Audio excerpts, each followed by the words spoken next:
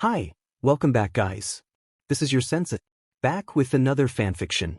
This is the first part of What If Naruto Gained 9 Wishes. Now before starting, please give this video a like and subscribe to the channel if you want more videos like this.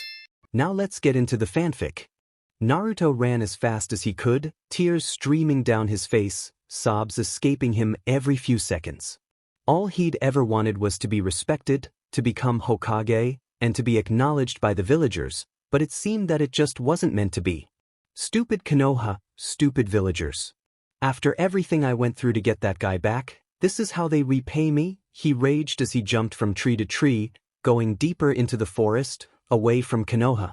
Stupid Sakura, she didn't even care that I almost got hurt keeping my promise. XX Flashback XX. A tired and injured Uzumaki Naruto could be seen approaching the village of Konoha, the unconscious form of Uchiha Sasuke slung over his shoulder. While Naruto was covered in scrapes and cuts, not to mention the significant injury on his chest, the traitor Uchiha was only a little banged up from their fight. Despite his state, Naruto was grinning proudly. He'd done it, he'd beaten the great Uchiha Sasuke. Now everyone would rejoice and cheer his name. Even as he approached the gates, he could see many of the villagers and his beloved Sakura waiting for them. They would have to respect him now, after seeing that he, the underdog, had defeated the mighty Uchiha. He couldn't wait. "Hey Sakura, I kept my prom," Naruto began in a cheerful tone, but he was interrupted by one of his oldest acquaintances, someone he often encountered as a child while walking through the village, good ol' Mr. Rock to the head. "Demon, you demon. Look what you've done to the last of the Uchiha," screamed the villager who'd thrown the rock. In his dazed state, Naruto could only watch as Sakura rushed up to him, grabbed the Uchiha off his shoulder, and then proceeded to hit him in the face, hard.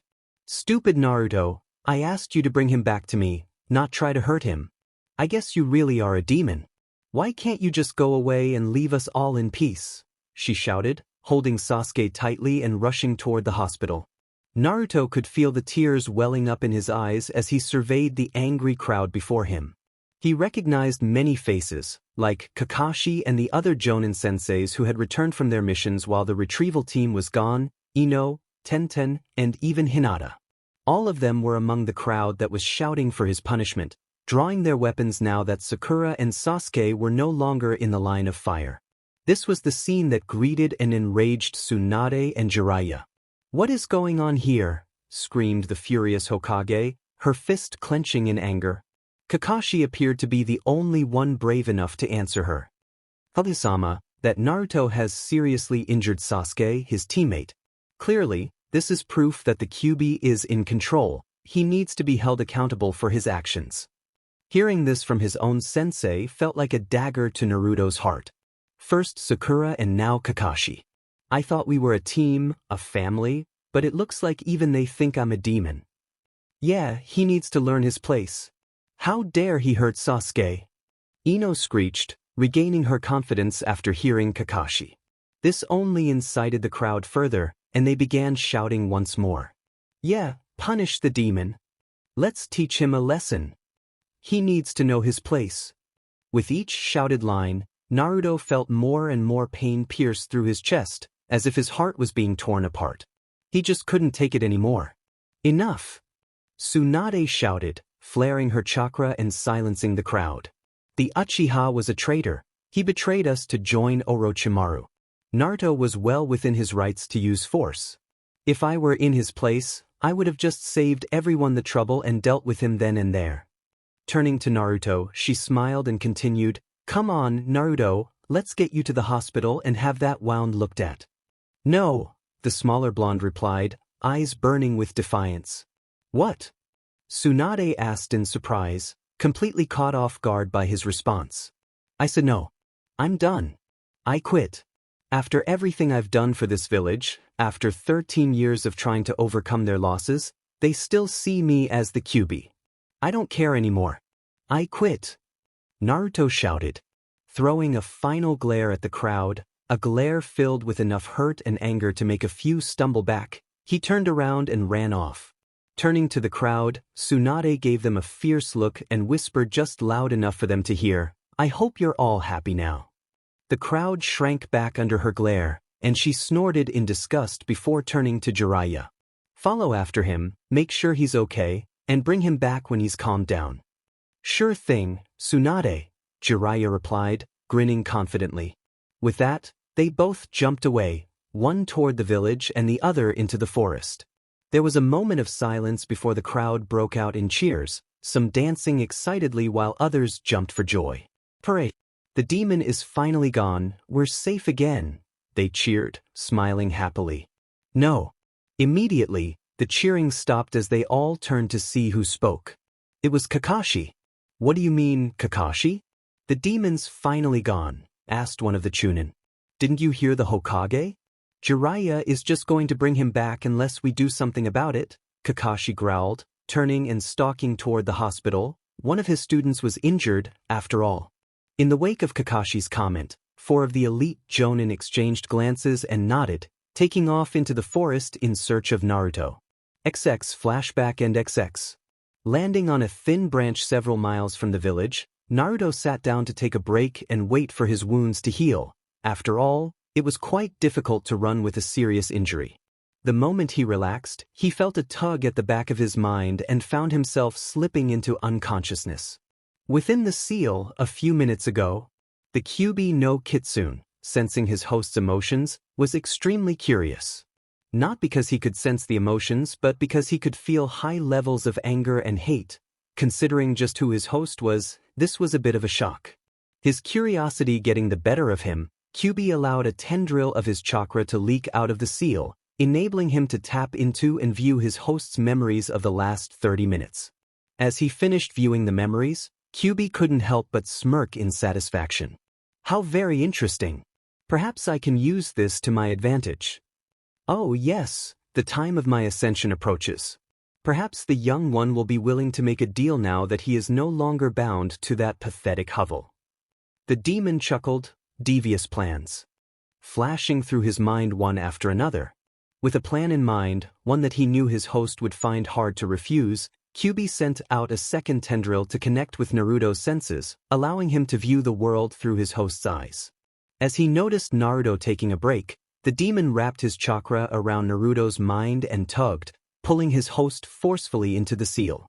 As Naruto opened his eyes, he sighed at the sight of the rundown sewer that had become his mindscape. Great, just perfect. I really don't need this right now. Ugh, let's go see what the almighty fox in a box wants now. With that, he stomped down the familiar path to his left, angrily making his way through the sewer until he entered the large, spacious room that housed Kyuubi. Alright, Fox, what do you want? I'm not in the mood for any of your nonsense right now, Naruto snarled, marching right up to the large cage that kept the demon at bay. Ha ha ha, I see that you still refuse to treat me with the respect I deserve, young one, Kyuubi chuckled, an unusual occurrence as the demon was typically furious each time they met. You're DMN right, I do. Now hurry up and tell me what you want. If you haven't noticed, I'm kind of on the run and I don't have time to waste, Naruto replied, ignoring the demon's odd mood. Straight to business, huh? Fine then, I called you here to make a deal, Kyuubi replied, causing Naruto to blink in surprise. A deal, huh? I'm guessing my part of the deal is that I set you free, Naruto asked, narrowing his eyes shrewdly. Correct, Kyuubi replied, grinning widely, revealing his rows of sharp teeth. Why on earth would I do that? I'll be putting my life at risk. Naruto shouted, fuming angrily. Kyuubi simply chuckled and shifted in his cell before replying. Because, young one, if you accept my deal, you will be able to survive the unsealing. Oh, is that so? Naruto muttered in disbelief. Well, what are you waiting for? Let's hear this deal of yours. I'll get to the deal soon enough. First, I should explain some things to you to save questions later. Now be quiet and listen until I'm finished, okay? Kyuubi replied, glaring down at the small form of his host. After receiving an affirmative nod, the demon continued. You see, we Biju are not complete demons. We are actually parts of a greater creature known as Yami. Yami was a god of great power, brother to Kami and Shinigami, yet it had little control over its immense powers and nearly zero sentience.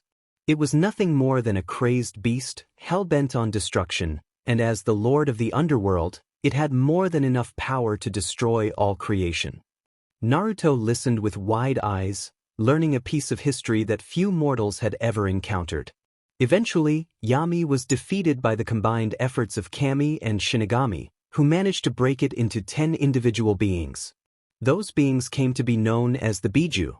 At the beginning of our birth, we each had no tails to speak of, but each one of us had more or less power than the others.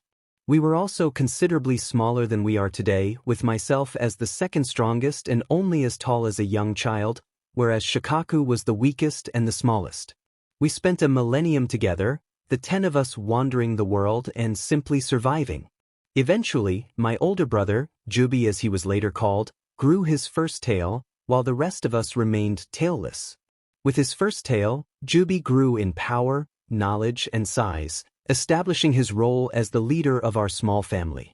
A millennium later, Kyuubi grew his second tail, and I grew my first, gaining the same growth in ability as my brother before me. So it went, for over 8 millennia we would each grow a new tail, increasing in size and power, with Shikaku being the last to gain a tail. Once he grew his 10th tail, Kyuubi felt the need to go on a rampage to celebrate, a foolish idea in hindsight. It was at this time that one of you humans discovered chakra and began studying and experimenting with it, hoping to grow strong enough to end Kyuubi's rampage. To stop Kyuubi, this human devised a powerful seal and became the first Jinchuriki, later known as the Rikudo. Naruto could only gape in shock. First, he learned that the very creature sealed within him, the fox that everyone called a demon, was actually part of a god at one point. Then he learned that Kyuubi had once been a small fox, which he found amusing, but refrained from laughing out of respect for the story. Finally, he learned that the most famous ninja in existence, the creator of all things ninja, was in fact a Jinchuriki just like him. It was a lot to take in, but he continued to listen as Kyuubi continued his story. On his deathbed, knowing that Kyuubi would be freed after his death, the Rikudo used the last of his power to split Kyuubi into 10 equal parts. 9 of Kyuubi's parts were scattered around the world, to be absorbed by each of the remaining Biju, while the last stayed with the Sannin as he died, taking the mind of Kyuubi with him. Originally, each Biju was only meant to reach a set level of power and stop growing, but thanks to the energy from Kyuubi, we will all gain one tail more than we were meant to. That's right, I will eventually gain a 10th tail and ascend to the realm of the gods as the new Kyuubi and take Yami's place as Lord of Hell. The only thing that could possibly stop me is this troublesome seal. When I claim the throne of Kyuubi, I will be strong enough to break this seal, but in doing so, I would anger Shinigami, causing a battle that could lead to the destruction of your world, which would in turn draw the wrath of Kami. That would not end well for me, hence the deal I want to make. Well, that was an exciting story, Naruto commented after a few moments of shocked silence. So what's this deal then? It had better be a good one. Kyuubi released an amused chuckle at that. Well, it's only as good as you want it to be. Huh? The blonde asked, puzzled. When I become the Kyuubi, I'll have the power to grant you a wish in exchange for one tail's worth of my power. It would only take me a handful of centuries to regain my strength, so I think it's a fair trade. This is my offer. I will grant you 9 wishes, be they abilities, fame, or fortune, anything you desire, in exchange for my freedom. Wow, was all he could manage to say. What more could one say after being offered anything by a soon-to-be deity? Okay, that's a great deal. Just one question though. Ask away. How will I survive the unsealing, and when do you get the last tail? Naruto inquired, wanting a solid answer before agreeing to this deal. I will reach my 10,000th year of existence in just over a year, and you can't die from the sealing if you wish for immortality. Hearing this, Naruto couldn't help but grin widely. Oh yes, I suppose you're right. Well, it seems we have ourselves a deal, Kyuubi-sama. Haha, finally showing me some respect, huh? The demon's laughter echoed through the sewer around them. I figure since we're no longer enemies, we might as well get along, Naruto replied with his trademark grin. Now, I think it's time I got out of here. I have a lot to think about and only a year to decide on my 9 wishes. Yes, I suppose it's time for you to go. I sense 5 chakra signatures approaching your position. I'll lend you some chakra so you can fight or flee if necessary, Kyuubi replied, sending a wisp of crimson chakra toward the blonde. Thank you. I'm running a bit low after that fight with Sasuke and the long run here. I'm sure Konoha has already sent Hunter Nin after me. With that, Naruto vanished from his mindscape, awakening in the real world. Forest, real world. Getting up from his spot, Naruto was about to leap away when he heard someone land on the branch behind him, a familiar wave of chakra tingling at his senses. Glancing over his shoulder, Naruto frowned as 4 more figures came to a stop behind the first one. Hello, Jiraiya-sensei. So they sent you to bring me back? Naruto, I'm not here to bring you back forcibly. I'm here to help you, Jiraiya replied, smiling kindly. Before Naruto could respond, the 4 Jonin who had followed Jiraiya attacked, leaping from their branches with clear intent. As the 2 on Naruto's right side got within striking distance, they suddenly stiffened and dropped to the ground, while the other 2 leapt away in a rush. Landing on a separate branch, the 2 shinobi looked at their downed comrades in shock, noticing the kunai embedded in their skulls clearly thrown by an enraged Jiraiya. What is going on here? You are attacking a fellow shinobi of Konoha. Stand down, or I will consider this an act of treason, Jiraiya snarled, his eyes narrowed in anger as he readied more kunai. We can't allow the demon to return to the village, Jiraiya-sama. He must be eliminated, one of the Jonin shouted back. You heard him at the gate. He renounced his allegiance to Konoha, which means he is no longer a Konoha ninja.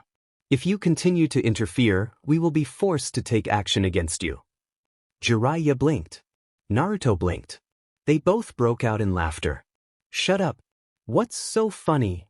The 2 Jonin shouted angrily, clearly annoyed at being laughed at. Arrest me? Oh Kami, I needed that laugh, Jiraiya chuckled, tears of amusement forming in his eyes. In a blur of movement, the Toad Sage vanished from his spot and reappeared behind the 2 Jonin, his kunai piercing deep.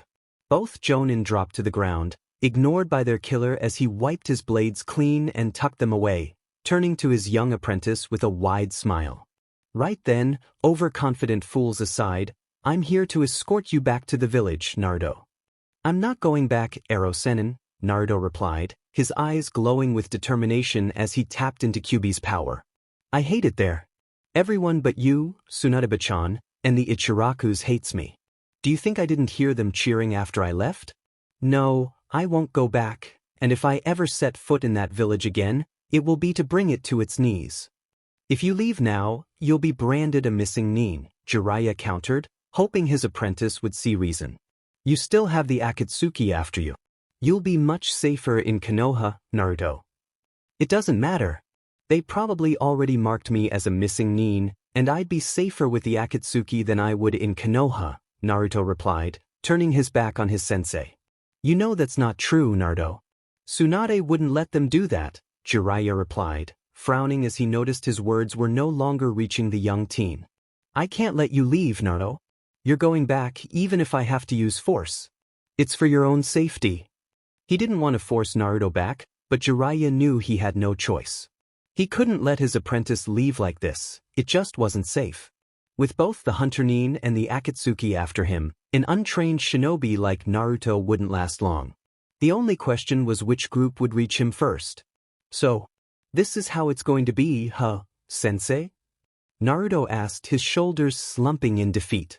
I'm afraid so, Naruto. It truly is for your own good, Jiraiya replied, relieved that the blonde seemed to be coming around. As Jiraiya took a step closer, Naruto exploded into action, his chakra flaring and his hands rising to a familiar position.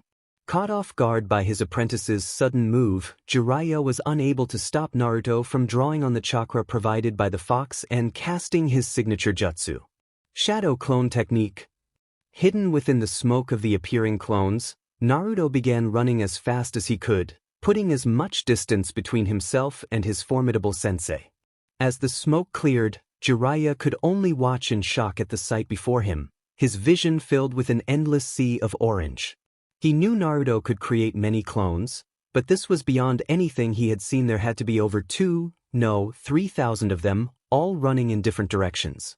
Only a single clone remained behind, tasked with delivering Naruto's final message to his sensei. I'll be back eventually to make the villagers pay, sensei. I can only hope you'll take Tsunade and the Ichirakus and leave the villagers to their fate. With its message delivered, the clone turned and ran off after its brothers. Jiraiya could only sigh and turn back to the village. There was no way he could find the real Naruto before the teen crossed one of the borders. It was pointless to try. Ugh, that kid really knows how to make trouble for others. Tsunade is going to be furious with me for this. Konoha Hospital. As Sasuke regained consciousness, he realized he was lying on a bed in what appeared to be a hospital, judging by the white ceiling and walls. He also noticed that his hands and feet were restrained to the bed. Sasuke, you're awake. An annoyingly high-pitched voice squealed from beside him. Looking to his right, Sasuke sighed in annoyance as he saw Sakura sitting in a chair beside him. So, the doe beat me, huh? This isn't over. I'll make sure that fool pays for daring to touch an Uchiha. Sakura? What happened? The last thing I remember is agreeing to return to Konoha before the dobe attacked me, Sasuke muttered weakly, putting on a mask of innocence. Gore, that Naruto. I knew there was no way he could beat you without cheating, Sasuke. Sakura growled, easily falling for his manipulations. You don't have to worry about him anymore, Sasuke. After seeing what he did to you, we drove that demon out of the village. Damn it, he can't be executed if he ran away. How am I supposed to gain the Manjikyu now? Sasuke cursed, his eyes narrowing in anger. Whatever, as long as the dobe isn't here to get in my way, I can escape and get to Orochimaru. Now, how do I get out of here? This is going to cost me. It had better be worth it. Looking over at Sakura, Sasuke applied his most charming smile. That's good to hear. Thank you for taking care of me, Sakura. With that fool gone, I can finally be with you without him interfering. Oh, Sasuke. I knew you loved me, Sakura swooned, her cheeks turning a bright shade of red. When I see that Naruto, I'm going to make him pay for getting in the way of true love. Suppressing his disgust, Sasuke lightly rattled his restraints and frowned. Sakura, would you be so kind as to undo these straps so that I may embrace you? Eep, Sakura squealed, her blush deepening. Of course, Sasuke. Anything for you. As soon as he was free, Sasuke vanished and reappeared behind Sakura, gently knocking her out with a swift motion. Foolish girl, as if an Uchiha would ever be associated with someone so weak. For freeing me, I will spare your life this once. With that, he leapt out the window, made a mad dash for the nearest wall, and escaped into the forest, headed straight for Otogakure. Hokage's office.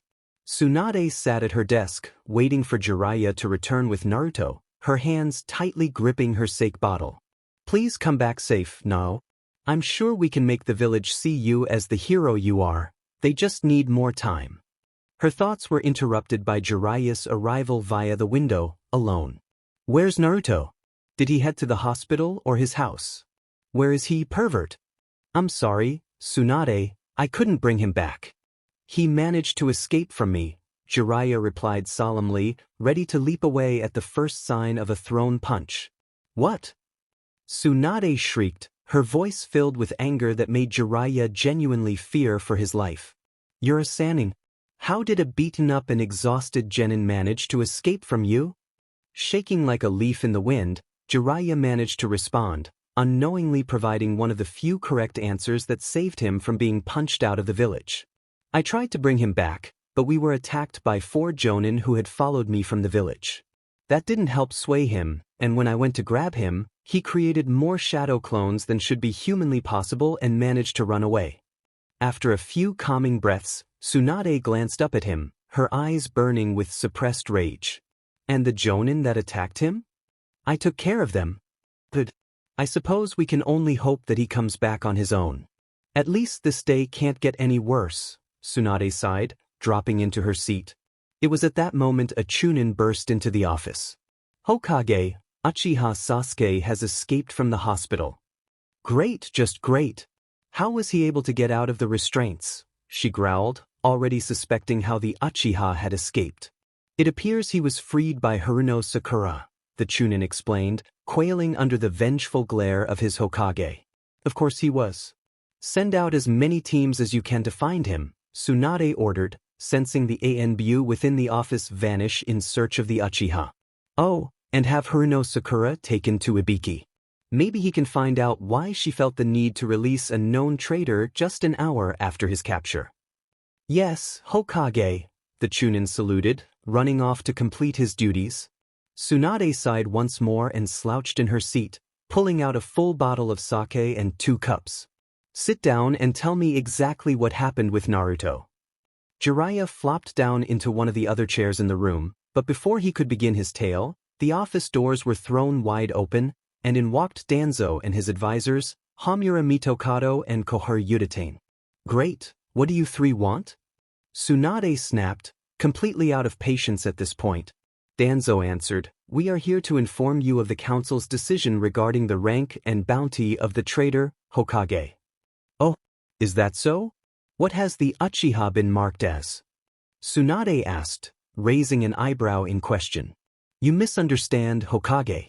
We meant the traitor Uzumaki Naruto, Koharu replied, her eyes darting to Danzo as she spoke. What? Jiraiya and Tsunade shouted in unison, leaping to their feet. Naruto is not a traitor.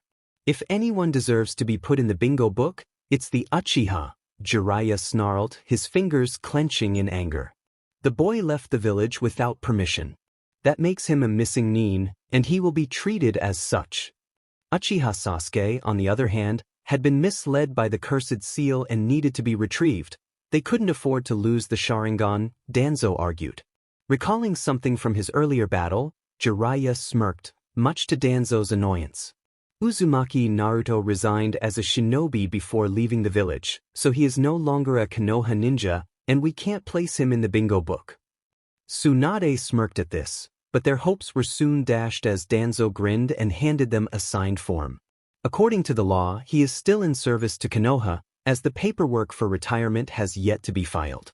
Therefore, Uzumaki Naruto is officially declared a missing nin, Homura explained, causing both Sannin to frown deeply. By order of the Konoha Council, Uzumaki Naruto will be classified as an A-class criminal with a kill-on-sight order and a bounty of 90 million ryo. Uchiha Sasuke will be classified as a C-class missing nin, with a capture-only order and a bounty of 120 million ryo.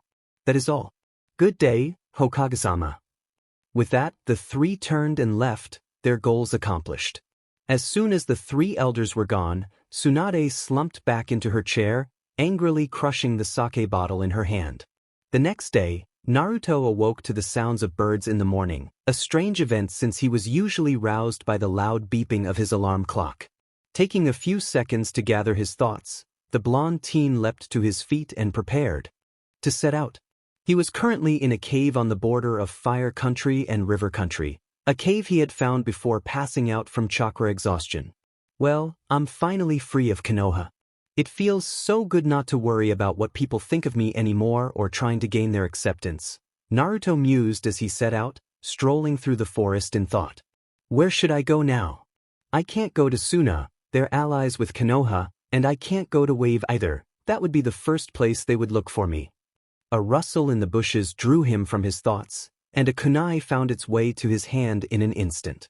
But Naruto sighed in relief a moment later. It was only a squirrel.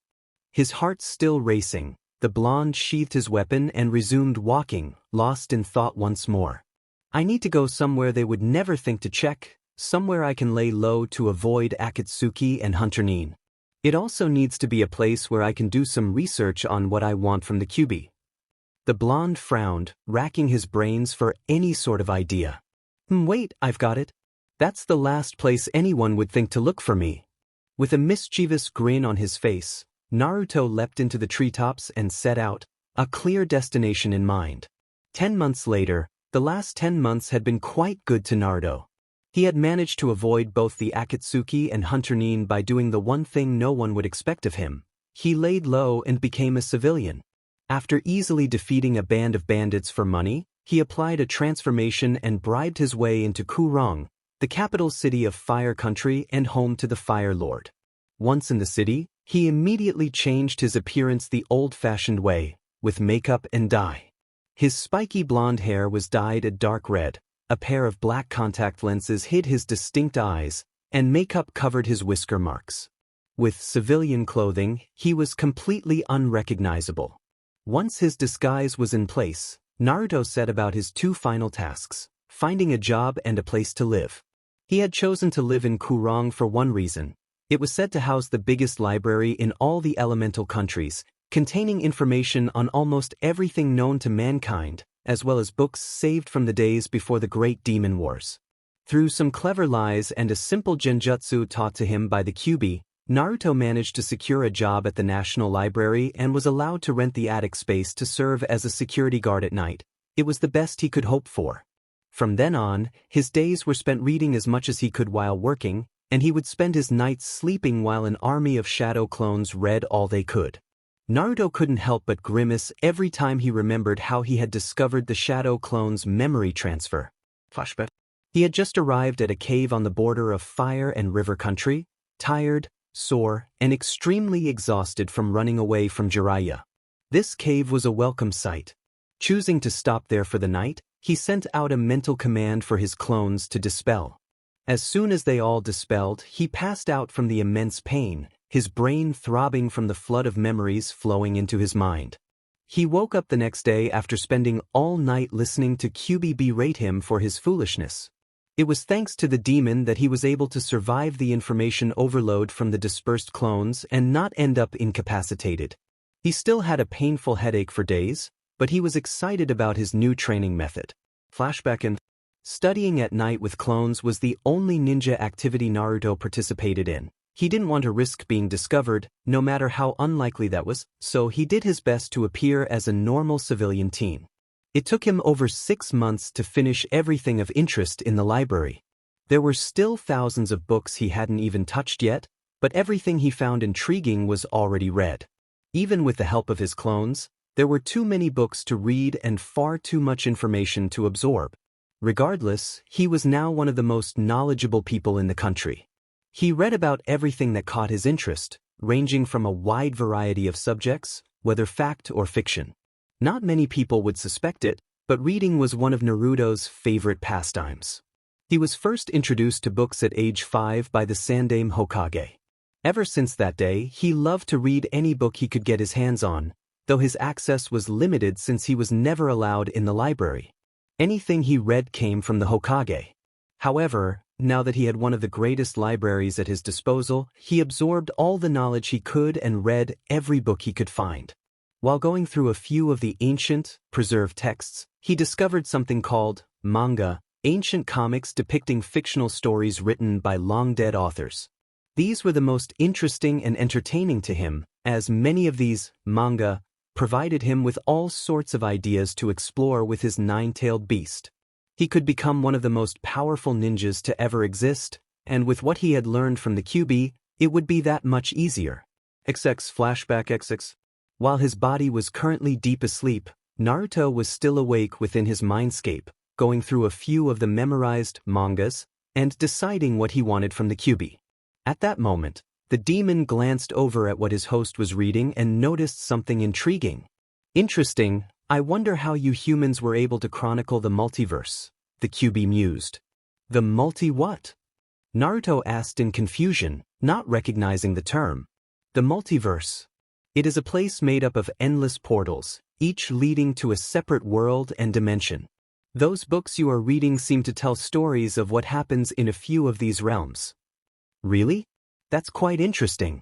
Say, Kyuubi, is there any way I could go to these other realms? I suppose you could if you were escorted by a god or a certified dimensional traveler. Without escort or permission, you would face punishment for breaking one of the decrees set by the elder gods.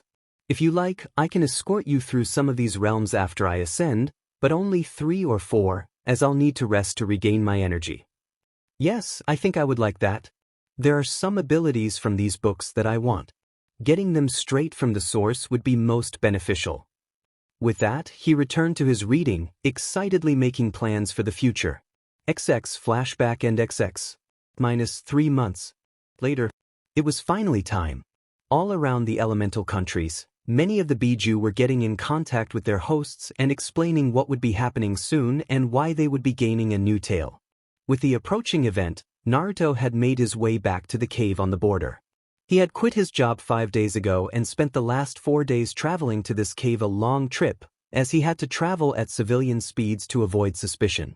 While making such a trip was both long and boring, Kyuubi had informed him that the unsealing they had planned would be quite destructive, and the power released would most likely attract a lot of attention, hence the reason they were quite a distance from the nearest village. Within his mindscape, Naruto watched in fascination as the Kyuubi twitched, its howls echoing off the walls. The last hour had been spent listening to the beast's cries. It seemed that growing a new tail of power was quite a painful and lengthy process, but it would be rewarding. He could easily feel the sheer amount of power emanating from the beast. He had thought the Kyuubi was powerful before, but now it felt like comparing a fresh out of the academy genin to a Kage. The difference in power was immense. Who would have thought that one single tail of power could provide so much? Finally, after several tense minutes, the newly crowned Kyuubi settled down and released a relieved sigh. "Congratulations on your ascendancy, Kyuubi-sama," the blonde offered, grinning widely. "Now then, shall we move on to setting you free?" "Indeed, we should hurry up. The sooner I'm free, the better," Kyuubi replied, returning his grin. "To allow me influence over your body and chakra, you must tear off half the seal. Once I have completed my end of the bargain, you will remove the other half and set me free." "All right, that sounds easy enough," Naruto nodded, stepping up to the large cage and ripping off half of the paper tag that represented the Shinigami seal. "Good. Now, what are your 9 requests? Be specific and make them count. Once done, they cannot be undone." Naruto's grin widened as he gazed up at the fox. "First off, chapter end. I have a question," Naruto stated, his face scrunched up in thought. "Oh, is that so? What do you wish to know?" the fox asked. "Earlier, when we spoke about the multiverse, you mentioned some decrees set forth by the gods," Naruto began, tilting his head to the side. Kyuubi nodded in reply, already guessing what his host was about to ask. "Indeed, the divine proclamations of the elder gods. What about them? I was wondering what exactly they are. I need to know if any of them will interfere with my requests," the blonde replied, confirming the demon's thoughts. There are many decrees set down by the elder gods, but from what I've gathered from your thoughts, there are only 3 that would affect your requests." Naruto frowned at that, a bit miffed that he hadn't thought to ask sooner. "I was afraid of that. What are they? Hopefully, they won't disrupt my plans too much." "No, they shouldn't," Kyuubi replied, causing the blonde to sigh in relief.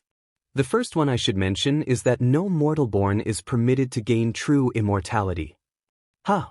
Naruto gaped in confusion. "What do you mean by true immortality?" Kyuubi shifted within his cage, preparing to give a lengthy explanation. "It's all a bit complicated, but I'll try to explain. You see, there are false immortals and then there are true immortals. False immortals are those who are long-lived but still able to die. They may live for many millennia or be able to heal any injury, but they can still be killed if someone finds a way to do so." Kyuubi paused, allowing Naruto to absorb the information before continuing. "A true immortal, like a god or greater demon, on the other hand, will never die. Even if our bodies are completely destroyed and our souls are shattered, we will always survive and reform. It may take a long time, but we will eventually return." "Huh, that's interesting if not a bit confusing," Naruto muttered, reviewing the information in his mind. "While I'm a bit annoyed that I might face danger one day, I don't think that decree will interfere with my plans." "What's the next one?" "The next decree states that no being can rob another of their free will. It's one of the reasons we Biju can't just force our containers to set us free." "Okay, that one might interfere with one of the abilities I wanted," Naruto said, frowning as he brainstormed ways around this rule. "Not as much as you might think. There is a loophole with that decree," Kyuubi replied, grinning knowingly. "Oh, what is it?" Naruto asked, his interest piqued. "It's one of the reasons you humans can still use your genjutsu without facing punishment. The loophole is that as long as the mind control can be resisted in any way, it is allowed," Kyuubi explained. All you have to do is modify your ability so it can be resisted if the target has the willpower to do so. I suppose that could work. After all, I wouldn't want it to be too easy, would I? Might as well make them think they have a chance against me, Naruto replied, sharing an evil grin with Kyuubi. Moving on, the last decree concerns the multiverse. While I can guide you to a few of the many dimensions with the power I'll have left after this, there are rules to prevent mortals from playing God. One of these rules is that no being can have a permanent influence on any dimension without permission from that dimension's patron god. So that means I can't do anything at all in these dimensions? That seems pointless. No, that's not it at all. You need to look underneath the underneath, as that silver-haired rat would say. The decree means you can do whatever you want, go wild and cause chaos, blow up planets, anything you desire. It just means that whatever you do won't last long, Kyuubi supplied, his eyes glazing over in remembrance. Usually, everything would wear off after a couple of days or as soon as you've left the dimension. Okay, that makes it much easier. But what's to stop me from just destroying a place repeatedly? Except for the god you would anger? The fox asked sarcastically. Right, I'll be sure to behave then, Naruto replied, scratching the back of his head sheepishly. Do you have any more questions, kid? Kyuubi asked, rolling his eyes at Naruto's actions. No, I suppose we can begin. Okay, what do you want first? Remember to be specific. Right, I guess I'll start with some false immortality. I want an extremely advanced healing factor that makes me completely immune to all diseases, viruses, and poisons. It should also slow down my aging process as much as possible, the blonde replied, his face scrunching in deep thought. I also want it to heal all wounds as quickly as possible and regenerate any lost body parts, including my head, brain, and other essential organs. Pausing once more, Naruto's eyes widened in realization. Oh, I should also be able to slow it down through concentration, in case I ever need some blood or an open wound, he added as an afterthought. Summoning was a major part of the ninja arts, and he didn't want to miss out on it just because his cuts healed too quickly. Finally, it should also be able to completely regenerate my whole body as long as one single cell remains alive. Yeah, I think that's it. Anything to add? DMN. You really thought that one through. I know I said to be detailed, but wow. Heh. Naruto chuckled sheepishly. I've had an entire year to think these through. I had to make sure I had all my bases covered. Well, congrats. Lucky for you, this doesn't break any decrees. I'll just have to rewrite your DNA a little bit. It shouldn't take long, but I should let you know it's going to hurt. A lot. Before Naruto could reply, one of Kyuubi's tails began to glow with a bright green aura, resembling the medical chakra he had seen Tsunade use, but more concentrated. The aura flowed up the demon's tail and formed a ball the size of Naruto's head, which then slowly floated away from the tail, through the bars, and into Naruto's chest. At first, nothing seemed to happen. Seconds ticked by, and just as he was about to say something to the demon, he dropped to his knees in pain, screaming at the top of his lungs. Then everything went dark. Elsewhere, all across the elemental nations, Sensor-type shinobi felt a flare of highly potent chakra before it disappeared moments later. Most chose to ignore it, but those who tried to trace it back to the source found that it seemed to dissipate into thin air. Back with Naruto. As he woke, Naruto could feel a slight difference in his body. All the aches and pains he'd felt throughout everyday life seemed to have vanished. Getting to his feet, he hopped around and was glad to discover that the small yet annoying stab of pain he usually felt in his spine and knees was gone. Nothing hurt at all. Pulling out a kunai, he decided to test his new healing factor and began making several cuts across his arm. Much to his amazement, the small cuts he made were fully healed before he had even finished making them. Even the long gash he cut deep into his arm seemed to heal before the kunai had left his skin. It was truly fascinating. Deciding to test his ability further, Naruto reinforced the kunai with his chakra and, in one rapid movement, cut his left arm off at the elbow, watching in fascination as the entire limb regenerated in just a matter of seconds. Grinning widely, he summed everything up in one word. Cool. Yes, I know. I do great work, Kyuubi replied, his tone smug. Can we move along here? I want this finished today.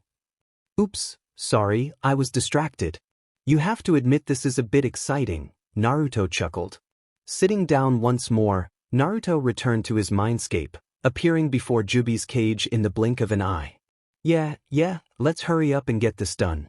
What's your second request? Naruto grinned widely, already imagining what he would do with this next ability. Oh, this one is gonna be awesome. I call it absolute shapeshifting. I want to be able to manipulate all objects, organic and inorganic, so that I can change their form into what I want. I should also be able to change what they're made of as well. As he spoke, his grin widened until it seemed like his face might split. I can't do that one completely. Complete matter manipulation is the realm of the gods, Jubi replied, causing Naruto's smile to fade. What I can do, though, is allow you to change your form however you please, as long as you stay within the limits of your general size. I can also let you shape and change inanimate objects as you wish. I think it's called alchemy in many dimensions, although there are various rules concerning that. Not exactly what I wanted, but I suppose it's close enough. Go ahead then, Naruto groaned, frowning in disappointment. As one of Jubi's many tails was enveloped in a purplish aura, Naruto noticed that the tail from earlier seemed to have lost its color, appearing drained. While the others were red like the fox's fur, this tail had turned a light gray, and he assumed that was what happened when the power was drawn from them. Before he could ask, the purplish aura had already formed a blob that changed shape every few seconds. The blob flew at Naruto much faster than the sphere had. Upon contact with his chest, it spread and began covering his whole body until he was fully concealed. Once completely enveloped, the aura sank into his skin, and he could already feel the changes beginning. This time, it was less painful than before, allowing him to remain conscious. He spent several moments writhing, groaning as a powerful heat spread from his center. Just as suddenly as it had come, the pain vanished, and Naruto gasped as he leapt to his feet, completely free of discomfort. Looking down at his recently transformed hand, Naruto focused intently on what he wanted to happen. Almost immediately, his hand morphed into a 10-inch-long steel blade, serrated and sharpened to a point. Naruto couldn't help but laugh. This ability would be extremely useful. This, I like. He chuckled as his body continued to shift into different forms. He noticed that he couldn't go more than 5 inches taller or 4 inches shorter than his current height, but he could change his weight by becoming more or less dense. Yes, can we move on now? Returning to the task at hand, Naruto began with his third request. This next one is pretty simple. I want to be able to absorb part of my enemies and add their strength and abilities to my own. Jubi paused for a moment, scratching its chin in thought.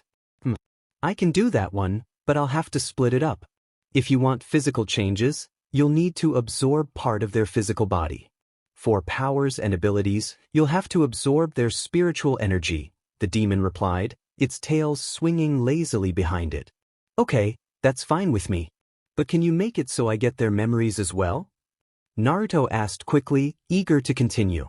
It would make it easier to use their abilities, and I have an idea that it would help. Alright, but since memories can be both spiritual and physical, you would need to absorb both to gain the memories. With that, a bluish-green aura surrounded another of Jubi's tails, collecting at the tip of the appendage, much like before. Taking the form of a swirling vortex, the aura began making its way toward Naruto, gliding through the air.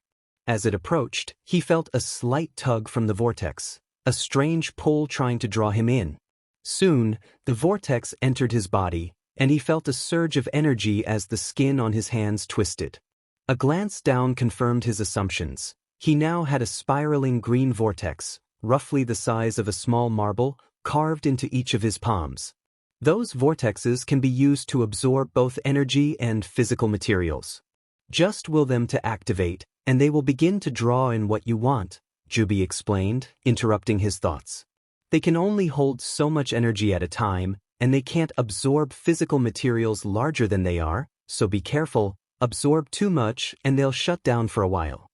Sweet, Naruto cheered, looking down at his palms.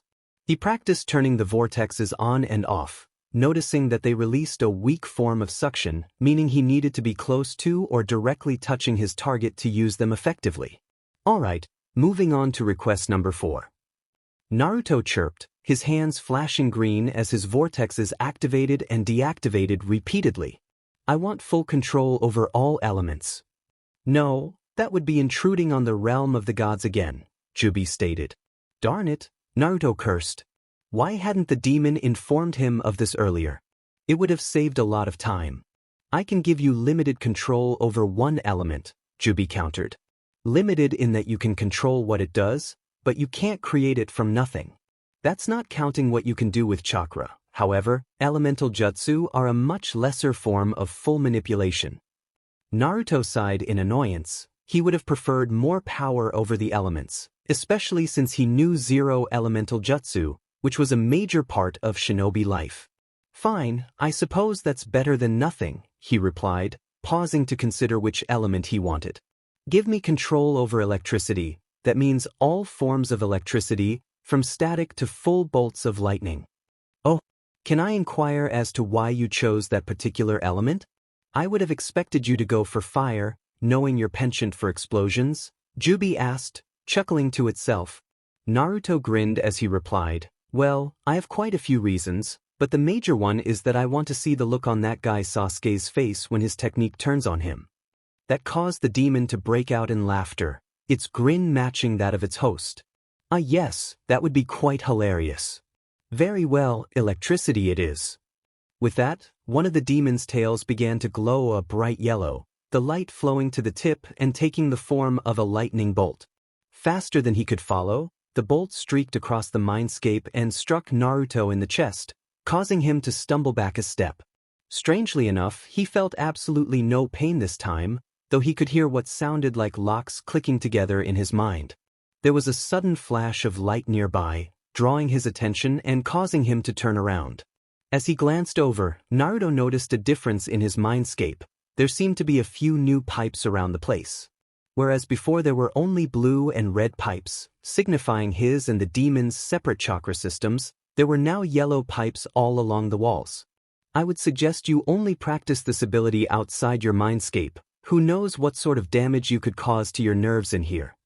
Right, noted, Naruto replied, grinning as small arcs of lightning danced across his fingers. Well then, what's your 5th request? For this one, I want to create a new summoning contract. I suppose you can't be seen using those weak little toads anymore, can you? I can't really create a new contract, but what I can do is give you an ability similar to what the Rinnegan has. It will allow you to create any creature of your choice out of your chakra, Kyuubi explained. Consider it a mix between a regular summoning and your shadow clones, with your chakra forming the body and a portion of your soul to give it sentience. Oh wow, that's awesome! Naruto cheered, excitedly hopping up and down. I just expected you to create a contract for foxes or just ask some other summon boss for permission. This is way better. Yeah, I'm awesome that way, Kyuubi chuckled, teeth bared. With a swish of a glowing tail, the demon sent a cloud of silver-gray energy towards the blonde, which slowly seeped into his chest. Just like the last time, there was no pain, only a flash of light that blinded him momentarily. When his vision cleared, Naruto turned to see that his mindscape had changed yet again. This time, there were drawings of animals on the walls, ceiling, and floor. I like the new decor. It gives the place a wild look, the blonde chuckled, paying the walls no further attention. He could test his new ability once he was no longer in his mindscape. Yes, quite. Let's move on to your 6th request. Okay, I got this next one from one of those mangas I read, the one about the vampires, Naruto began, considering his next request. What really caught my attention were these seals the main character was wearing on his gloves. They were called the Cromwell Initiative, and they worked to limit his power. With the strength I'll be gaining from using my absorption abilities, I would eventually become too strong to enjoy a good fight, so what I want are some seals to limit my power. Yeah, that's a good idea. It won't be any fun if it's too easy, will it? Kyuubi chuckled, his eyes glazing as he seemed to reminisce about a past moment. I'll make it a 3-tier seal and lock away 90% of your power. One of the remaining tails gained a blood-red aura, glowing with power as it flowed up his tail and formed into a large gooey ball, which soon flew across the void and into his chest. A tingle on his hands drew his attention, and Naruto glanced down, grinning as he noticed a pair of blood-red symbols etched onto the back of each hand, the kanji for seal tattooed directly onto the skin. As soon as he noticed them, Naruto could feel part of his chakra cut off from him. He could feel it there, but no matter how hard he tried, he couldn't seem to grasp onto the closed-off parts. At the same time, he knew he could release the seals if he needed to, the information on the release phrase flowing into his mind. Perfect, the blonde grinned, flexing his fingers as he did so. All right then, what is request number 7? For this one, I want my chakra split back into its spiritual and physical halves, Naruto requested, glancing at the pipes that represented said chakra. I still want to be able to combine them into chakra, but I also want to be able to use both Ryoryoku and Ki. I think that's what they're called in the mangas. Right, this one should be easy enough, Kyuubi replied, raising one of his few colorful tails. An aura of alternating white and blue sprang to life around the tail, flowing off the tail and forming into a blue and white yin-yang symbol, which flew over and into Naruto. As soon as it entered him, he could feel his mindscape changing yet again, and he managed to close his eyes just as everything disappeared in a flash of bright light. Opening his eyes, Naruto soon noticed that instead of the red, yellow, and blue pipes on the walls, he now had 3 pools of differently colored water on the floor. Off to the left, there was a pool filled with clear water that gave off a white glow. To the right, there was a pool filled with blue water, and in front of him, there was a pool filled with blood-red water. These were obviously the representations of his various energy sources. Looking down, he noticed a pipe filled with light blue water running from both pools and up into the ceiling. That must be his chakra. Which means the giant sphere of arcing yellow lightning floating above him was his control over electricity. Man, it's really starting to look nice in here. It's beginning to look less and less like a sewer, Naruto chuckled, taking another glance around the small room. Yes, that is an improvement. Too bad I won't be here to enjoy the new decor, Kyuubi replied, chuckling as well. 2 more to go, Gaki. Hope you made them good. Of course I did, since I plan to have children someday and I know these other abilities won't be passed on, Naruto began, his grin widening as he spoke. I want the next one to be a bloodline, a dojutsu to be exact. Kyuubi seemed to scoff at that, its eyes rolling humorously. Well, that's a simple one. Considering the fact that I made that blasted Sharingan, this one will be a piece of cake compared to your last 6 requests. What do you want this bloodline to look like and do? I want it to be active from birth. That will make it far better than the Sharingan, Naruto replied, grinning cheekily. As for its appearance, it should turn the eyes black with a large diamond in the center. It should also have 3 stages that can be unlocked by adding more chakra. He paused for a moment, thoughts swirling as various ideas crossed his mind. The first stage should allow it to see chakra flow and affinities, making the diamond white for this stage. Naruto continued after a moment, his eyes sparkling with excitement. The second stage should enhance perception, allowing it to see through illusions, track fast movements, and pick up subtle details, much like the Sharingan. I also want it to have a zoom feature like the Byakugan, with the diamond turning blue for this stage.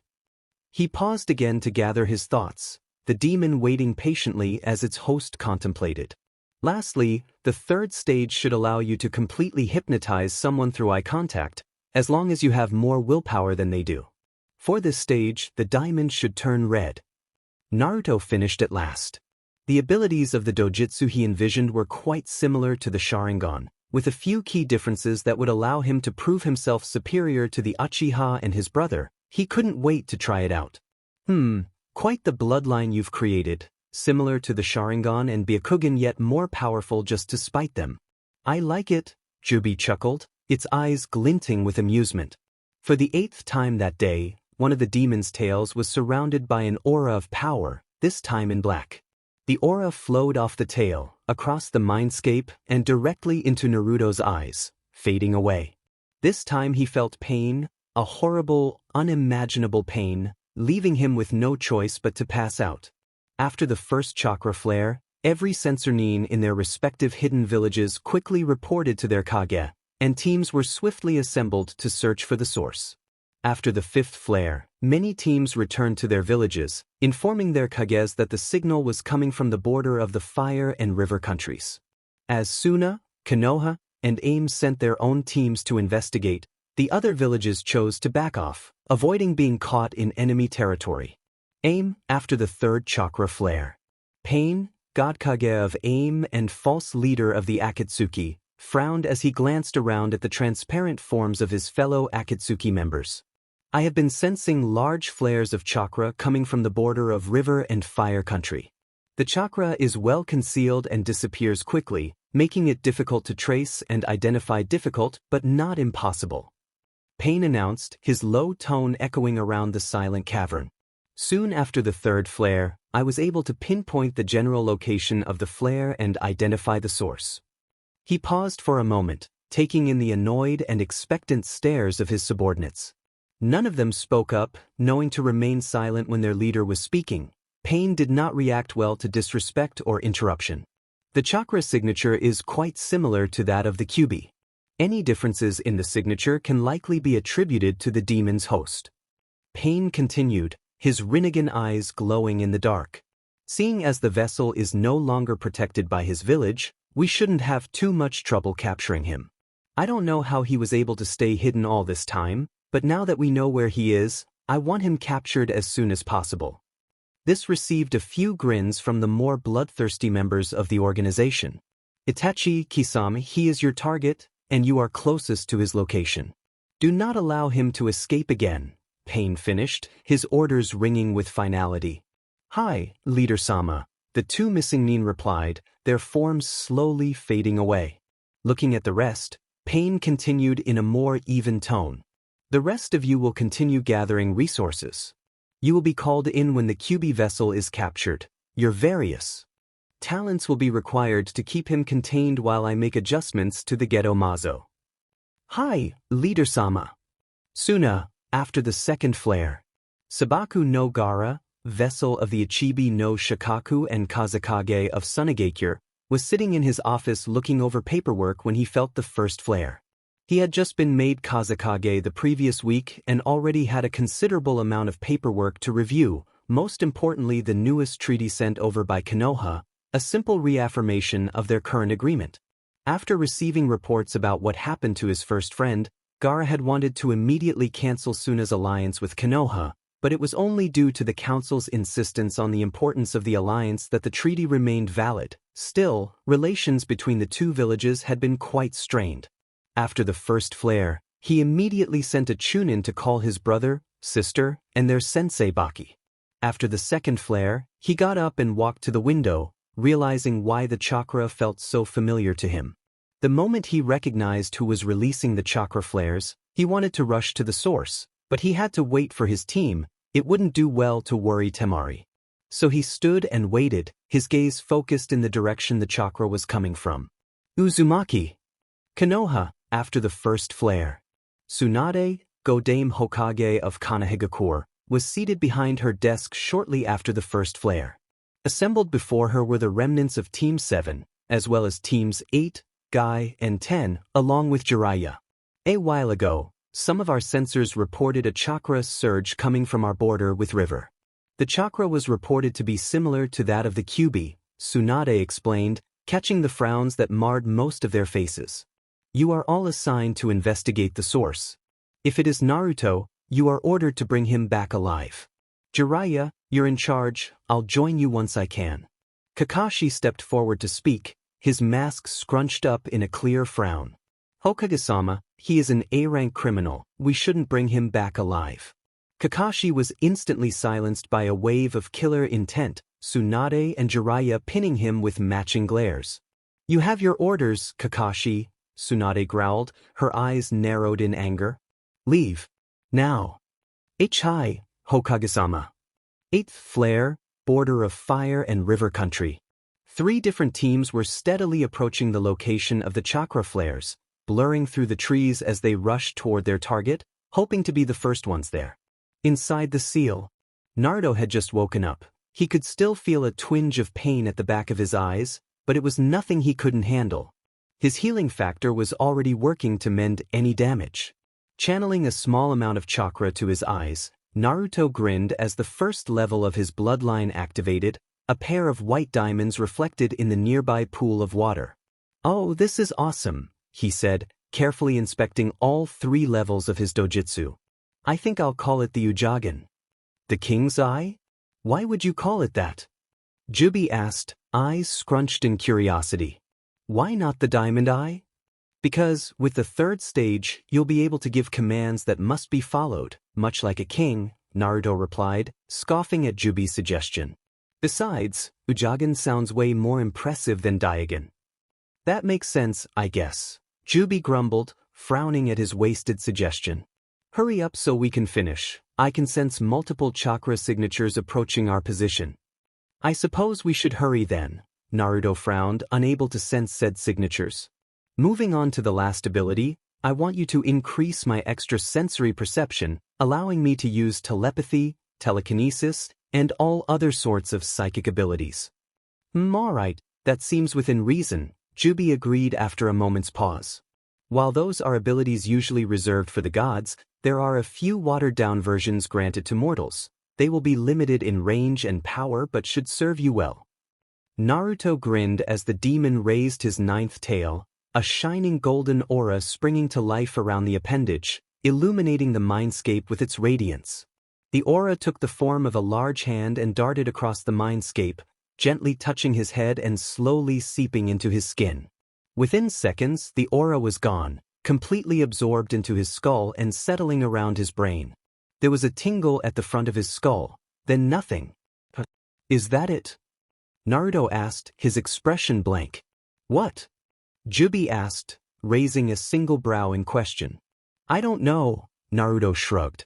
"I was expecting a bit more, I don't know, unimaginable pain or something like that." "Peace whatever," Kyuubi snorted, rolling his eyes. "Can we hurry up and get to the part where you set me free?" "Hold your horses, geez." The blonde yawned, making his way toward the cage. The demon's eyes glittered gleefully as the blonde grasped the seal, its excitement fading as its host began pulling on the seal slowly, teasing him with a wide grin on his face. "Naruto!" Several meters from the cave. The 3 different teams had just arrived at the source of the chakra at the same time, leading to a 3-way standoff. The Konoha team was watching the Akatsuki team. The Suna team was watching both the Konoha and Akatsuki teams. The Akatsuki teams were watching Jiraiya and ignoring everyone else. Kakashi chose to speak first to try and break the ice. "So, what's everyone doing here?" Only to be cut off by a giant explosion of chakra. In a blur of movement, all 3 shinobi teams were gone, avoiding the blast debris and taking cover behind whatever they could find. With a great splintering crash, trees and rocks were sent flying, destroying everything in their path. The shinobi teams remained hunkered down, channeling chakra through their feet to remain stationary, dodging what pieces of the destruction they could. Once things settled down, they returned to their previous positions, eyes widening at the sight that greeted them. A few feet away from their current position, what used to be a patch of forest leading to a well-concealed cave had been reduced to a crater over 50 meters wide and 10 meters deep at its center. In the center of said crater was a pillar of red malevolent chakra, billowing high into the sky and growing in strength by the second. Stealthily making their way to the edge of the crater, they found the source of the malevolent power, Uzumaki Naruto. His appearance may have changed, surprisingly so at that, but they could still recognize this brand of demonic chakra. Kiba chose to speak first. "What the hell is he doing?" No one knew the answer, but Jiraiya took a guess. "I think the Kyuubi is escaping." Sakura turned to him, her face scrunched up in confusion. "That makes no sense. Naruto is the Kyuubi." The Pinkette found herself promptly flung into a tree by Gaara, pinned down by a sand claw. "Idiot girl, just because we're demon vessels doesn't mean that we are the demon we contain," Gaara growled, his face blank but his eyes narrowed in anger. He spared her a final glare before turning to Jiraiya. "You are also incorrect, Jiraiya-sama. Naruto stopped being the container of the Kyuubi quite a while ago." This attracted everyone's attention. "What do you mean?" Itachi asked, Sharingan eyes narrowed. Earlier this morning, there was a disturbance with Shikaku. When I went into the seal to check what was wrong, I noticed he had gained an extra tail, Gar explained, causing a few of his audience to gasp. How did he gain an extra tail? Jiraiya asked, eyes wide with surprise. That shouldn't be possible. I'm not exactly sure how, Gar replied, his face blank and emotionless. As you know, he and I don't exactly get along, but from what I was able to gather from his ramblings, all the Biju should have gained another tail, meaning Naruto is now the container of the Kyuubi. Before any of the others could reply, a loud scream rang out from within the crater, drawing their attention to the reason they were all here in the first place. Naruto had dropped to his knees, head thrown back as he screamed at the top of his voice, crimson chakra wildly billowing around him. As fast as it had come, the scream cut off, most likely because the one screaming had just collapsed. The three teams stared in shock and disbelief into the crater, completely caught off guard by the sudden change in the teen within, his energy and presence overwhelming the area. While surprised by the teen's transformation, the Akatsuki pair were more concerned about the pillar of crimson chakra that was still within the crater, a pillar of malevolent demonic chakra that seemed to be taking on a form. This could not end well. The chakra swirled around for several seconds, rapidly collapsing and compressing itself into a more humanoid shape until, with a flash of blinding white light, the chakra vanished and a man stood within the crater. The man, looking to be in his early 20s, stood tall and proud within the crater, his head held high and a smug smirk on his face. He was roughly 6 feet tall, with waist-length black hair, a short beard of the same color, and bright crimson eyes. On top of his head sat a pair of red fox ears with black tips, which, along with his longer-than-average canine teeth and sharpened claws, gave him a wild and feral appearance with a hint of nobility. Despite seemingly forming out of thin air and chakra, the man was fully clothed in a stylish, if not functional, outfit. A simple black shirt, woven from what appeared to be an extremely expensive silk-like material, paired with tight-fitting black pants and a long, red overcoat, completed his ensemble, along with a pair of wooden geta to protect his feet. Last but certainly not least were the 10 furry tails that flowed behind him, swishing about in a pattern of their own. Each tail was several feet long, dark red in color with a few inches of black at the tips, leaving no doubt about who this man was. Turning his head to take in the world around him, the man took a deep breath of fresh air and released a powerful shout. Freedom! His voice was deep and unnatural, echoing as if it came from a creature much larger than the man before them. At last, taking in the form of the newly released demon fox, Kankuro summed up the situation with 2 simple words. Oh no! Almost immediately, the demon's heads snapped to their position, crimson eyes lighting up with amusement and glee as it took in the sheer fright on their faces. Well, what do we have here? A feast for me? Kyuubi hummed, a wide smile stretching across his face, causing the more timid members of the group to shiver. I wonder if Naruto would be too upset if I took a few of his prey. Maybe I should just wait and ask him. Jiraiya, despite his fear, managed to catch what was said, his mind racing. What do you mean? Naruto's gone. We just saw him disappear. Yes, I suppose he did vanish, didn't he? The demon replied, his grin widening slightly. Oh well, you know how he can be, nothing seems to keep him down for long. At that moment, Tsunade arrived with several ANBU squads at her back. Ignoring most of the gathered shinobi, she quickly surveyed the scene and locked eyes with Jiraiya. What's going on? She asked, her gaze flickering to the stranger within the crater for a moment. We felt a huge release of Kyuubi's chakra. Where's Naruto? The Toad Sage found himself tongue-tied, preferring not to reveal to his temperamental teammate what had happened to her surrogate brother.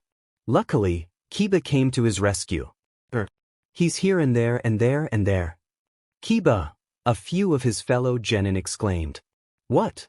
Too soon, Shikamaru sighed, pointedly avoiding Tsunade's gaze as she turned toward them. Fortunately for the Nara and Inuzuka, Kyuubi chose that moment to interrupt. Where is that boy? Kyuubi muttered to himself, loud enough to be heard, drawing the attention of those gathered at the edge of the crater. It really shouldn't be taking him this long. Then again, he did just lose an entire source of energy. Hopefully, it will return to its normal speed once he adjusts to the lack of my chakra. The demon paused, eyes narrowed in concentration for several seconds, before grinning widely and ping his head to the side. "Ah, there you are." Following his gaze, the gathered shinobi noticed he was staring at what appeared to be a simple chunk of fleshy matter, which seemed to be moving on its own. Before their eyes, the meat began shaking, then growing in size as it slowly rose into the air. It began to change, starting with the miraculous growth of an entire skeletal system, the bones quickly forming around the slab of meat. Then came the organs, veins, arteries, chakra coils, muscles, and much more. They could only watch in shocked silence as this transformation unfolded, eyes wide as what used to be a small chunk of meat slowly regenerated into an unharmed Uzumaki Naruto, complete with blonde hair and sparkling blue eyes. Grinning widely, Naruto took a long look at his surroundings, absorbing the massive crater around him and the humanoid form of Kyuubi beside him. Hearing a sharp intake of breath, his eyes snapped to one end of the crater, a smirk forming as he took in the shocked expressions of the gathered shinobi. Before he could speak, however, Naruto shivered as a gust of wind blew across him, catching him off guard. Eyes wide and feeling quite embarrassed, he quickly formed an image in his mind and willed his body to change, sighing in relief as he felt the transformation begin. To the onlookers, Naruto's skin seemed to ripple and shift strangely, and then he was now an entire foot taller, matching the height of his dark-haired companion and easily towering over many of his peers. His hair had lengthened, falling to his shoulders while retaining its wild and spiky appearance. His trademark whisker marks were gone, leaving his face clear and unmarred. Lastly, he wore an outfit much like that of the demon beside him, except the colors were reversed, with his shirt and pants a dark red while his overcoat was pitch black, a pair of wooden geta completing the look. While most shinobi would simply apply a transformation to hide their naked form, Naruto had actually shifted his own skin into the clothing he now wore, a new layer of skin growing in the split second it took to create the outfit. Glancing over to his demonic companion, Naruto nodded slightly, giving Kyuubi the cue to open a portal to the multiverse. Before any of the shinobi could react, Kyuubi effortlessly tore a rift through the fabric of reality and stepped through, with the younger blonde following a moment later. Standing outside of reality, Naruto glanced back at the shinobi who were quickly approaching the portal, causing them to halt as an overwhelming wave of killer intent washed over them, an intensity beyond anything they had ever experienced, except for those who had faced the Kyuubi. "I will return eventually, and when I do, the leaf will face its reckoning," Naruto declared, his gaze fixed solely on the Konoha shinobi, making them shudder at the raw hatred and fury reflected in his eyes. With that, the killer intent dissipated, and the blonde turned away, slowly walking into the depths of the multiverse as the portal sealed shut behind him. The moment the portal closed, Naruto collapsed to the ground, the world around him fading to darkness as he lost consciousness. Hearing the thud, Kyuubi glanced back, smirking at his unconscious companion. "I was wondering how long it would take for you to pass out. A full-body regeneration after expending all my chakra must have been exhausting," Kyuubi chuckled, moving toward the blonde. With a heave, the demon god lifted Naruto onto his shoulders and continued into the darkness of the portal. "Always causing trouble for me, this must be the 1,000th time I've saved your skin." The group of ninjas stood stunned at what had just transpired, and it was Gaara who acted first. "Temari, Kankuro Baki-ka. We're done here," he ordered, leaping into the trees. The three exchanged one last look at the crater before following their Kage. "Come, Kiri. We should report our findings to Leader-sama," Itachi murmured, turning to walk away. "Are you sure, Itachi?" Kisame asked, falling in step with his partner. "This is really going to upset him." "Yes, it likely will, but there's nothing we can do. The vessel is no longer within our reach, and the demon has been set free," Itachi replied. "We must also inform him that the other demons have grown stronger. Hokage-sama, Itachi Uchiha and Kisame Hashigaki are leaving. Should we engage?" one of the ANBU asked, shaking off his shock. At the sound of his voice, all the other Konoha shinobi snapped back to attention and turned to their Kage for orders. No, bear, let them go. We have bigger concerns, Tsunade replied, her eyes fixed on the center of the crater. We can't risk getting teams 7, 8, Guy, and 10 involved in a battle with S-class shinobi. Let's head back to Konoha. Hi, Hokage-sama. As the group leapt into the trees, making their way back to the village, Jiraiya and Tsunade remained behind at the crater. What are we going to do now? Jiraiya asked, turning toward the village. I don't know, I just don't know, Tsunade sighed. With that, they jumped into the trees, quickly making their way back to Konoha. Naruto awoke with a start, quickly jumping to his feet as he took in his surroundings. He found himself in a strange hallway filled with many doors. The floor was made of pitch-black wood with stars painted on it, while the ceiling was pure white. The hallway seemed to stretch endlessly, with doors spaced evenly apart. Each door was unique, varying in color and material, with small words etched onto plaques beside them. Glancing at the closest plaque, he realized he could understand the words despite them being in a language he didn't recognize. Bleach Universe. Number of realms, 5. Patron gods, Shinigami King. Before he could ponder its meaning, he heard a sound behind him, the scuff of a shoe on the wooden floor. Turning quickly, he slipped into a basic fighting stance, only to relax when he saw who was behind him. Ah, I see you're awake, Kyuubi said, smirking at Naruto's jumpiness. Yeah, thanks, Naruto mumbled, taking another look around. How long have I been out and what happened? It seems like the regeneration took longer than it should have and left me completely drained. You've been out for about a day, Kyuubi replied, glancing around. As for your healing ability, I suppose it's my fault for not informing you beforehand. That caught Naruto's attention, and he turned to his dark-haired companion. Over the years, your body adapted to having my chakra flowing through it, Kyuubi continued. Once I was set free, you lost that source of energy. All right, Naruto nodded after a moment. But that doesn't answer my question. I'm getting to it, Kyuubi snapped, rolling his eyes in mock annoyance. Your body took longer to reform because it had to fix your chakra coils, adjusting them to work with the new energy flowing through you. You also had to create new coils to hold both your Ryatsu and Ki. After you regenerated, your new coils didn't have enough time to fully sync with your body, which wasn't a problem until you shape-shifted right afterward, making things worse. Frankly, I'm surprised you stayed standing as long as you did. Naruto nodded, his face scrunched in thought. So, how long will my body be out of sync? It should have completely healed while you were asleep. I don't think you'll have any more issues, Kyuubi replied, turning toward one end of the hallway. However, you should give it some more time just to be safe. The blonde nodded, taking another look at his surroundings. Alright, so where are we? The multiverse, of course, Kyuubi replied in a teasing tone, as if it should have been obvious. Each of these doors leads to a separate universe. Follow me. Following behind the demon god, Naruto made his way past several doors of varying colors and designs until they reached a glowing orange door, adorned with tiny spirals etched into the wood. Glancing at the plaque, he was stunned by what he read, completely caught off guard by the words etched onto it. Naruto Universe. Number of realms, 10. Patron gods, Kami, Shinigami, Yami Jubi. Wow, I have a universe named after me? Naruto exclaimed, surprise evident in his voice. Not really. Each door and plaque appears different to whomever looks upon it, making it easier to search for what you seek, Kyuubi replied, stopping in front of the door. To me, this simply reads, Homeverse, and the door is pitch black.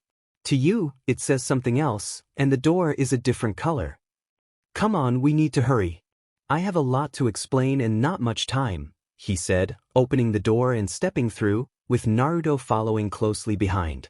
As they entered the room, Naruto found himself in a large circular space adorned with 10 differently colored doors lining the walls. The floor was covered in a plush red carpet, while the ceiling remained a bright white, reminiscent of the hallway outside. In the center of the room stood a large round table with 3 chairs arranged around it, and at the center of the table was a small basin filled with a dark liquid. This room is known as the main universe. It's where all the realms connect and where the patron gods reside. Kami and Shinigami are currently away, Which is a relief because I really don't want to deal with them right now, Kyuubi explained, grimacing at the thought of his fellow gods. As you can see, there are multiple doors leading to various realms. Just like in the hallway, the number of realms varies from person to person. The journey back to Water 7 was filled with Naruto chatting with the Straw Hat crew. It took several attempts for him to clarify that his abilities weren't the result of any devil fruit, and he had to concoct a story about how he learned to use chakra. And then, after 5 years of meditating without food or water at the top of the mountain, I was blessed by the sacred mountain goat people, Naruto concluded, doing his best to keep a straight face. Wow, that's so cool! Chopper exclaimed, his eyes sparkling with excitement. Looking around at the awestruck expressions on Luffy, Chopper, and Usopp's faces, Naruto couldn't help but sweat a little. How gullible can they be? With the blonde's silly tale finished, Zoro decided to ask something that had been on his mind before Naruto could launch into another wild story. Hey Naruto? Zoro began, catching the blonde's attention. What was that you did back there, the thing with Lucci? The others perked up, curious about the same thing. Oh, that's... Naruto started, grinning widely as they leaned in closer. A secret. The crow shook as its passengers all tumbled forward, causing Naruto to burst into laughter. He was genuinely enjoying himself with these guys. For the first time in a long while, he was surrounded by people who didn't hate him or belittle him with every word.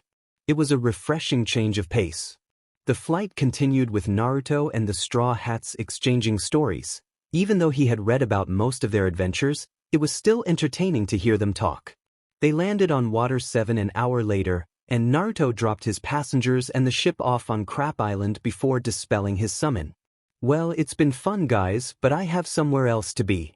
Take care, Naruto announced, only to be suddenly embraced by a tearful Luffy and Chopper. No, you can't go yet, Naruto. Join my crew. Luffy cried, much to the embarrassment of his crew. We can have loads of adventures. I wish I could, Luffy, but I still have things I need to do on my own, Naruto replied, smiling sadly. Maybe I'll come back and visit you guys sometime, okay? We understand, Nami said with a smile, helping Robin as they tried to pry the two off of him. Maybe we'll meet again. After saying his goodbyes, Naruto turned and took off, running across the ocean, much to the amazement of the others. As he left Water 7, he felt a voice in the back of his mind guiding him, which he assumed was Davy Jones lending his assistance. For the next 4 days, Naruto ran across the ocean during the day to build up his reserves and control, which was challenging due to the limiter seals restricting his chakra. When his chakra reserves ran low, he would release a level of the seal to summon a sea creature to ride on, usually a whale or a giant turtle. He would then spend an hour or two resting before summoning clones to practice chakra exercises while he did physical workouts like push-ups, sit-ups, and laps on whatever creature he was riding. He continued this routine for several days before deciding he was ready to absorb what he had taken from Rob Lucci. Focusing on his vortexes, Naruto commanded them to break down all the information and power he had absorbed and merge it with his body. The first difference he noticed was in his physique. His muscles seemed to bulge and expand for a moment before contracting back to normal, yet the increase in strength remained despite the lack of visible change. The next change was in his chakra reserves. Unfortunately, the increase was minimal, primarily because the beings of this world didn't utilize any form of energy. He had only been able to absorb and convert an average academy student's worth of power from Lucci. Still, energy wasn't his main goal. That came next. What he truly wanted were Lucci's memories and knowledge. He grinned as he felt the memories flooding into his mind. There was a slight headache from the influx of new information, but compared to using shadow clones to read and train, this was manageable. Once the absorption was complete, Naruto felt an unexplainable surge of anger and a desire to fight rising within him. Recognizing these emotions as remnants from Lucci, he quickly pushed them down, forcing them as far back as he could. He could still feel the anger simmering at the back of his mind. It was easy to keep contained, but it was still present. It seems I not only gain their memories but also their strongest emotions and personality traits, Naruto thought, rubbing his chin in contemplation. I need to be careful after each absorption, or I risk losing control, just like with the Kyuubi's chakra. Settling down on the back of his summon for the night, a giant sea serpent with the first level of the Uchiha in its eyes, Naruto descended into his mindscape and made his way to Jubi's cage. Instead of the large golden cage he was accustomed to, he found a massive bookcase stretching across the entire wall and reaching high into the sky, filled with hundreds of books, all with blank white covers. As he watched, one of the books turned a dark yellow, and the words, Rob Lucci, appeared on the binding in black ink. Taking the book from the shelf, Naruto spent the rest of the night leafing through Lucci's memories, discarding the ones he found useless while keeping those he wanted, particularly information on the Rokushiki style. Unfortunately, he discovered that he couldn't rid himself of all the strong emotions and personality traits that came with the absorption, which was unfortunate. The next 2 days were spent on the back of a summon, practicing the Rokushiki style and adapting it to his body build since he was different from Lucci. 6 days after leaving the Straw Hat crew, Naruto arrived on Banero Island just as a giant ball of fire crashed into a cloud of darkness. I guess they already started without me, Naruto chuckled to himself as he made his way toward the fight. He arrived just in time to see Fire Fist Ace collapse, the large form of Blackbeard approaching the man's body with a knife. Well, Blackbeard chuckled, his deep voice booming across the area. I guess this is where the chase ends for Commander Ace. With that, he raised his blade, preparing to strike down on his helpless opponent.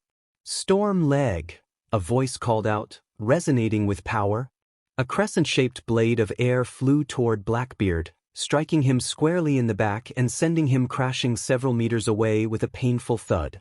The other members of the Blackbeard pirates perked up, their heads snapping to the source of the attack, a smirking blonde with his right leg extended. Hey! Shouted Jesus Burgess, the helmsman of the Blackbeard pirates. Who do you think you are? Don't you guys read the paper? Blackbeard growled, shakily getting to his feet. His back was sore, but he was otherwise unharmed. That's Diamond Eyes Uzumaki Naruto. He has a bounty of 120 million belly for helping the Straw Hats escape Eni's lobby. It seems like I need to practice that technique some more. That should have cut right through him, Naruto mused, frowning slightly. Martial D teach, also known as Blackbeard, Naruto began, lowering his leg and shifting into a loose fighting stance. I'm here for your head. Gaha, Teach laughed, his crew joining in moments later. Is that so? I just defeated one of the top commanders of Whitebeard's crew. What makes you think you can do any better? Taking a step forward, the large pirate gestured to his crew. Even if you somehow manage to beat me, you don't stand a chance against my crew. Why don't you just turn around and leave us be? Glancing at each crew member, their faces twisted by devious smirks, Naruto replied, I don't think I can beat you, Teach. With a blur of movement, he vanished, utilizing the Rokushiki's shave technique, and reappeared in front of Blackbeard. I know I can. Before the pirate could react, Naruto delivered a punch, powered by the combined strength of both him and Lucci, right into Blackbeard's gut. The blow sent the man flying several meters back, directly into his crew, who tried to catch him but ended up sliding back several inches. Arg! Blackbeard yelped in pain, dropping to one knee. Quite the punch he's got, Captain? Lafitte, Blackbeard's navigator, chuckled. Yeah. Blackbeard gasped, rubbing his sore gut. I must still be tired from fighting Fire Fist. Lend me a hand with this guy. Nodding to each other, the 5 men sprang apart at once, each taking their assumed form of combat.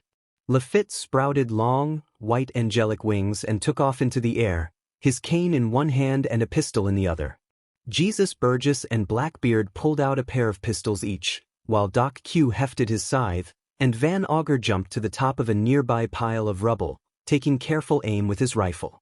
Smirking confidently, Naruto activated the second level of his Uchiha and slipped back into his fighting stance, prepared to move at a moment's notice. Guess it's time to see how much I've improved. With an unseen signal, the 4 gunmen opened fire, all focused on one spot. Using his telekinetic ability, Naruto threw up a psychic shield with a snap of his wrist, causing the bullets to curve around him. With that, he took off running toward the group, his movements blurring as he picked up speed. Up in the air, Lafitte holstered his pistol and hefted his cane, hovering midair as he sought an opening. Atop his junk pile, Van continued firing bullets at Naruto with his sniper rifle, causing the blonde to slow as the bullets struck his shield. As Naruto closed the distance, Doc Q ran to meet him, his scythe raised high in the air behind him. As the scythe came swinging down, Naruto leapt into the air, easily clearing both the scythe and its wielder. Landing behind the shocked doctor, he spun around and delivered a powerful kick to the back, sending the man flying. As Doc flew off across the landscape, Naruto ducked down, narrowly dodging a left hook from Jesus. He spun fluidly once more, a chakra-reinforced fist lashing out and impacting his opponent's torso, sending him flying in the opposite direction of Doc Q. Without a moment's pause, Naruto flowed from his punching position into a roll, bullets peppering the spot where he once stood. Leaping to his feet, Naruto leaned back quickly, barely avoiding a powerful uppercut from Blackbeard. The large pirate recovered quickly, despite his size, and followed up with several more punches, to no effect. With his Uchiha activated, Naruto could easily see the blows coming, allowing him to dodge them effortlessly with the application of the paper drawing technique. This left him open, giving Lafitte an opportunity to strike, which the man capitalized on. However, as Lafitte approached, Naruto picked up the sound of his wings flapping, giving him a chance to react. Avoiding another punch, Naruto grabbed onto Blackbeard's arm and jumped onto the man's shoulders, using him as a springboard to leap over the approaching Lafitte. A swift kick while sailing through the air sent the winged pirate crashing to the ground, colliding with Blackbeard and sending them both tumbling. Landing on his feet, Naruto deflected more bullets with his shield before waving his hand and sending a burst of psychic energy in Van's direction, causing the man's rifle to fly out of his hands and land several feet away. "Shave!" the blonde shouted, vanishing from his spot and reappearing in front of Van, his right arm pulled back and his index finger extended. Finger gun.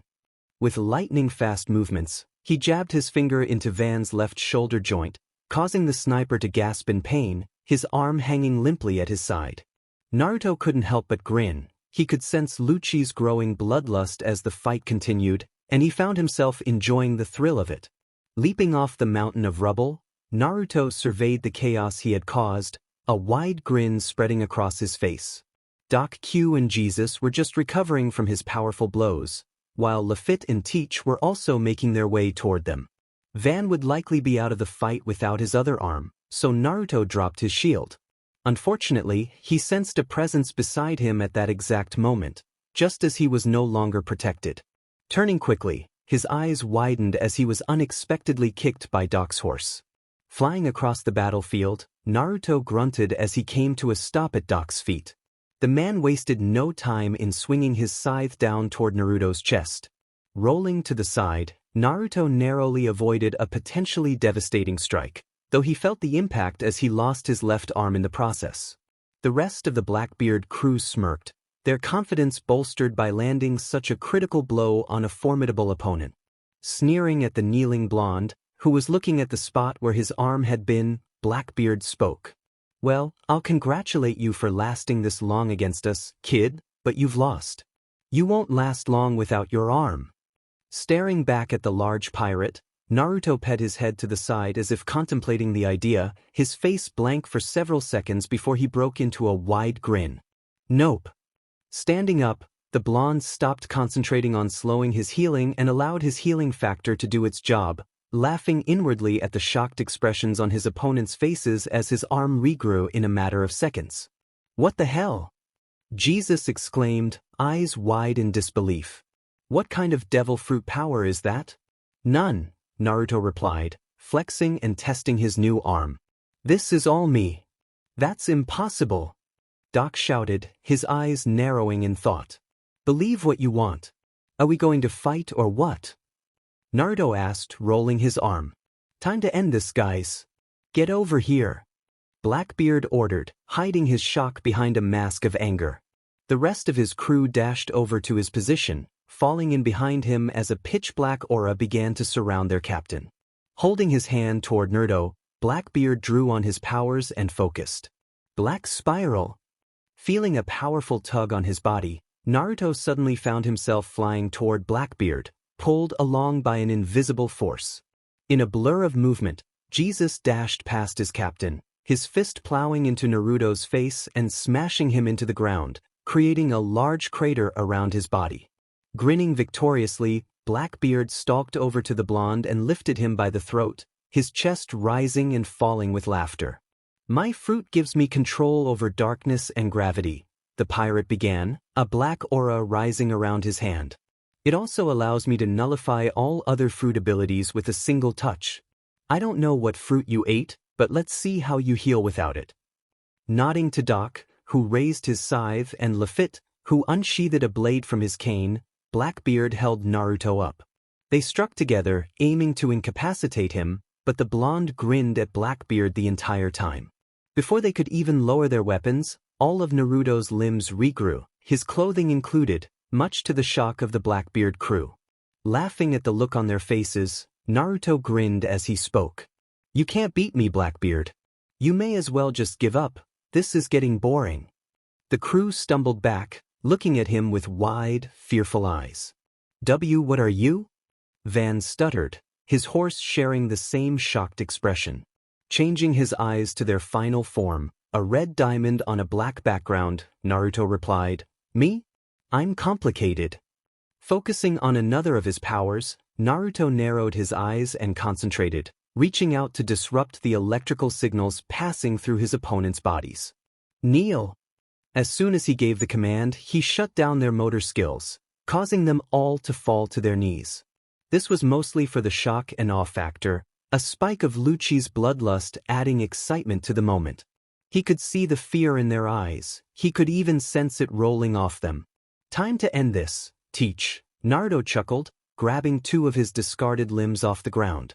Using his shape-shifting powers, he fused them together to form a large executioner's axe. "Any final words? Why don't you join my crew? With your powers and mine, we can rule," Teach began, only to be cut off as Naruto swung the axe, decisively ending the confrontation. Too wordy, Naruto deadpanned as the body fell to the ground. Looking into the eyes of the remaining members, Naruto smirked, enjoying the fear he saw reflected back at him. With a single glance, he captured them with his powers, their eyes glazing over as he hypnotized them. "Take Fire Fist Ace to Water 7 and hand him over to the Straw Hat Pirates," he ordered, all three nodding as they complied. "Let them know who saved Ace and give them my greetings. Also, tell them that I hope to see them again someday. After leaving Water 7, you can continue with your lives." "Yes, Naruto-sama," they all replied in an emotionless tone, their voices resounding as one. Standing, they made their way over to Ace and picked him up, slowly leaving to carry out the blonde's orders. Looking down at Blackbeard's body, Naruto scoffed and knelt, his hands hovering over the pirate's head. Just like with Lucci, a stream of energy flowed into one vortex while a dark light flowed into the other. Unlike last time, however, Naruto immediately absorbed the energy into his body. Seconds later, he felt his muscles swell and then shrink back down to normal. As with Lucci, the energy absorbed was minuscule in value, but he gained a much larger physical increase from Blackbeard. Where Lucci was built for quick movement and fast strikes, Blackbeard was all about strength and endurance. Naruto could feel his body becoming stronger by the second. Ignoring the headache from the added memories, Naruto immediately fought down the feelings of greed and intense thirst for adventure he felt from Blackbeard, pushing them aside as he dropped into his mindscape. He appeared before the bookcase, noticing that another book had been colored in, this time in black with gray text on the binding. Taking the book down, he began the process of erasing unnecessary memories, finding that by getting rid of many of them, he could lessen the emotions that threatened to overwhelm him. Once finished, Naruto stretched out his new muscles while reviewing the fight, the entire battle replaying in his mind. "I'll admit that I've gotten much stronger. Those were some of the strongest men this world has to offer. That doesn't mean I'm the best, though not yet. I need to keep working toward my goal." Taking a final glance around, he began pouring chakra into the ring on his hand, preparing to leave this universe behind. "I should see if I can come back here sometime. The Straw Hats make such good friends." In a flash of red light he was gone. Arriving back in the familiar halls of the multiverse, Naruto turned to the door before him, which was completely different from the last two.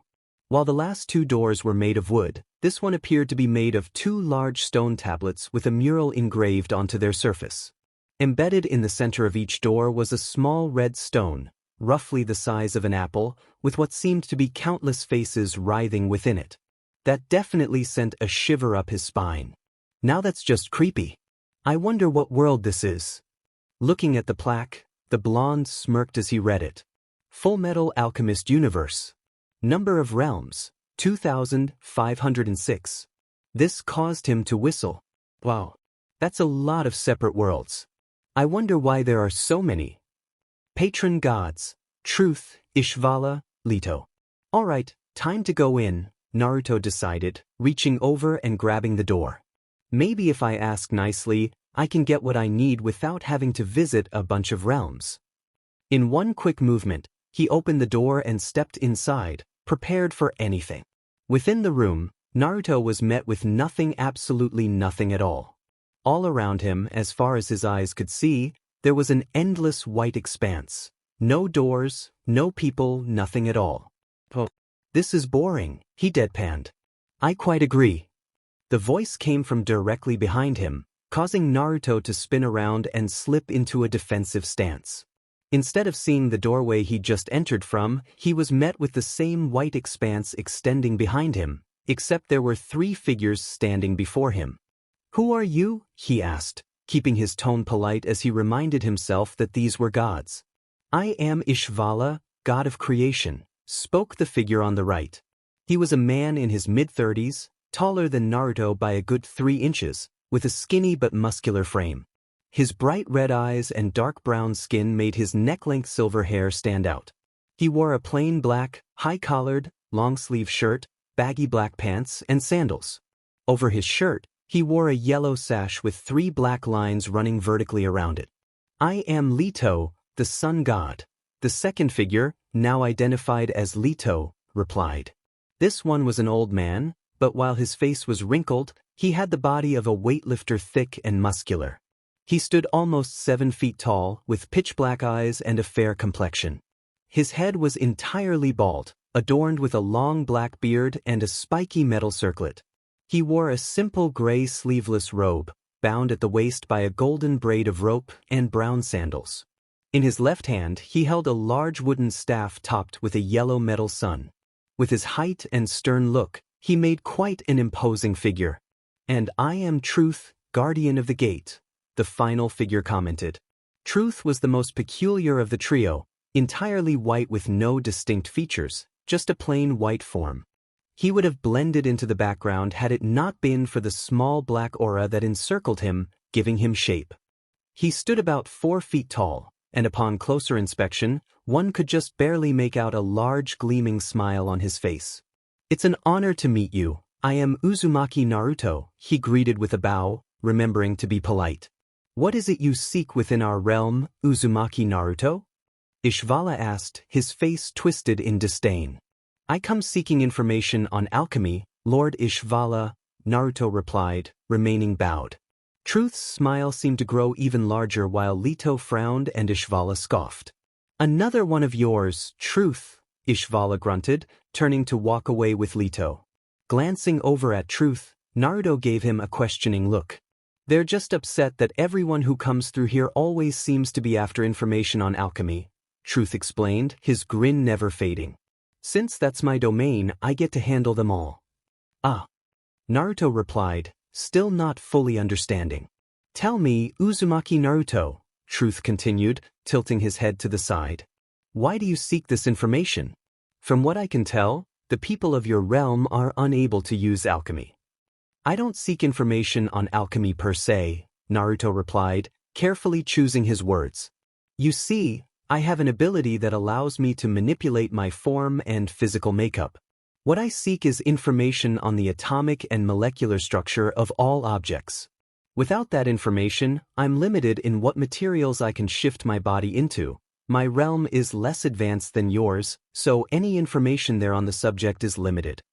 Ah, I see. Truth chuckled, his grin widening as he raised a hand. Very well, I will give you what you seek, Uzumaki Naruto. That is, if you can handle it. Hearing a sound from behind, Naruto spun around, only to see a much larger version of this universe's door appear from thin air. With an ominous creak, the door slowly slid open, revealing a black void suspended between the two stone slabs. He could see many shadows moving about within the doorway, shapeless beings scurrying about, causing ripples in the darkness of the void. All of a sudden, the void seemed to split apart, a giant gray eye appearing in the tier and staring down at the blonde teen. Staring back in shock, Naruto realized he could hear what sounded like thousands of voices whispering within the void, a loud hiss with no identifiable words. Stumbling back in surprise, he was caught off guard as dozens of small, shadowy hands leapt from the void, latching onto him and slowly dragging him forward. He struggled with all his might, calling on his many abilities, but nothing seemed to work. The shadowy limbs felt indestructible. With a frantic shout, Naruto was suddenly pulled off his feet and drawn into the void, the doors slamming shut behind him. I wish you luck, Uzumaki Naruto. Truth chuckled, his grin lessening slightly. Knowledge is power, and all power has its costs. What are you willing to lose in order to gain what you seek? Within the void, Naruto felt a tremendous amount of information flood into his mind, pouring in without pause. The sensation was overwhelming, pure knowledge being inserted into his consciousness about a multitude of subjects. Having some experience with his clones and information overload, he managed to resist the effects at first. However, the sheer volume of information was too much to contain, threatening to overwhelm him. Shortly after the mental strain began, Naruto felt an intense physical sensation, as if his body were being torn apart at the microscopic level. As more knowledge was forced into his mind, he could sense parts of himself breaking down and dissipating into the void, being drained away by the entities within. Yet, as quickly as he felt himself breaking down, he sensed his healing factor working to repair the damage, his very cells regenerating by the second. He tried many times to retreat into his mindscape, hoping to escape and lessen the pain, but he couldn't focus long enough to consciously do so, and something seemed to keep him aware despite the agony he was enduring. After what felt like ages of breaking down and healing repeatedly, the pain began to lessen, the flood of knowledge slowing steadily before coming to a complete stop. Painfully cracking an eye open, the blonde groaned as he realized he was still within the void, still held by the tight grips of the shadowy appendages. Moments passed with no change before he noticed something different. A vertical line of white light shining through the darkness, a light that was slowly growing in size. The line expanded until he found himself staring out at the bright expanse of the god's realm, the gate opening fully and the shadowy hands releasing their grip. The blonde managed to stumble 3 steps past the gate before collapsing, unconscious before he hit the ground. So you survived after all, Truth chuckled, approaching the unconscious teen. You are an interesting one, Uzumaki Naruto. Within his mindscape, Naruto looked on in shock, trying to comprehend the extent of the damage inflicted on his mind. The walls of his mindscape were covered in slowly healing cracks, with many parts missing chunks of stone, the structure nearly destroyed. Shuddering at how close he had come to breaking, the blonde made his way towards the bookcase, now filled with a rainbow of colorful books. The entire wall resembled one giant rainbow, books of all colors and sizes filling the shelf, each containing a different piece of information. Sighing in exasperation, Naruto willed 10 clones into existence beside him, needing their assistance in sorting through his newfound knowledge. What is it with all the gods I meet trying to kill me? He pondered, beginning his work. After a full day of rest and effort within his mindscape, Naruto awoke to the blinding whiteness of the god's realm. Well, look who's finally woken up. For a second there, I thought you'd become a mindless husk. Turning to his right, Naruto groaned deeply as he saw Truth looking at him, his grin present as always. Rubbing his eyes with one hand, Naruto stood from the floor. What happened in there? He asked, keeping his tone polite despite his annoyance. I expected mental damage from the information overload, but what was with the physical pain? It felt like my entire body was being broken down and absorbed. Truth chuckled at that, his grin widening even further. You should know the rules of alchemy, Uzumaki Naruto. In everything, there is equivalent exchange. Nothing is gained without losing something in return. He replied, the amusement missing from his tone. In this case, you gained the combined knowledge of thousands of alchemists, while the gate stripped you of the combined life force of thousands of people. Not many can enter the gate and exit whole. That regeneration of yours is truly fascinating. Naruto deadpanned at that. You really couldn't have mentioned this beforehand? The grin stretched even wider. Where's the fun in that? Mentally grumbling about annoying gods who needed to be taught a lesson, Naruto gripped his head in pain. I'll be taking my leave now. I have many things to do and so little time. Thank you for your assistance with my goals, Truth, he murmured, giving the god a shallow bow. Don't mention it, Truth replied, turning and walking away. You're an interesting person, Uzumaki Naruto. I'll be keeping an eye on you. Joy, Naruto mumbled, vanishing in a flash of red light. Oh yes, quite interesting indeed.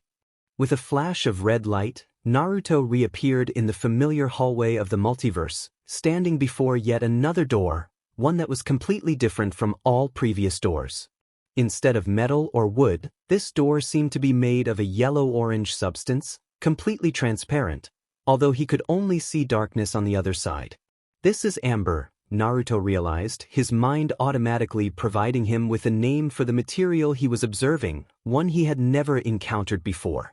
With that name came a sudden influx of information, all pertaining to the material making up this door, a substance he previously knew nothing about. With this sudden influx of detailed knowledge came a familiar pain, causing the blonde to hiss and rub his temple, his face scrunched up in a grimace. He couldn't help but curse the entity known as Truth at that moment. Maybe knowing everything about everything wasn't such a great idea after all, the blonde winced. Curse your hindsight. Why are you never there when I actually need you? Sighing, the blonde turned his attention back to the amber door, his keen sight picking up the many red, star-shaped objects embedded in the stone. He counted 28. Of them, all arranged in a circular pattern around the door handle.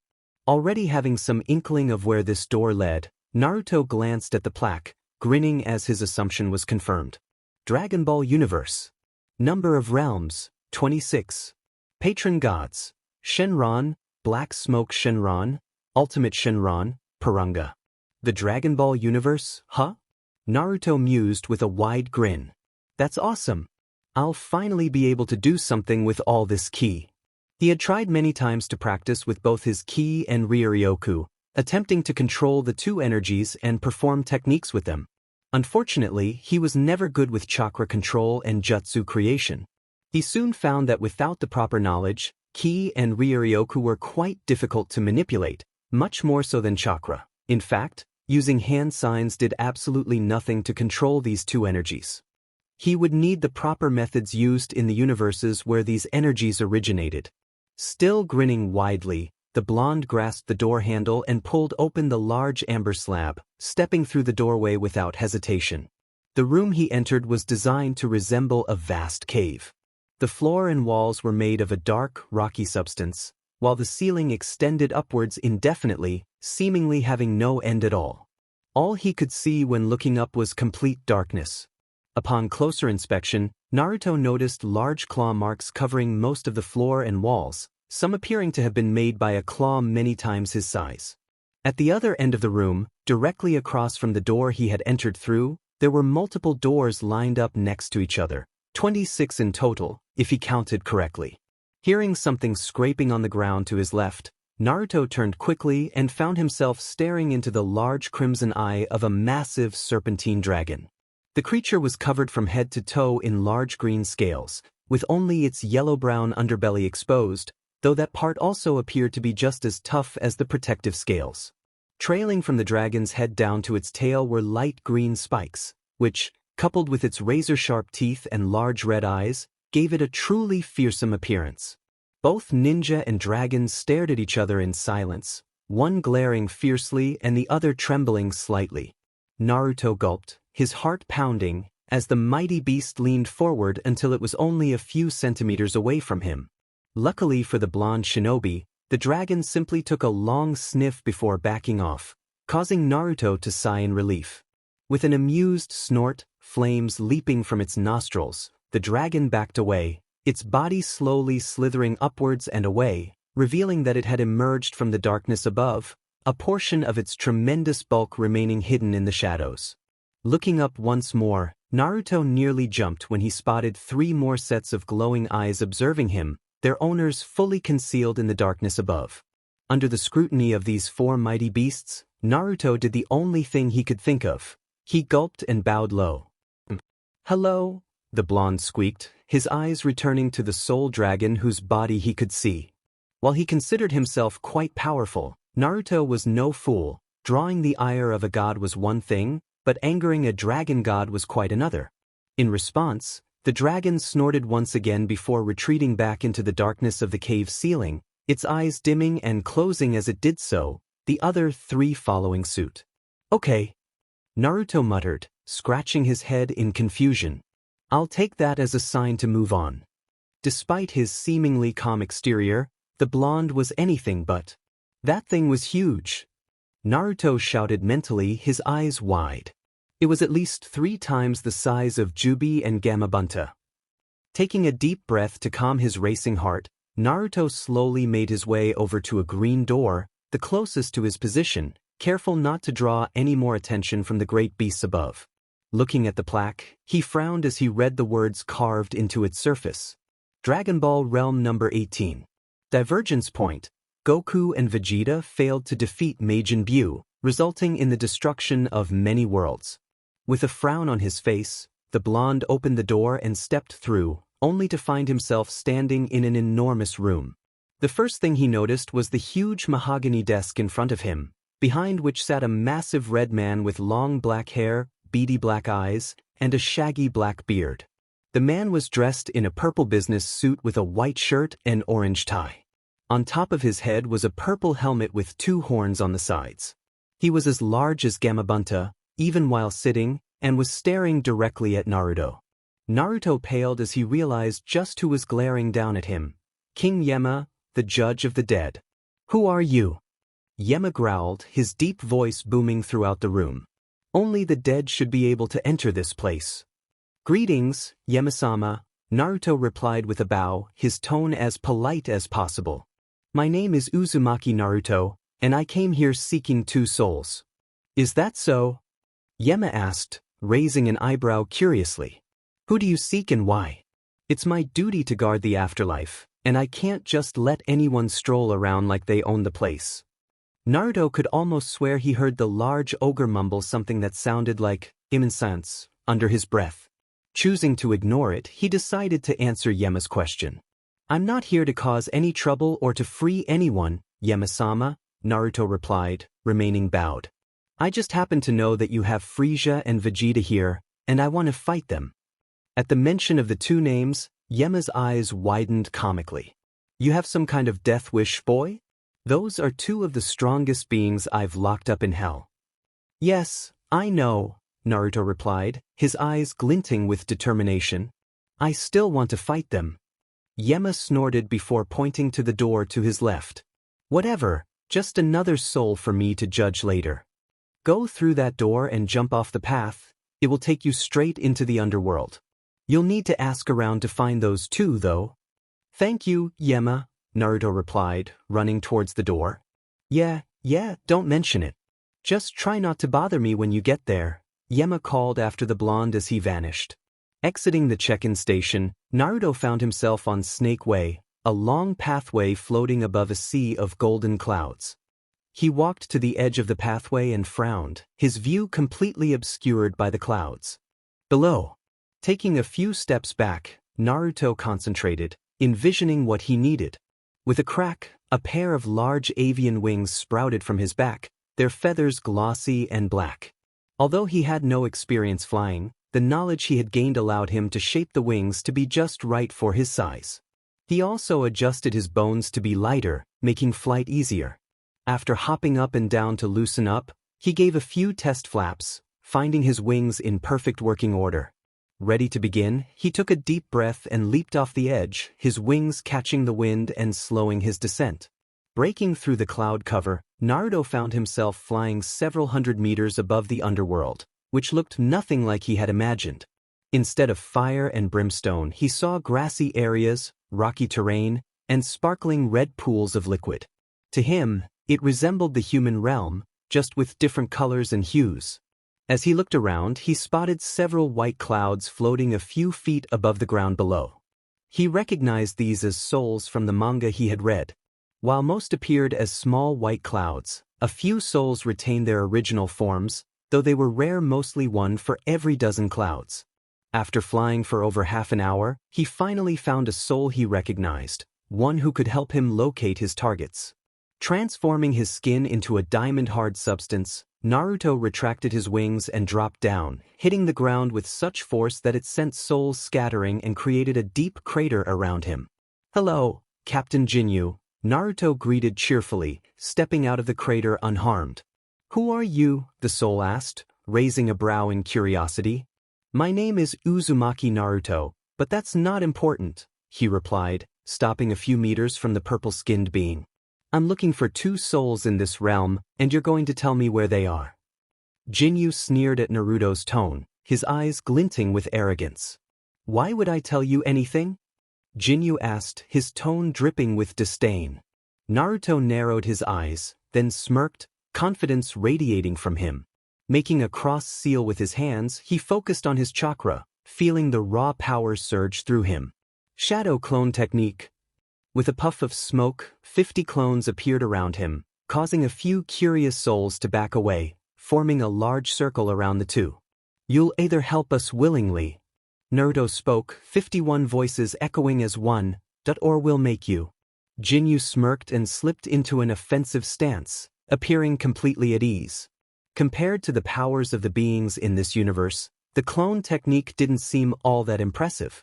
"Make me worm," the horned alien chuckled. As one, the 50 clones rushed forward while the original Naruto observed. In a blur of movement, Jinyu struck out at the first wave of clones, dispelling over half of them in an instant. The remaining clones absorbed the memories of their fallen brothers, adapting and avoiding the blows that had taken them down moments ago.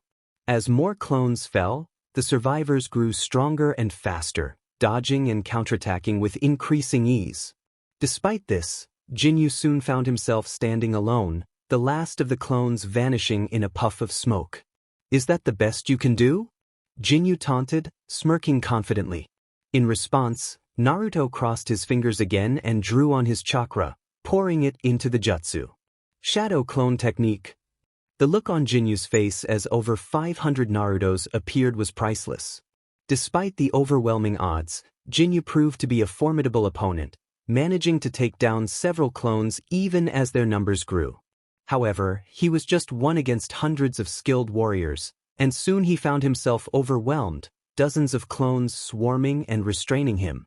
Just as Naruto opened his mouth to demand Jinyu's surrender, a light purple shockwave erupted, blasting the clones away and dispelling them. Jinyu launched ki blasts into the remaining clones, dispelling them by the dozen. With the clones taken care of, Jinyu charged at the original Naruto, moving at high speeds with his horns bared. Fortunately for Naruto, Jinyu's high speed was still manageable for him, allowing him to follow with the powers of his Uchiha. With chakra surging through him and his reflexes heightened, Naruto easily dodged Jinyu's attacks. He spun on his heel and delivered a powerful kick to Jinyu's back, which was quickly blocked. Jinyu retaliated with a punch, his fist blurring toward Naruto. Narrowly ducking under the blow, Naruto extended his arm, transforming his finger into a long metallic spike.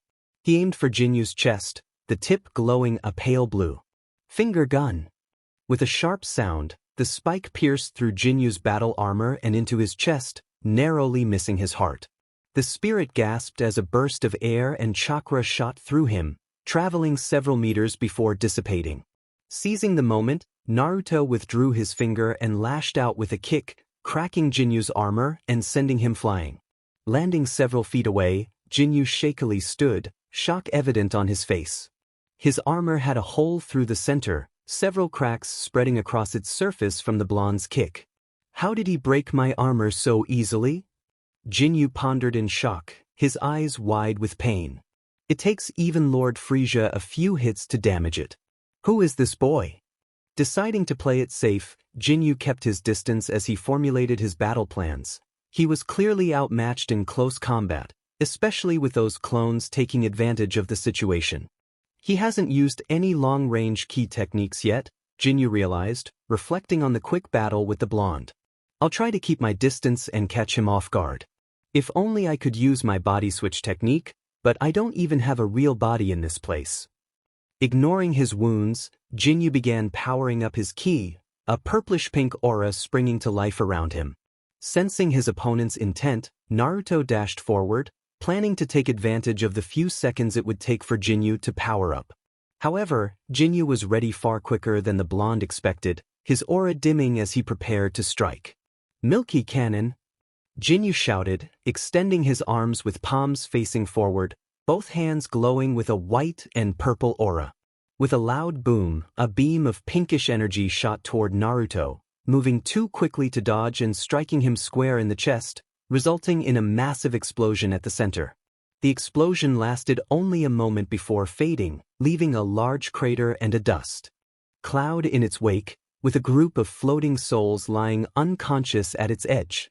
As the dust cleared, Jinyu searched for his opponent with his limited senses, wishing for his scouter at that moment. Finding no sign of the young blonde, he dropped his hands to his sides and straightened, his head turning from side to side. Did I get him? He wondered aloud, sounding surprised. That wasn't enough power to completely eliminate the blonde. No, a voice replied from behind, causing Jinyu to stiffen. Even as he turned, he knew it was far too late. He was too slow to do anything. A sudden spike of pain shot through his right side, and Jinyu glanced down in shock, realizing his entire arm had been torn off at the shoulder, blue blood pouring from the remaining stump. With a tug, he was spun around, Naruto's hand gripping him by the throat. How did he survive? Jinyu panicked, his eyes darting about frantically. I know that I hit him with that attack, it wouldn't have exploded otherwise. Pushing his frantic thoughts aside, he brought his remaining arm forward and attempted to fire a ki blast at point-blank range into Naruto's face. However, no matter how hard he tried, nothing happened. I bet you're wondering why you can't use your ki, Naruto began, grinning at the look of confused terror in Jinyu's eyes. One of my abilities allows me to completely nullify an opponent's abilities by simply touching them. As long as I'm holding on to you, you won't be able to use your ki. Grinning at the flash of horror in his opponent's eyes, Naruto loosened his grip and poured more chakra into his eyes, turning them a deep red as they shifted into their third and final stage. Now then, the blonde continued, watching as Jinyu's eyes glazed over. You're going to tell me what I want to know. Yes, Naruto-sama, Jinyu replied in a dull tone. And you're going to provide me with some much-needed knowledge, Naruto continued, the vortexes on his hands glowing as they activated. Yes, Naruto-sama, Jinyu replied once again. Arriving at his first location, Naruto spotted Frisia exactly where Jinyu said he'd be, namely right next to the bloody pond. As the name suggested, it was a large pond filled with what appeared to be blood. Approaching his target, Naruto spoke, drawing inspiration from his much-hated ex-teammate. Hey, Frisia, he called, his tone as arrogant and overbearing as possible. Fight me. Without even glancing in his direction, Frisia raised a hand with his pointer finger extended, the tip glowing with a white and pink energy. Death Beam. The beam of energy flew far faster than Naruto could track, piercing right through his heart. Frisia had quite the aim, the blonde noted. Be sturdy. Naruto shouted, resorting to his old attitude in an attempt to further annoy the tailed alien. You ruined my shirt. This definitely gained Frisia's attention, as he expected his opponent to be deader, since this was hell after all. He glanced over at Naruto and frowned, eyes flashing with annoyance. Go away, boy. Consider yourself lucky to have survived that attack. With that, he turned his attention back to the bloody pool, completely ignoring the blonde.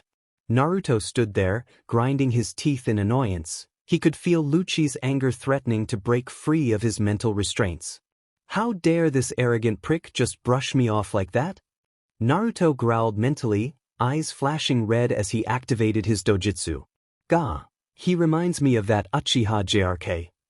Thinking about the Uchiha brought up more memories of his homeworld, and with each passing second, Naruto could feel his anger rising until it felt like he was going to explode, as if he could just scream out with rage. As he got angrier and angrier, he could feel his ki flowing faster and faster, brushing against his skin as if asking to be released, so Naruto let it go free. Just like Jinyu's memories had provided, ki was intrinsically connected to his emotions, most of all anger and rage. The angrier he got, the stronger and easier to control his ki became, similar to the Kyuubi's chakra. Naruto was quite experienced with that form of power. For the third time in 2 months, Naruto found himself plummeting towards the ground after exiting a doorway several hundred meters above. Great! He exclaimed, stopping himself midair. Who chooses these exit locations? As he looked around, Naruto realized he was hovering above a large crater, the same one he had created after unsealing the Jubi several months ago. Home sweet home, he chuckled darkly, gazing into the distance. I better let everyone know I'm back, just in case they missed me. With a determined snort, he flew off, eager for the upcoming encounter. It took him just a few minutes to reach the village, landing in the nearby forest, about an hour's walk from the village walls. He transformed into a civilian man in his mid-30s with short brown hair and dark eyes, dressed in a light gray shirt and pale green pants.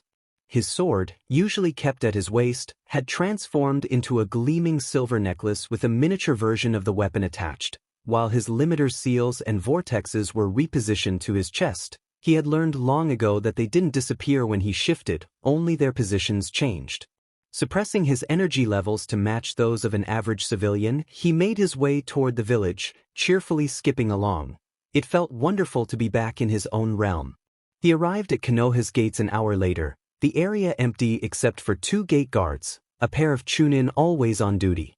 As he passed through the large city gates, one of the guards, Kotetsu if he remembered correctly, called out to him. Halt, state your name and business in Konoha, the chunin said from his booth. Naruto recognized him from the mob over a year ago. The chunin looked far more cheerful than he had ever seen him before. Good afternoon, my name is Ulquiorra Cipher, Naruto replied, using the name of his last opponent. I'm here to see the Hokage regarding the bounty for Uzumaki Naruto. As soon as the words left his mouth, a 4-man ANBU squad appeared in a flash, surrounding him in a small circle. Playing the role of an average civilian, Naruto feigned amazement and shock at their sudden appearance, jumping slightly as the 4 men materialized. Please come with us, sir, the dog-masked ANBU commanded, and Naruto easily recognized the voice as Kakashi's. Okay, he replied meekly, allowing one of the ANBU to place a hand on his shoulder. In a blur of movement, it vanished, the ANBU body flickering him to the Hokage tower, arriving right outside Tsunade's office. Still playing his role, Naruto pretended to feel dizzy from the fast travel, slyly observing as one of the ANBU relayed his message to the Hokage. He was soon ushered into the room, the door closing behind him as he entered, the ANBU taking their positions in the corners. Upon entering, Naruto was pleased to see the remaining members of the Rookie 9 and their senseis at the missions desk, with a stoic Irika sitting behind it, handing out missions alongside his fellow chunin. Team Guy stood at Tsunade's desk, looking as though they had just been interrupted mid-conversation, while he sensed Jiraiya outside the window, likely waiting for the room to empty before making a top-secret report to Tsunade. Perfect, everyone's here, Naruto chuckled to himself, taking in the unusual gathering of teams. Do I have great timing or what? Greetings, Cypher-sen, Tsunade began, her eyes focused and demanding. I was informed that you have information pertaining to Uzumaki Naruto. Deciding to test a theory he had held for a while, one that Kyuubi had refused to confirm or deny, Naruto answered, yes, I know where your Yandame's son is. He could practically feel the ANBU and Jonin in the room stiffen, Jiraiya stumbling slightly from the wall outside, while the other kids his age and Irika looked shocked and confused. Using his telepathy on the Hokage, Naruto confirmed his theory. His father was Namikaze Minato, the man who had sealed the fox into him and single-handedly altered his childhood. He was also pleased to discover the identity of his mother, Uzumaki Kushina, a talented kunoichi who had died giving birth. Much to his frustration, however, Tsunade and Jiraiya had known both his parents and had kept this information from him, feeling no need to inform him of such an important fact. Furthermore, both had been named his godparents, yet they had abandoned him on the day of his birth, one to spy on women and write his perverted books, the other to drink and gamble her life away. Naruto felt a surge of anger at the revelation, his emotions bubbling beneath the surface, but he managed to rein it in. It wouldn't do to lose control and lash out, not yet. Unaware of the sudden mental intrusion, Tsunade narrowed her eyes and spiked her chakra, her intent filling the room and causing the genin and chunin to shudder. "How do you know about that?" she growled, her fingers digging into the wood of her desk. "That is an S-rank village secret. Speak quickly before I have you taken to the Tandai department." She flinched back as his expression twisted into a fierce sneer, his eyes burning with suppressed rage. This was no ordinary civilian. "I just took a guess based on our similar appearances. I wasn't completely sure until the thoughts crossed your mind, Tsunade," he retorted, causing eyes to widen in shock at the familiar address to the Hokage and the implications of his words. "That means you're—" Kurenai gasped, her eyes wide as she pieced it together. "Correct," he replied, his body rippling as it had during their last encounter, shifting and changing. In place of a 30-year-old civilian male with plain brown hair and eyes, the 13-year-old form of Uzumaki Naruto was revealed. He had put on some muscle and grown to an admirable height, transforming from the short and stocky appearance of his youth to that of a tall and well-toned teen, the athletic frame of a true shinobi. He stood just under 6 feet tall, making him the tallest of his gathered peers, with Shikamaru coming in a close second. His face had lost all of its baby fat, giving him an angular structure that, combined with his now slanted eyes and fair complexion, lent him a regal appearance. His whisker marks had completely vanished, yet his sapphire eyes retained their vibrancy. Another change was in his outfit. He no longer wore the orange attire of his youth or the black and red outfit from their last meeting. Instead, he donned a black, long-sleeved t-shirt with a dark blue jonin vest worn open, revealing the kanji for Maelstrom in blue on his shirt. He wore baggy black pants with blue stripes running down both sides and white tape wrapped around his ankles. On his feet were pitch-black geta, and matching gloves adorned his hands, each featuring a red Uzumaki swirl stitched onto the back. Over this ensemble, Naruto wore a crimson Akatsuki-style cloak, with black Uzumaki swirls replacing the original clouds. As soon as he fully revealed himself, Jiraiya jumped through the office window, his expression mirroring the shock and surprise of his fellow Konohanin. "Naruto," Irika stuttered, a mix of surprise and relief evident on his face. "Hello, Irika-sensei," Naruto greeted, smiling kindly at his surrogate father and brother. "It's good to see you again." "What the heck, Naruto? Where have you been all this time?" Sakura exclaimed, marching up to him and disrupting the moment. Glaring at her, Naruto spoke in a tone that sent chills down everyone's spines. "Sakura, be quiet." Despite his words and actions from their last encounter, everyone in the room was clearly taken aback. The Naruto they knew would never threaten anyone, especially not his Sakura-chan. "Why so surprised?" the blonde asked, raising an eyebrow.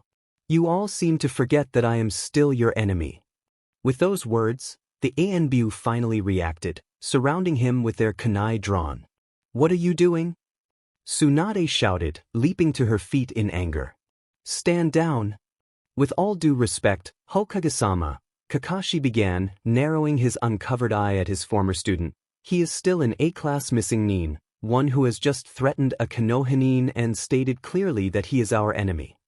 Turning her attention to Naruto, Tsunade frowned sadly. "Naruto, after what happened 2 months ago, the villagers have realized that you are not the Kyuubi or Jubi or whatever. Won't you please come back home?" Naruto stared for a moment, then blinked before bursting into laughter. "What's so funny about that?" Kiba growled, narrowing his eyes at the recovering blonde.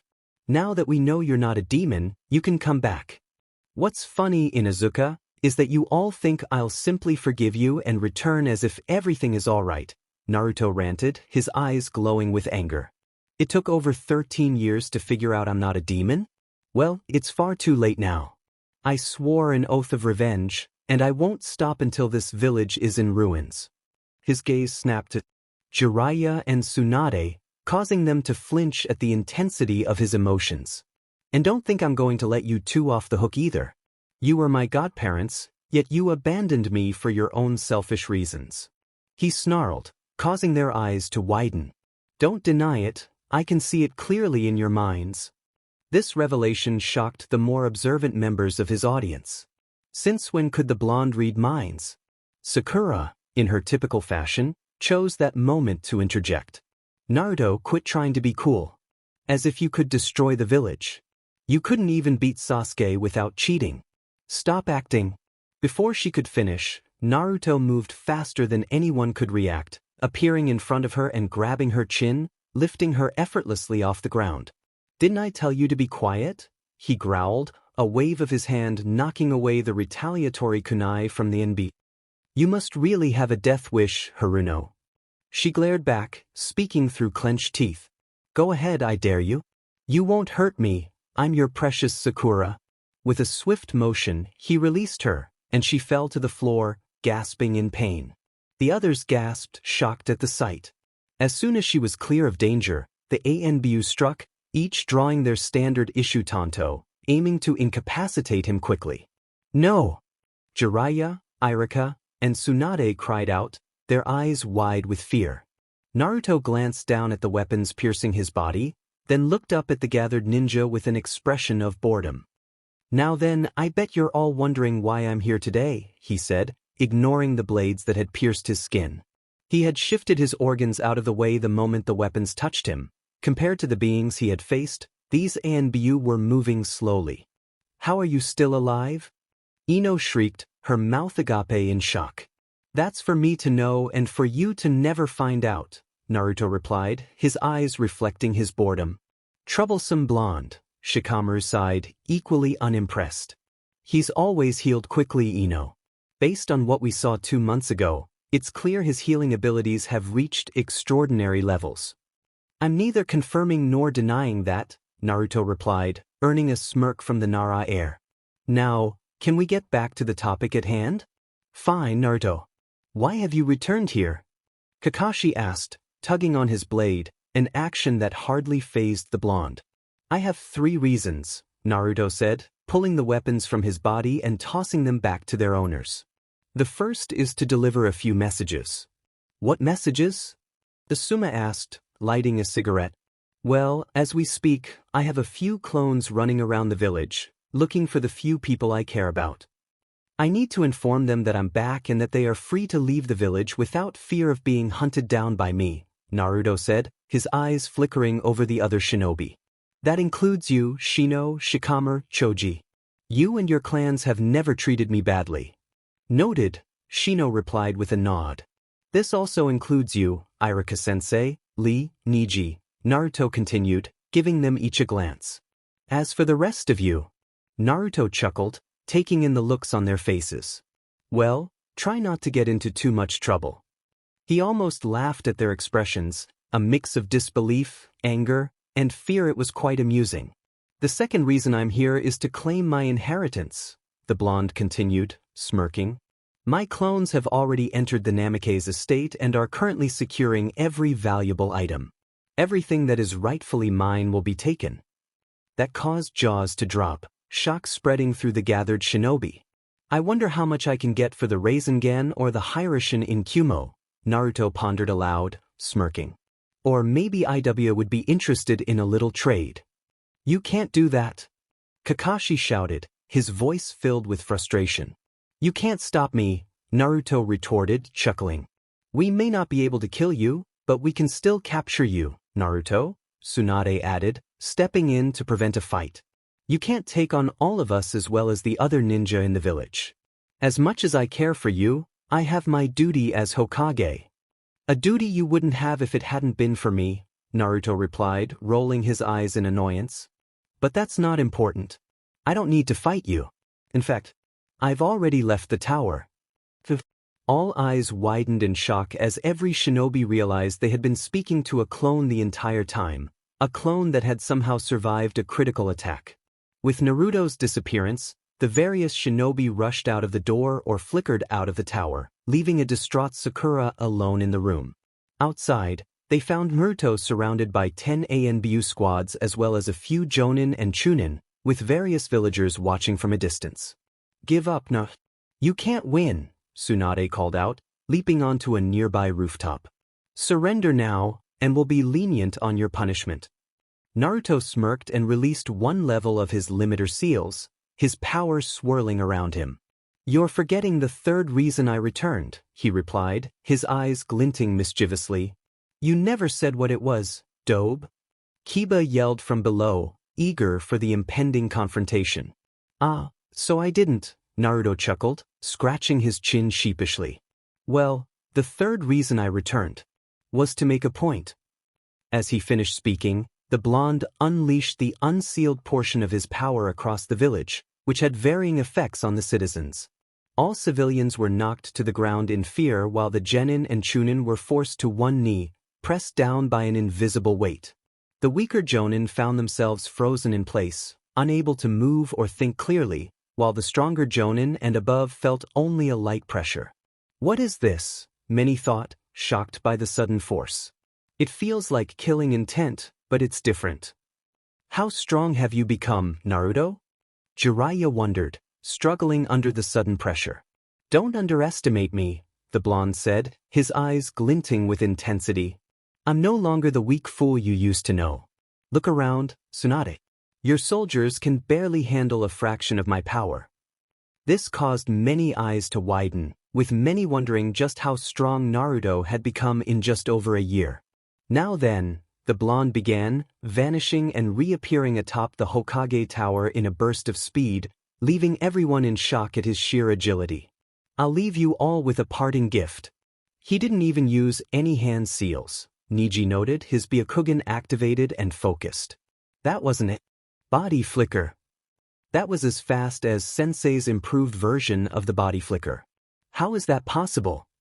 Kakashi wondered, his mind racing. Ignoring any stray thoughts from his opponents, Naruto raised his right arm in the air, a ball of dark blue energy forming in his hands. Is that the Rasengan? Jiraiya pondered, focusing on the small ball of energy. No, there's no discernible chakra in that technique. What are you doing, Naruto? As Naruto slowly formed his technique, he took in the looks of shock, awe, and fear on many faces. This is how it should have been from the start. They should have either worshipped me or feared me, just like Gaara and his village, the blonde mused, soaking in their emotions. Now it's far too late. I'll take their choice away and revel in their fear. He formed the attack deliberately, wanting to build suspense and strengthen it, leaving his audience to wonder about his intentions. Holding his arm out towards the Hokage monument, he spiked his power once more and released his technique, aiming at 2 of the 5 Hokage. Hollow flash. In a flare of blue light, a beam of concentrated power shot from Naruto's hands, flying across half the village and striking the Hokage monument. The resulting explosion was massive, shaking the village and kicking up a large cloud of dust, obscuring the monument from view. A wave of Naruto's hand created a gust of wind, clearing the dust and revealing the monument, much to the fear of Konoha's citizens. The beam had blasted a large circular trench through the monument, damaging the faces of both the Yondaime and the Godaime Hokage, a truly devastating display. Looking down at them all, Naruto smirked, the fear and terror palpable. That was one of my weaker techniques. I could use more, but I feel no need to harm you today. You must all live to regret what you have done, Naruto spoke, his voice echoing throughout the village. I will bring this village to its knees, subjecting you all to true misery and despair until I feel you have been suitably punished. When I believe your punishment has been served, then and only then will you have my permission to move on. With that, he rose slowly from the rooftop, further shocking his opponents, before blasting off into the distance. 2 hours later, in Suna, Sabaku no Gaara, Kazekage of Sunagakure, was currently trapped behind a pile of paperwork in his office. It was at that moment that he sensed a familiar presence approaching his tower at an unusual speed. Just as he was about to call for his team, a voice echoed from behind him, the presence suddenly materializing in his office. "Congratulations on the promotion, Kazuki-sama," the voice said, causing the redhead's eyes to widen. "It's good to see you took my advice." Turning quickly, Gaara's sand instinctively lashed out at the intruder, only to find no one there. "Is that any way to greet an old friend?" the voice called again, now directly behind him. Turning back around, more slowly this time, he found Uzumaki Naruto sitting across his desk, wearing a small but warm smile. Gaara sighed, the corners of his lips twitching upwards slightly. "Uzumaki Naruto." "Please, Gaara," Naruto chuckled, flashing a bright grin. "We're friends, call me Naruto." "Yes, friends." "Welcome back, Naruto," Gaara replied, a wider smile breaking through as he took a seat at his desk. "Where have you been? I tried asking Shikaku where Jubi could have taken you, but he hasn't been very helpful." "Ah, I've been traveling, getting stronger, meeting new people, you know how it is," Naruto replied, not feeling the need to share every detail. It wouldn't matter much anyway. "Well, nevertheless, I'm glad to see that you're okay," Gaara said, aware that the blonde was holding back some information. "To what do I owe the pleasure of this visit? Can't a guy just drop in to say hello to a friend?" Naruto asked, his tone playfully serious. "Konoha and Suna are still allies, so you must have a reason for coming here," Gaara stated, his expression stoic and unreadable. "Heh, yeah, that's true," Naruto chuckled, scratching his cheek sheepishly.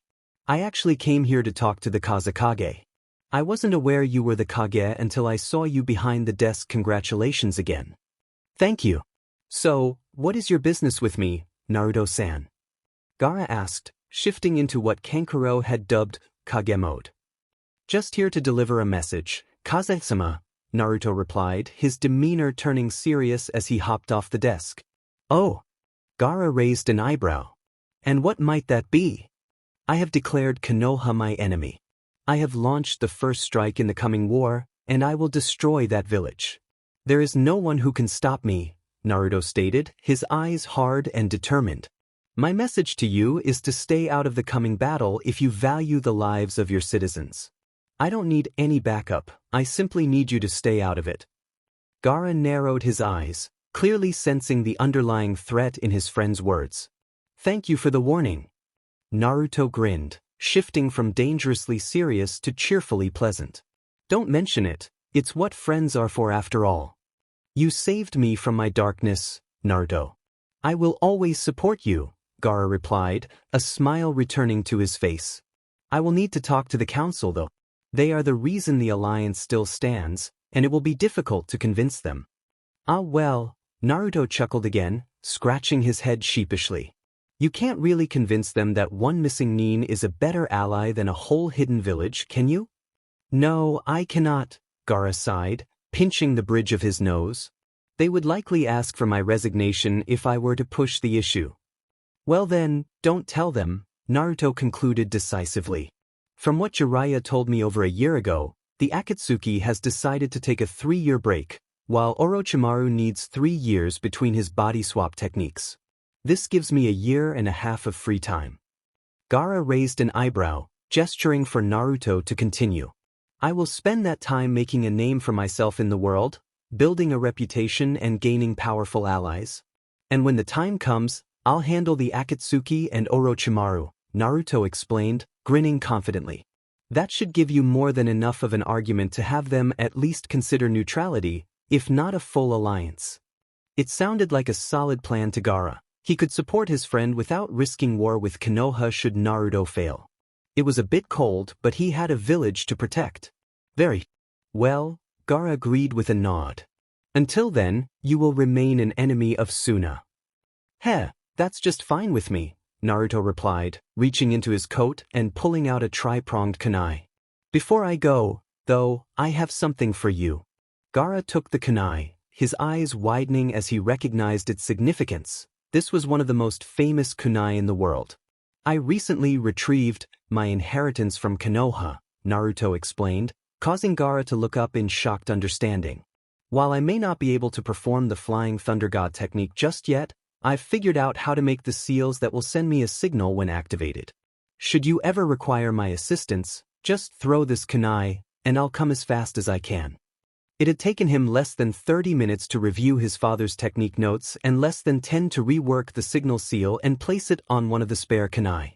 Theoretically, the seal would send out a signal when thrown, allowing the receiver to lock onto its position and teleport to it. With his knowledge of seals being limited, he had barely managed to create the signal seal using the step-by-step notes and had yet to figure out the reverse summoning seal, which would allow him to travel to the kunai instantly. For now, he would have to rely on his speed or other techniques. Nodding in reply, Gaara tucked the kunai within his robes, ensuring it was separate from his other weapons. Thank you, Naruto. I will use it should I require your assistance. All right then, I'll see you later, Gaara, Naruto replied, vanishing in a blur of instantaneous movement accompanied by a faint buzz. Looking at the spot where Naruto had just stood, Gaara sighed and shook his head. Goodbye, my friend, until we meet again. With that, he returned to his paperwork, cursing himself for ever accepting this job. The next day, at IWA. Approaching the village gate, a large metal structure protecting the hidden stone village, Naruto was stopped by the two gate guards. Halt, one called, frowning as he took in Naruto's hair and eyes. State your name and purpose in this village. Namake's Naruto here to see the Tsuchikage, he answered, using a name they would definitely recognize. And Namake's? Are you referring to Namake's Minato, the yellow flash? One guard asked, paling to a shade typically reserved for a certain notorious figure. Naruto frowned, disliking the association but recognizing the reputation it brought, especially in IWA. Yes, he was my father.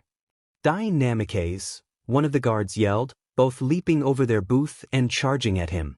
Sighing in annoyance, Naruto vanished and reappeared between the two, his hands swiftly pushing them aside. In a flash, the two IWA nin were sent crashing into the village walls, the impact causing cracks in the stone as they lost consciousness. First with Sakura's jaw and now these two, I really need to limit my strength further, Naruto mused, glancing at his hands. Unlike the last two worlds I visited, the people here are fragile. I can't expect them to survive hits that would have been shrugged off by Vegeta or Ulquiorra. Keeping that thought in mind, Naruto turned his attention to the giant gate before him, his thoughts taking a more mischievous turn. I might as well bring the Kage to me rather than going to him. It will likely save time and make it easier to convince him. With his mind made up, Naruto raised an arm and extended a finger, channeling and focusing his ki at the tip. Pouring a significant amount of dark blue energy into the technique, he formed a ball roughly the size of his head, which slowly grew larger. Once the ball had doubled in size, Naruto flicked his finger, launching the technique at the city gates. Death Ball. In a blur of blue light, the ball of ki struck the gate, beginning to sink into the metal and melting the nearby material into a thick, gooey substance. Once half the ball had embedded itself into the gate, Naruto unleashed a small blast of ki at it, triggering an immediate and powerful chain reaction. The ball exploded with tremendous force, sending shockwaves throughout the village and knocking over many people near the gate. Less than 10 seconds after the explosion, the Tsuchikage appeared on a nearby rooftop, a group of Jonin, Chunin, and Genin materializing around him an instant later. As the dust settled, they were met with a daunting sight. The massive gates and walls that had protected the village for decades lay in ruins, leaving a vast crater in their place. Standing on the other side was a boy who bore a striking resemblance to their greatest enemy, with golden blonde hair and vibrant blue eyes. Who are you? What do you want? The Tsuchikage shouted, his face calm but his eyes blazing with fury. He was a short old man with a large red nose, a triangular beard, and an angular mustache. Despite his comical appearance, Inoki was an extremely powerful shinobi, known as Inoki of both scales and regarded as one of the 3 pillars of the shinobi world due to his immense power, a title shared only with Sarutobi Hiruzen and Salamander Hanzo. My name is Namake's Naruto, son of Namake's Minato, Naruto called back, suppressing a flinch at the claim. His reply seemed to cause a wave of unease among the IWNin, many gasping and slipping into fighting stances, their combined killing intent brushed off by the blonde. Inoki, however, seemed to calm down at that, his rage dissipating as he focused his gaze, prepared for either conversation or confrontation. "I'm here to discuss an alliance," Naruto added, causing some to blink and growl. "Why would we want to ally with Konoha?" Inoki called back, narrowing his eyes in thought. "Not to mention the fact that you destroyed our gate. You're not making a good first impression, Namikaze." In the blink of an eye, the blonde vanished from his spot several dozen meters away and appeared just 10 feet from the large group of shinobi, surprising and frightening many with his impressive speed. Fortunately for the Iwanin, a signal from their Kage halted their preemptive strike, saving them from the blonde's potential retaliation. "Ah yes, the gate. Well, that was mostly to gain your attention," Naruto replied sheepishly, his grin reminiscent of his father's, causing many gathered shinobi to growl angrily. "Also, your guards felt the need to attack me when they learned my identity, so I thought destroying your gate would more than make up for it." This drew a small smirk from the elderly Kage, his eyes glazing momentarily as he recalled. "A past memory. You also seem to have misunderstood me," Naruto continued, pulling the Kage from his thoughts. "I'm not a Konohanin. In fact, I plan to destroy Konoha and build a new village on its ashes. I have come here to ask that you ally with me when the time comes." This revelation caused many to blink and stare in surprise, completely blindsided that the son of the most powerful Hokage sought the destruction of his own village, a village both his parents had died to protect. "Why would you seek to destroy your father's village?" Inoki asked, genuinely curious about the blonde's reasoning. "And if you were somehow able to succeed, why should we ally with you instead of taking Konoha's land for ourselves?" "My father's." The word dripped with venom and malice, causing a few of the Iwain to recoil. "That village, as you say, has made me its enemy for reasons I choose not to share. When I finally destroy them, you will see that I make a far better ally than an enemy." Inoki narrowed his eyes at the unspoken threat, viewing the blonde in a slightly new light. "Very well, Namikaze. Should you actually succeed in destroying Konoha, Iwa will consider joining with you."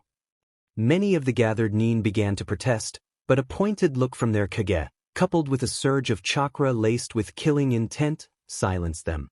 "A wise decision," Naruto replied, his hand slipping into one of his pockets, causing the various nin to tense.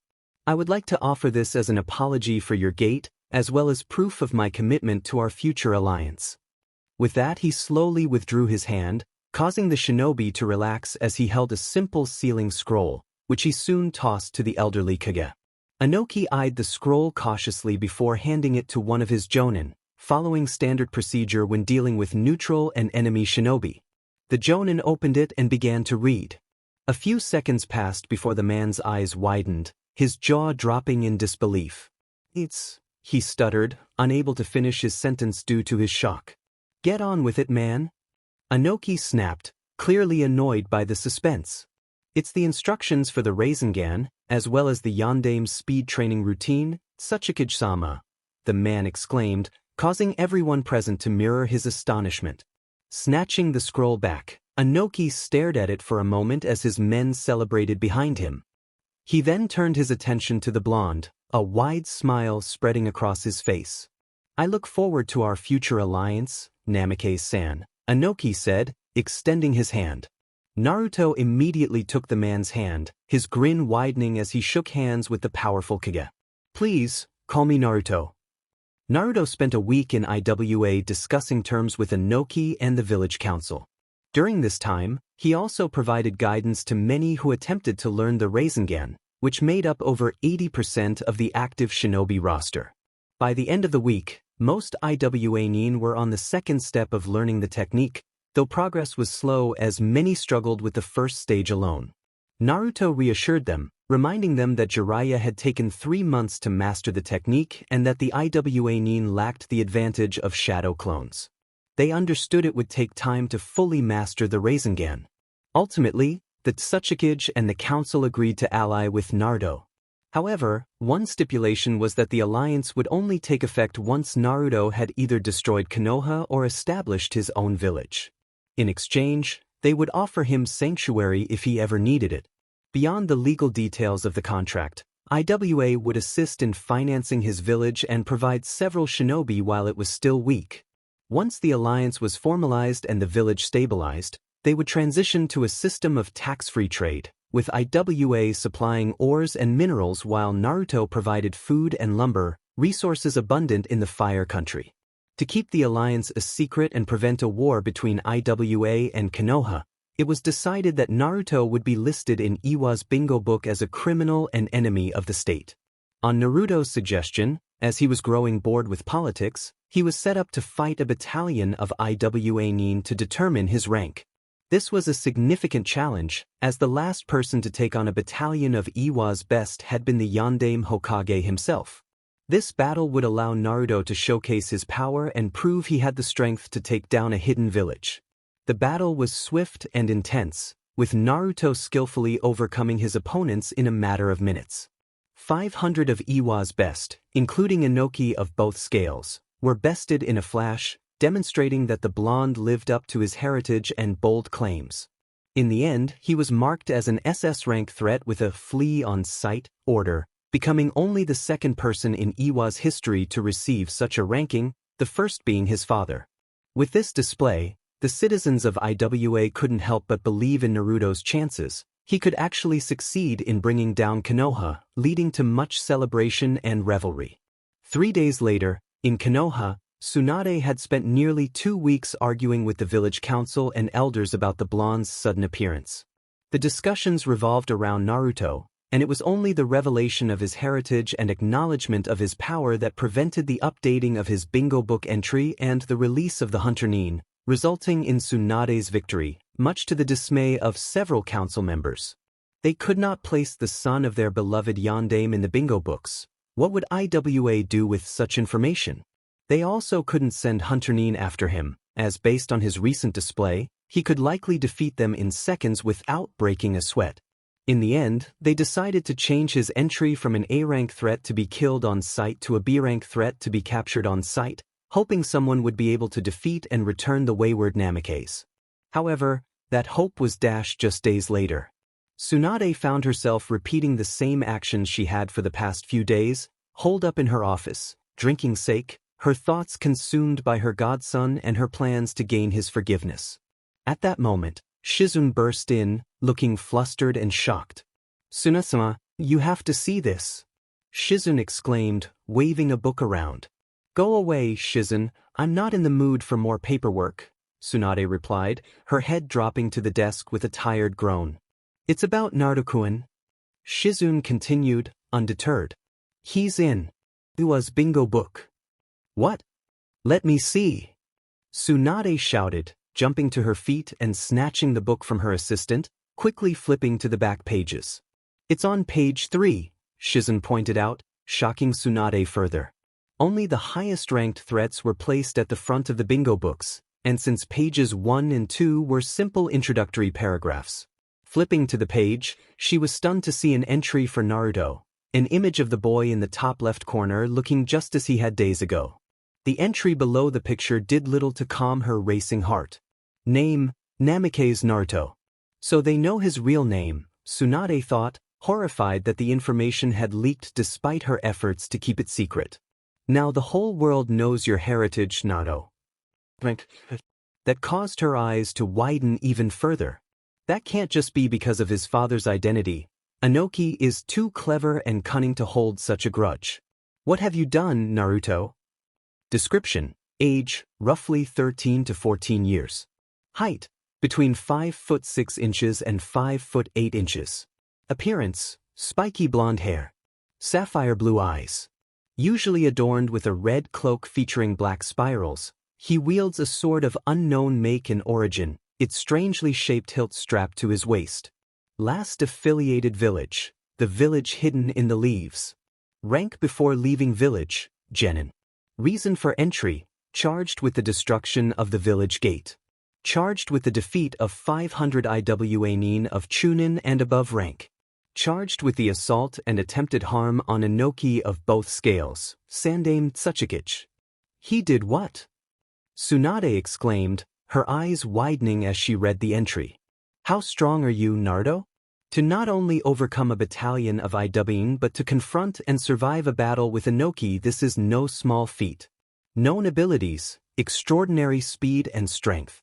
Capable of an unknown speed technique on par with the Yondaime Hokage's Flying Thunder God and the Yondaime Raikage's Lightning Armor, this technique is only recognized by the sound it leaves behind, a buzz of static.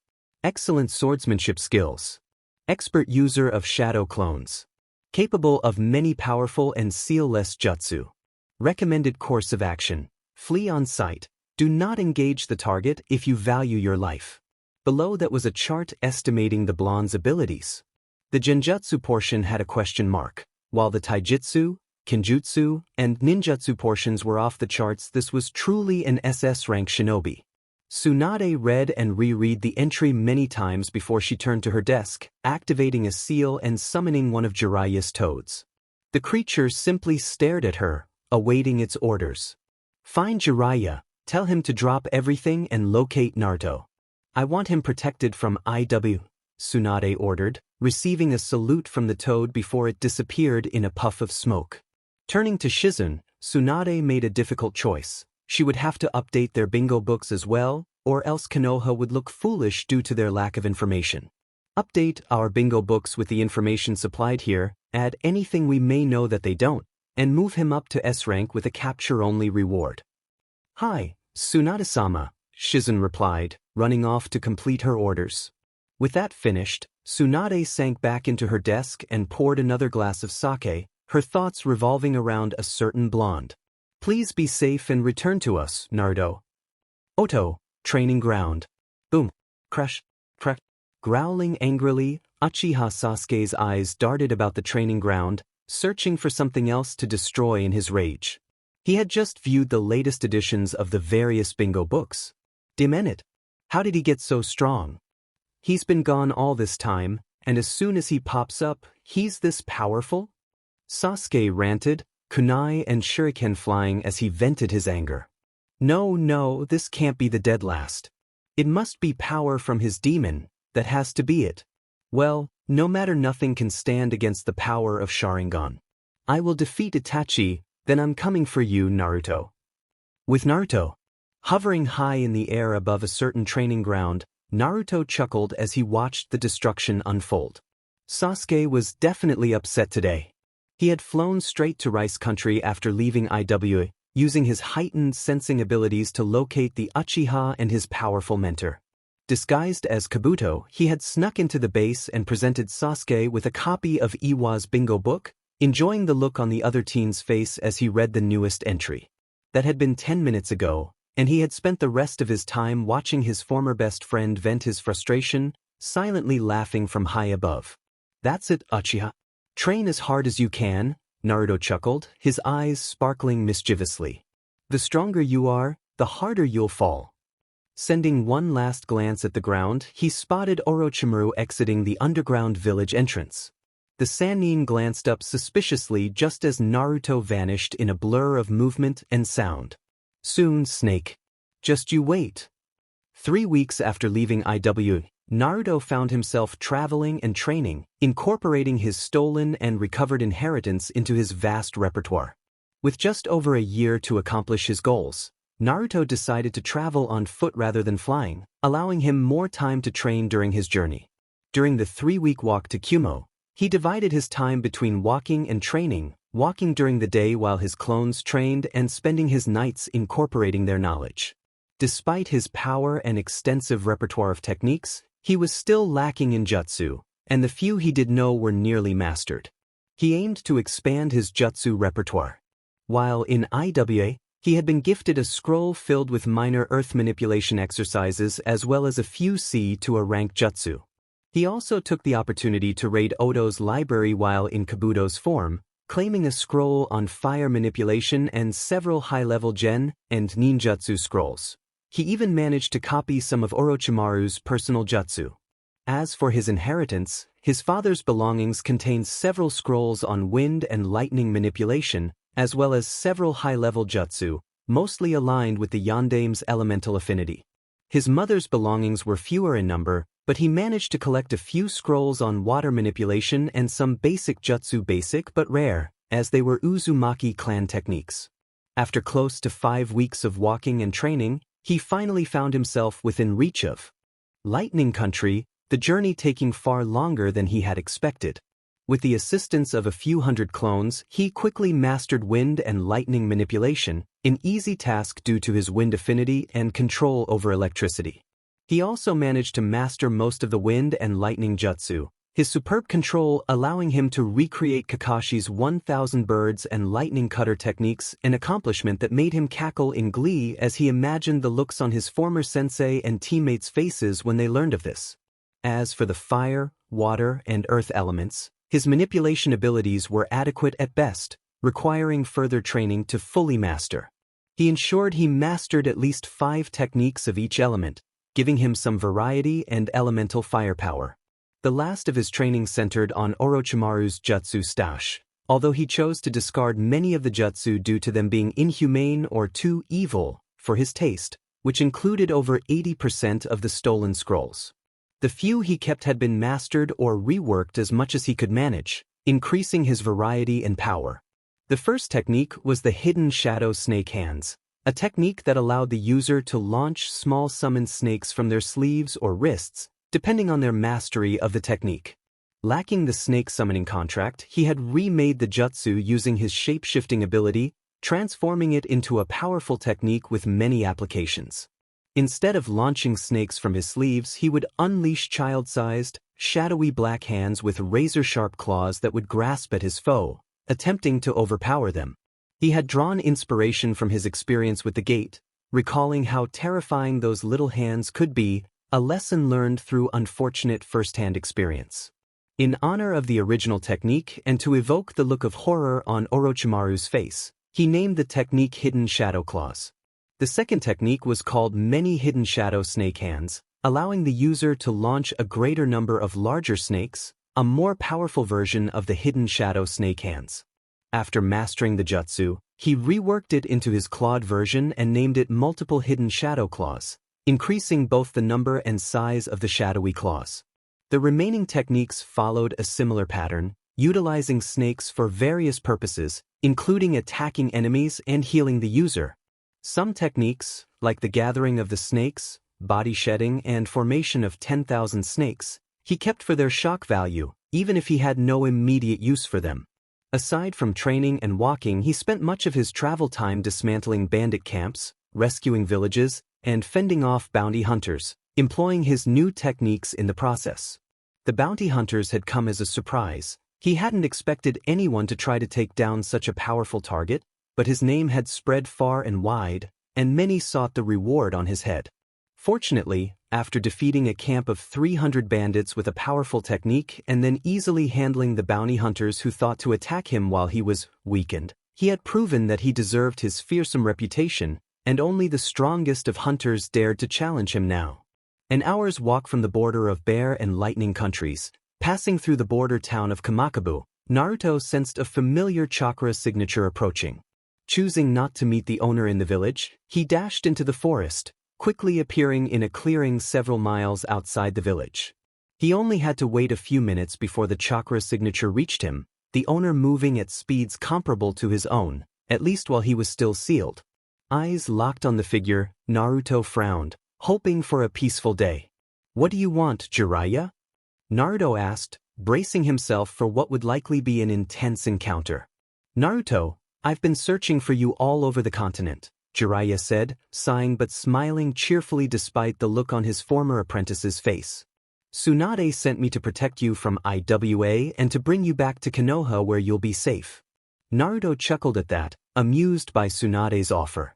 "Did you fail to read the bingo book entry, Jiraiya?" he asked, raising an eyebrow. "I can take care of myself. You and your village can no more protect me than you can protect yourselves." "I was hoping it wouldn't come to this, Naruto," Jiraiya sighed, slipping into a fighting stance and spiking his chakra menacingly. "But as a ninja of Konoha, I must fulfill my duty. You'll have to come with me." A smirk replaced Naruto's frown as he straightened up and stretched, his own chakra flaring and brushing against Jiraiya's aura. I was hoping you would say that, Jiraiya. You have something I want, and this is a perfect opportunity to take it. Before Jiraiya could ask what he meant, Naruto rocketed toward him at high speeds, his fist aimed at the older man's face. Dodging the blow, Jiraiya countered with a punch to Naruto's torso, but the teen caught it, spinning on his heel and flipping the Sannin over his shoulder and onto the ground. The force of the attack caused the Sannin to bounce, a series of cracks echoing through the clearing as he landed hard. A moment later, the Sannin transformed into mud, and a second Jiraiya rushed toward Naruto from the forest, a low-powered spiraling sphere in hand. The weakened technique struck Naruto squarely in the back, sending him flying into a tree, the technique carving spirals into his back. As soon as he impacted the tree, Naruto exploded into a flurry of wind blades, reducing the tree to dust. Wind clone. Jiraiya realized, his eyes darting around in search of the blonde. He must have learned it from his father's notes. Hopefully he doesn't know the Flying Thunder God yet, or this will be much harder than I thought. 3 days after departing from Kyuubi, Naruto reached the shores of Lightning Country and took off across the sea without pause, channeling chakra into his feet and running across the ocean's surface.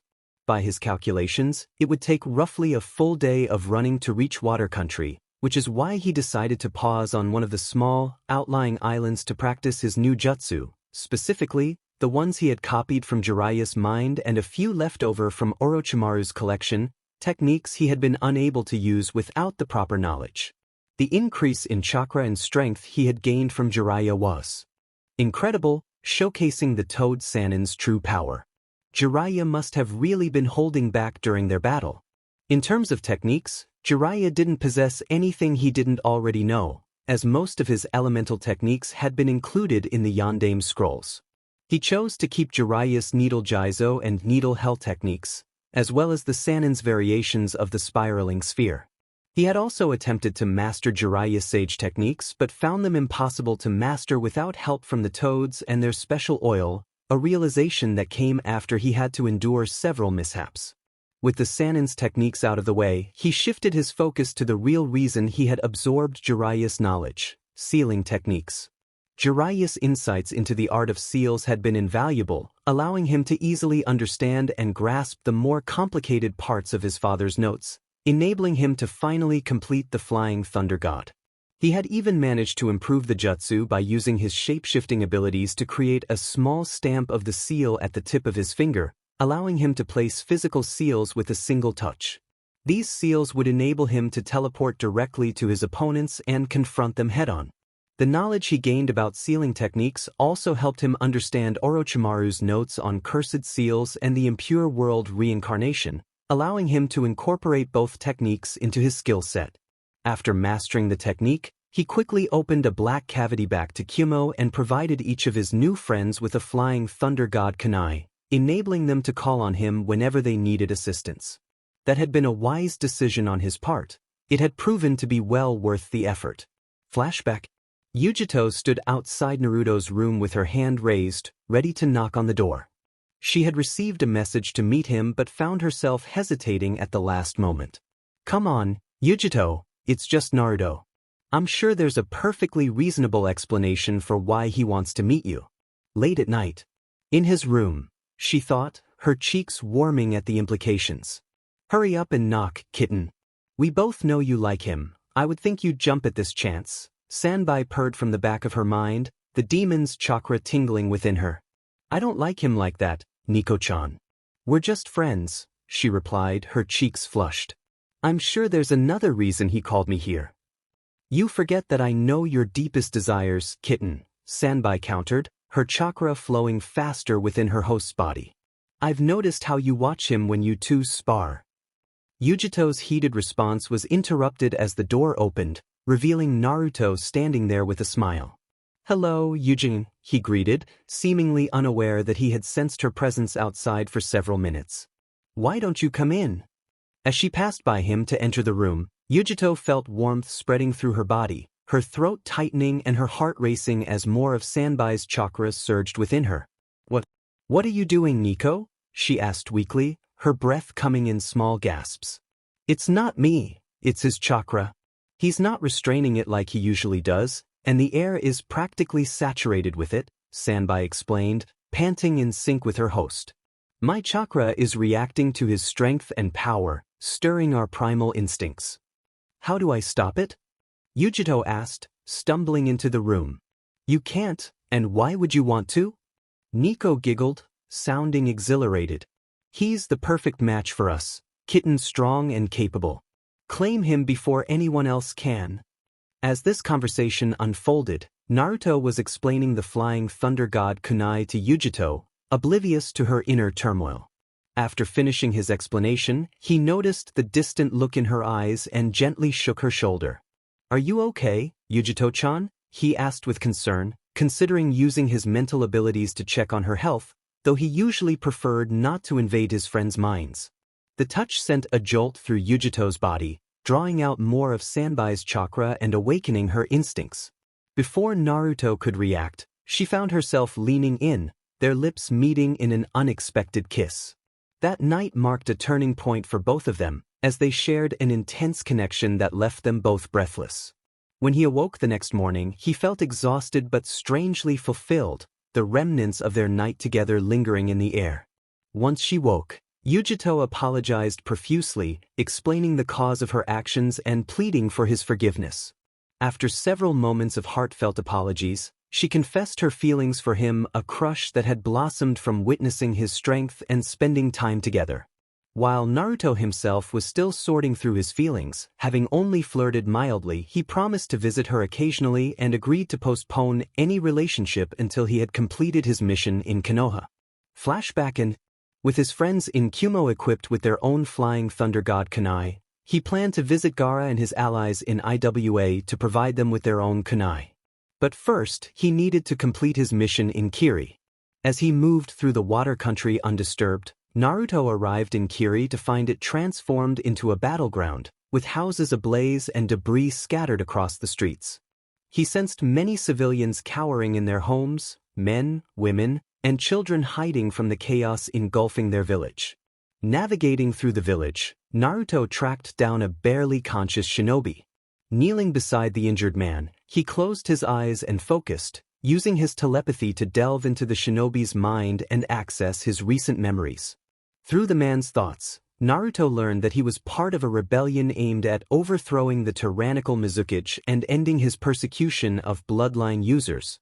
The rebels had finally gathered enough strength and resources to launch a decisive strike against the Mizukage's forces. However, they had been ambushed from behind by a squad of masked Konoha Anbu, who had joined forces with the loyalists. Masked figures with the Konoha symbol, these must be the root mentioned in Jiraiya's memories, Naruto mused, his brow furrowing. This means a faction of Konoha is supporting the Mizukage, which has already determined my position in this conflict. Deciding to end the suffering of the gravely injured shinobi, Naruto stood and extended his senses, quickly locating the various shinobi engaged in battle throughout the village. Zeroing in on a significant concentration of chakra at the Mizukage's tower, he vanished with a near-silent buzz, reappearing on the roof of a nearby building in an instant. At the base of the tower stood the remaining rebels, totaling 75 shinobi in varying conditions, surrounded by a combined force of 100 Konoha Root Anbu and 80 loyalists. At the front of the defeated rebel force, he noticed their leader standing strong, her eyes fierce and her chakra swirling around her powerfully. Terumi Mei, he realized, the memories of the now fallen rebels surfacing in his mind and providing him with a name. Glancing around once more, Naruto noticed that the Mizukage was absent from the battle. That was likely the source of the chakra he could sense within the tower. Deciding to step in and lend a hand, Naruto turned and opened a black cavity, needing an attention-grabbing entrance to bring a stop to the battle. As the two forces prepared to engage in their final battle, they were forced to stop suddenly as the fabric of space seemed to rip open between them, the rip widening and revealing a dark void of swirling shadow. Seconds passed without change, the gathered shinobi simply staring into the strange void before them. Then came the sound of footsteps steadily approaching from within the tear. Slowly, step by step, a figure made its way through the shadows, his sapphire eyes glowing with power from within the darkness of the void. Moments later, Namake's Naruto exited the portal, his eyes flickering to both armies as the portal closed behind him. "Greetings," the blonde said in a flat tone, lips twitching slightly as he took in a few of their faces. From the looks of terror and uncertainty on the faces of the rebels and loyalists, he could tell that they recognized him, probably from his bingo book entry. The ANBU, on the other hand, were completely unreadable with their masks on, but from what he knew of Root, removing their masks would make little difference. Silence reigned for several moments before one of the ANBU stepped forward, his faceless mask ped to the side. "What are you doing here, Uzumaki Naruto?" the Rootnin asked, using the blonde's original name, not that he cared, of course. "Well, I was on my way to see the Mizukage," Naruto began, his smile widening at their startled looks. "But then I came upon this battle. And seeing as Konoha has sided with the Mizukage, I've decided to side with the rebels." His announcement caused a few of the rebels to cheer or sigh in relief, while their loyalist opponents stiffened in fear. "I see," the Inbu, a captain he assumed, replied as he raised his weapon. "Namake's Naruto, by order of Danzo-sama, we are to offer you the chance to surrender. Should you fail to comply, we have been authorized to use force and bring you back to the village. Will you, sir?" In a blur of movement, Naruto raised his hand and spiked his chakra, a dark blur flying across the distance and striking the Anbu's chest. Hidden shadow claws, finger gun. As the gathered shinobi watched, a hand formed of darkness and shadows emerged from the man's chest, one clawed finger still extended. The loyalists and rebels took a step back at this display, the Root Anbu stoically raising their weapons. Naruto simply ignored them and returned his shadow claw to his sleeve. As the blonde opened his mouth to speak, a figure jumped out from the crowd of loyalists and landed a few meters from him, his chakra spiking threateningly. The figure was a large man, standing over 6 feet tall with a dark beard and hair. In one hand he held a large black axe with a short handle, and in the other, a large black hammer, both connected by a short chain. "Namake's Naruto, my name is Jinin Akabino, member of the 7 Ninja Swordsmen of the Mist," the man bellowed, his sharpened teeth glinting as he grinned maliciously. "As a fellow sword specialist, I challenge you to a duel." Not bothering to spare the man a glance, Naruto raised his sword and pulled the trigger, causing the weapon to begin vibrating. With an almost silent buzz, he vanished from sight, reappearing behind the swordsman with his weapon lowered. With a clink and a thud, Jinin fell to the ground, his weapon falling apart in little pieces. Ignoring all the shocked faces surrounding him, Naruto inspected his blade carefully. There wasn't even a drop of blood on its surface. It had cut far too sharply and quickly for that. With his inspection complete, he glanced up at the surrounding shinobi, a deep frown marring his face. "I don't have time to play around with you weaklings," he spoke, his voice resounding through the area. "I have a Kage to confront." A few of the ANBU and loyalists stiffened as he raised a hand, his finger pointed at one of the Rootnin, a crimson diamond appearing in his eyes. "You," Naruto began, locking eyes with the Rootnin.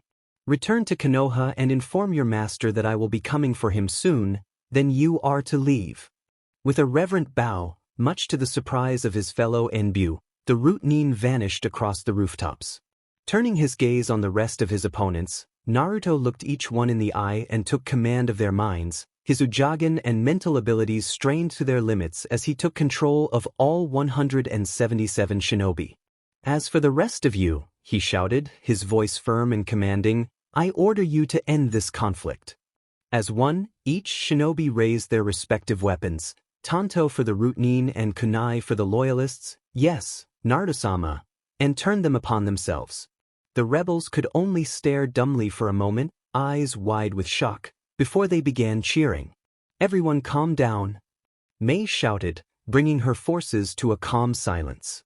"We still need to deal with Yagura and his guards." As her forces calmed down, Mei turned to Naruto, grinning as she looked him up and down. "I must thank you for your assistance, Namikaze-sen," she spoke, bowing respectfully, her men mirroring her actions. "If it wasn't for you, we may all have fallen here today." "Think nothing of it, Tsurumi-san," Naruto replied with a bow of his own. "I have a grudge against Konoha, so I was planning to confront them anyway." Would it be alright to ask for your assistance against the Mizukage? Mei continued, her eyes locked on the tower looming over them. From what I've seen and heard, you can probably handle him, and we will compensate you for your help.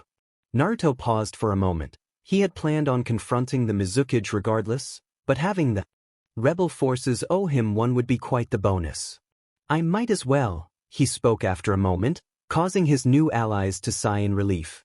It just wouldn't be right for me to save your lives, only to leave you to face danger moments later. Thank you, Mei replied, smiling in relief. Yugura was in his tower with a few of his guards. My soldiers and I will clear the way for you and keep his men occupied, Naruto assured his allies. As they entered the tower, Naruto and his team made their way to the top without encountering any resistance, which prompted them to leave some men behind on each floor, just in case. Upon reaching Yugura's office, they found the Kage calmly seated behind his desk, surrounded by several loyal jonin. To Naruto's shock, he noticed an image of a Sharingan flickering over Yugura's eyes, a Mangekyo Sharingan, no less. Deactivating his Uchiha, Naruto was not surprised when the Sharingan image vanished. Only his activated dojutsu allowed him to see it. Interesting, the blonde muttered, drawing curious looks from his allies. Is he an Uchiha? He asked, a plan forming in his mind as he turned to Mei, reactivating his Uchiha. She appeared surprised, as did the others. And no, he was born in Kiri, and neither of his parents had bloodlines, Mei replied after a moment's pause, raising an eyebrow. Why? My eyes allow me to see through genjutsu, Naruto explained, focusing back on Yugura. I can see a Sharingan spinning within his eyes. At that moment, Ao, one of Mei's bodyguards, activated the Byakugan hidden behind his eye patch, flooding it with chakra until he could see the same image as Naruto. He's right, Misama, Ao confirmed, his eyes wide with shock. There seems to be a Sharingan spinning over Yugura's eyes. He appears to be under the effects of a powerful genjutsu. Everyone turned to look at the Mizukage, who frowned under the shocked gazes of both enemies and allies. In a blur of movement, he struck out, taking down his own guards as he rushed toward the rebels. Naruto intercepted the Kage halfway, moving too quickly for the others to follow. With both arms extended, he pressed his fists against Yugura's chest. 6 King Gun. A powerful shockwave slammed into Yugura, sending him flying backward through the tower's window and into the city below. From what I could see, it was a very powerful genjutsu, Naruto commented, receiving a nod of agreement from Ao. If I can weaken him enough, I should be able to override the Sharingan with my Uchiha. Stay here and try not to interfere. If it comes down to it, I may have to eliminate him. It's a far better fate than allowing him to continue. Getting a nod of agreement from Mei, he turned and followed Yugura out the window, an excited smirk forming on his face.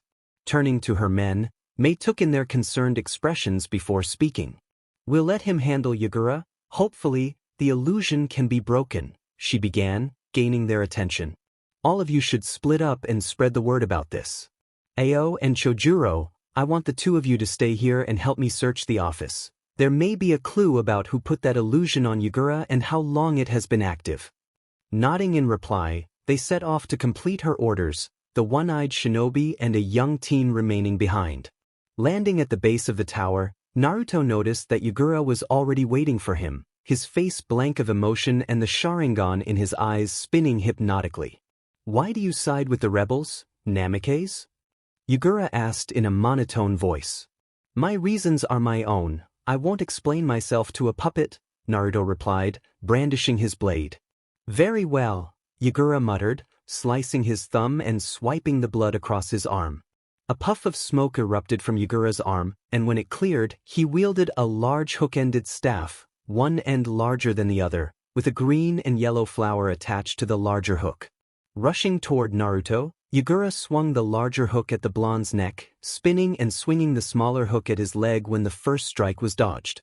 Naruto knocked the hook away with his sword and moved the blade at Yugura's chest, aiming to land a hit, but Yugura managed to dodge at the last second.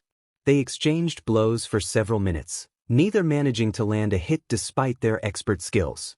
Finally, Naruto decided to escalate the fight.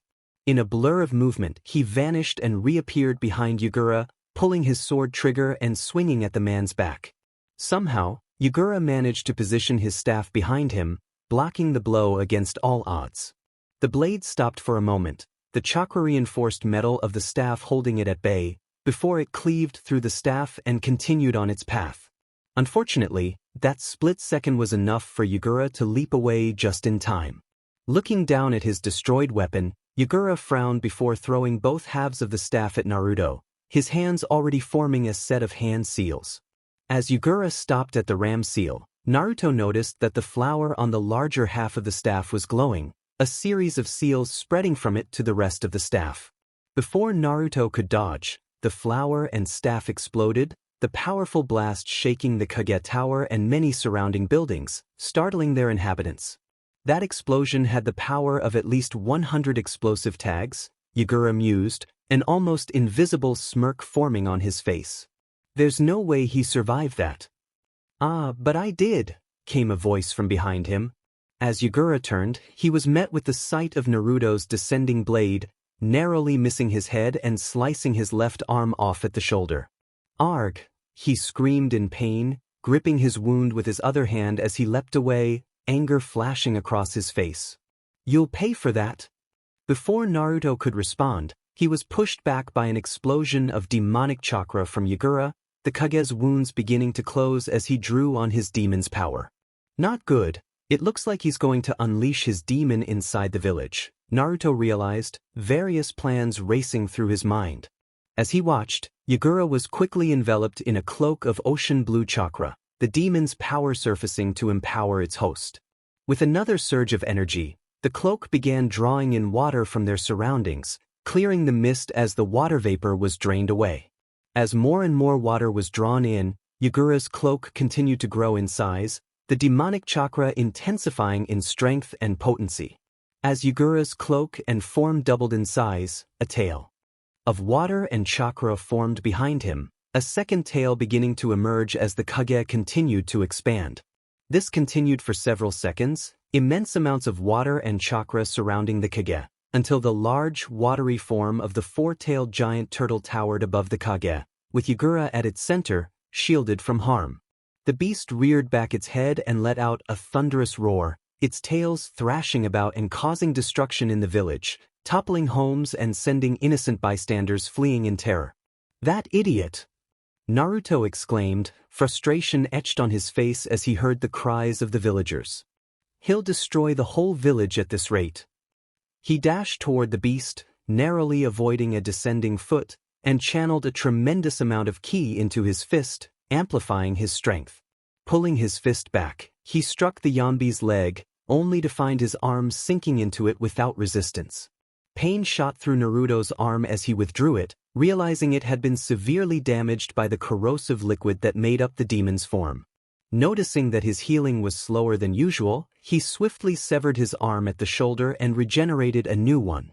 "Demon it, the water is infused with his demonic chakra. Not only does it injure me, but it also hinders my healing," Naruto thought, although he couldn't help but feel intrigued by the demon's form. This was far more impressive than Shikaku's.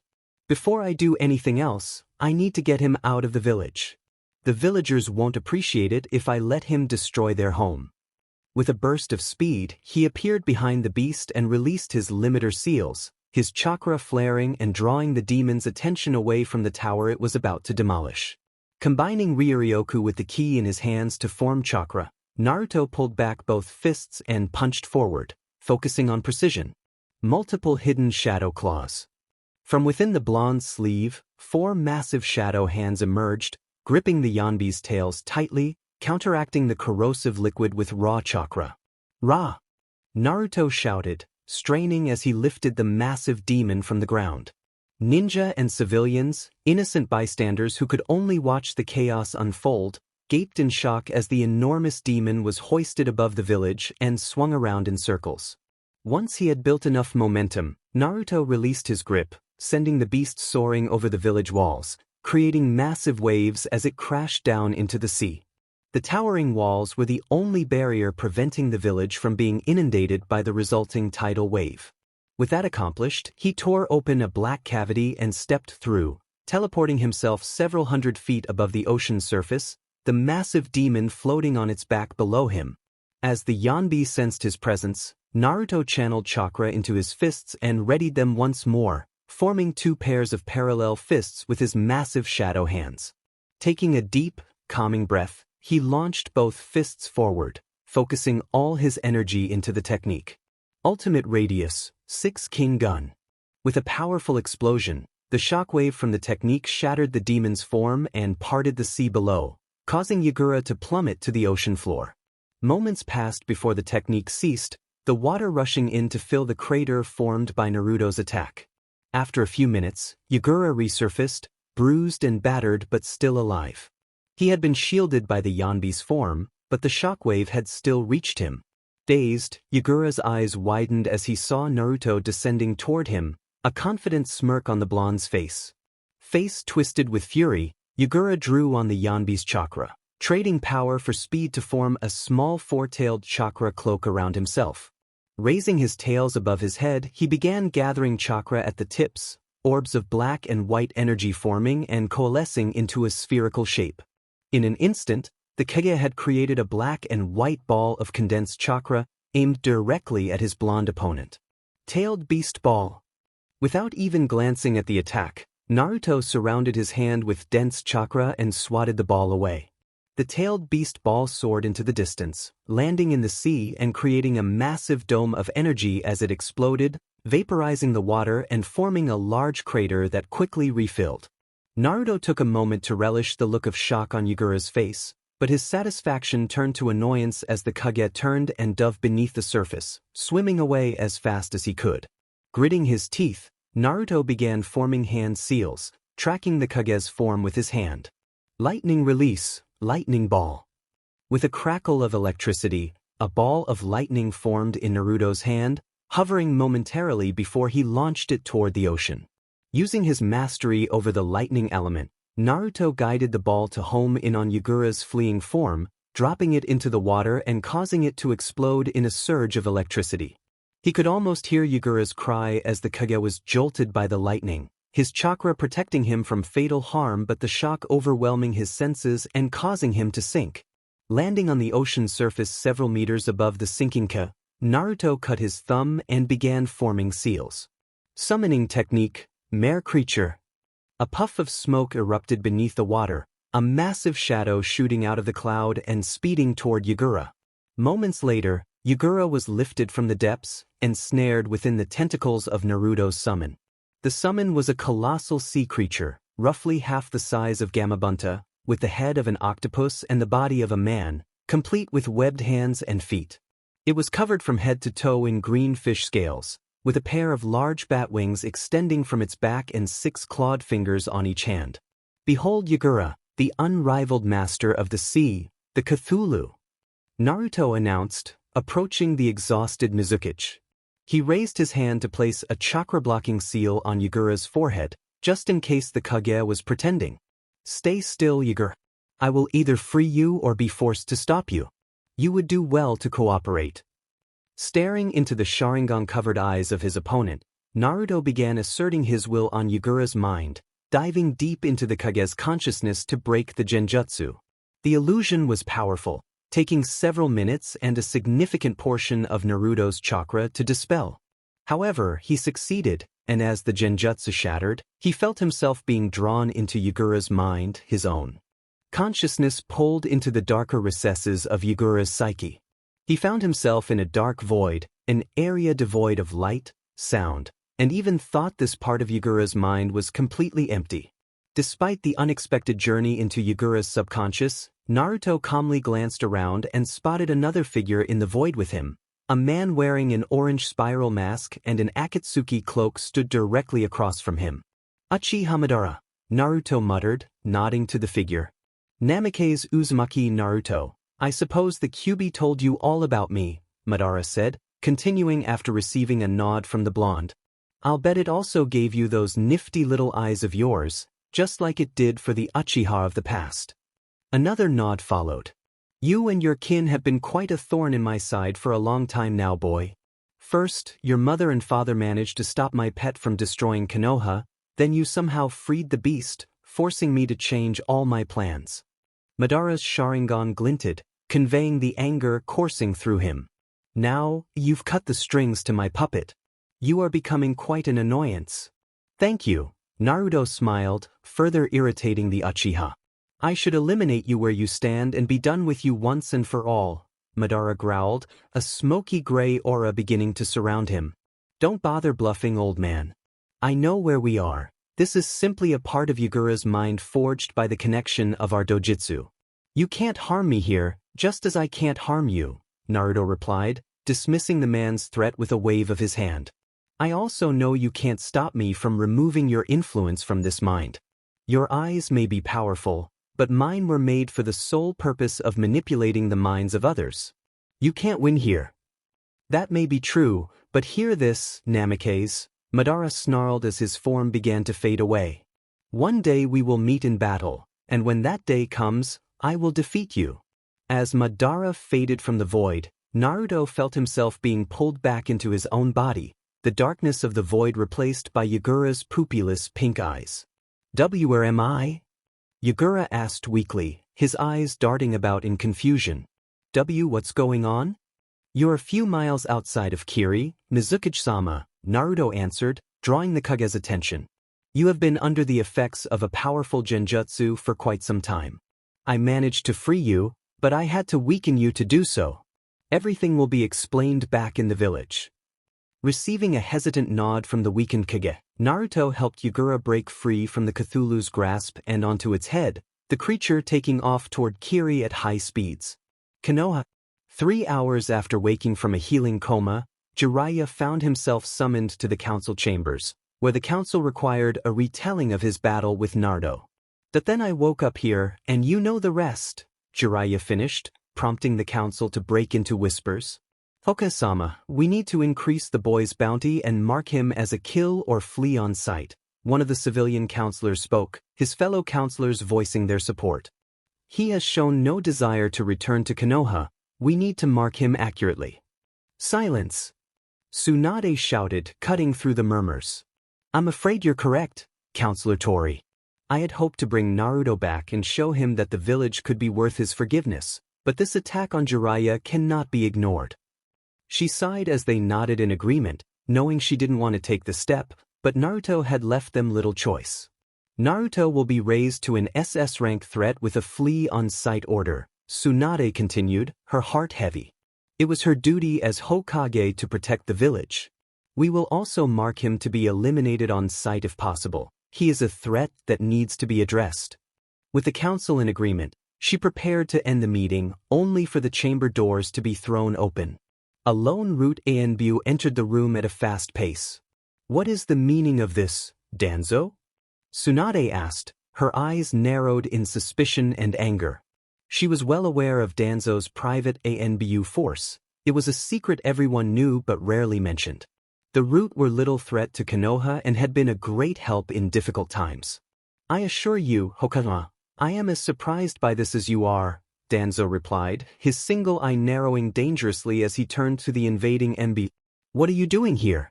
What is the meaning of this? The Root Nin took a moment to glance around the room, finally stopping on Danzo's face as he removed his mask, causing gasps to ripple through the crowd at the vibrant red diamonds in the boy's eyes. Those are the same as Naruto's, Jiraiya whispered, a mix of curiosity and apprehension in his tone. I have returned from the mission to Kiri, Danzo.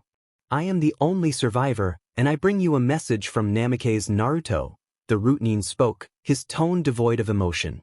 Hearing the blonde's name, the members in the room perked up, listening intently, hoping he had come to his senses and decided to surrender. I will come for you soon, the Root Nin continued, the crimson diamond slowly fading from his eyes. Before anyone could respond, he drew his blade and, in a shocking moment, stabbed himself. Silence! Tsunade shouted, bringing an abrupt halt to the ensuing chaos. NBU, take that body for examination. I want to know why his eyes resembled Naruto's. 4 animal-masked Anbu emerged from the shadows, swiftly taking the lifeless body and disappearing in a swirl of movement. Tsunade turned her attention back to the council, where civilians were shouting once again and clan heads were murmuring among themselves. Silence, she commanded, her voice cutting through the noise and restoring order to the council room. "Now then, Danzo." The old man turned to her, his focus finally shifting from the spot where his Anbu had fallen, his face paling at the fury evident on Tsunade's expression. "What is this about a mission to Kiri?" Danzo's complexion grew even paler. With Naruto, 2 weeks after his battle with Yagura, Naruto strolled through the village streets, a smile on his face as he was greeted warmly by the villagers. After everything had been explained to the hypnotized Mizukage, Yagura, he held a village-wide gathering with the support of the rebel forces. During this gathering, he fully explained the events that had transpired and apologized for his failures, then stepped down as Mizukage, handing the position over to the leader of the rebels, Terumi Mei, who turned out to be a formidable shinobi. The next day, Yagura left Kiri, choosing to exile himself to travel the elemental nations and seek forgiveness from the survivors of the clan purges. As for Naruto, he had been hailed as a hero in Kiri, celebrated for his strength and his role in liberating the village and its kage. He was offered sanctuary and a powerful position within the village, but he declined, aiming for an alliance similar to those he had formed with other villages. Kiri was eager to ally with him against Konoha, especially with Danzo's route supporting the loyalist forces and an Uchiha manipulating their kage. They looked forward to confronting the Leaf Village. However, Naruto rejected this offer, confident in his ability to handle Konoha alone, believing Kiri should focus on rebuilding and growing strong. In the end, a contract was drawn up and signed, mirroring the agreements he had with Kumo and IW. Kiri would provide him with seafood and access to their shipping lanes, while he would supply them with lumber and other resources. This alliance was established quickly, with the meeting lasting less than an hour and the contract finalized in mere minutes. With plenty of time to spare, Naruto dedicated himself to improving his water manipulation skills, learning new jutsu from Mei and other Kirinin, and practicing his kenjutsu with Chojuro, the last of the Mist's 7 swordsmen. Tonight marked his final night in Kiri, as he planned to leave the next day in search of clans and missing Nin interested in joining his village, hoping to recruit those without a home. He had received a list from the ex-rebels detailing clans that had escaped the bloodline purges and their locations. He intended to offer them a choice: return to Kiri to reclaim their clan rights or join his soon-to-be-formed village. He also took the opportunity to gather bingo books from each country, allowing him to review various missing Nin and identify those who could benefit his village, particularly those with justifiable reasons for leaving their villages, not the monstrous figures like Orochimaru. As he departed from Kiri the next day, a group of shinobi and villagers gathered to bid him farewell, and Naruto couldn't help but chuckle. Everything is coming along nicely, he mused, ideas swirling in his mind as he crafted his plans. Soon Konoha will fall, and a new village will rise from its ashes, thriving through my efforts. Chapter End. Months after leaving Kiri, Naruto traveled across the elemental nations, meeting with and forming alliances with the leaders of many countries and minor villages. He needed their support as well as that of the major villages. The smaller nations would serve as a buffer between him and his allies, given the distances separating the major villages. While a few smaller countries chose to support him, drawn by his name and reputation, as well as their own grievances with Konoha, most dismissed him as a child with unrealistic dreams. Among those who supported him were the Spring, Wave, Moon, and Demon countries, whose leaders were his great friends and owed him more than they did Konoha. During his travels between villages and countries, he also took the time to meet with wandering ninja clans and missing Nin, extending recruitment offers to those who met his standards. Most agreed to support him on the condition that he would destroy Konoha, and they were surprised when he readily accepted that challenge, as even Orochimaru had needed the help of the shinobi he recruited. However, knowing they wouldn't be forced to fight against a major village and would face little danger, they responded positively. These shinobi had been wandering for years, and a new home with minimal restrictions was more than they could hope for elsewhere. Things were progressing well. Standing atop the ruined Hokage monument, specifically on the Sandame's head, Naruto gazed down at the village he had once cherished. Once, this view had filled him with warmth and joy, but now?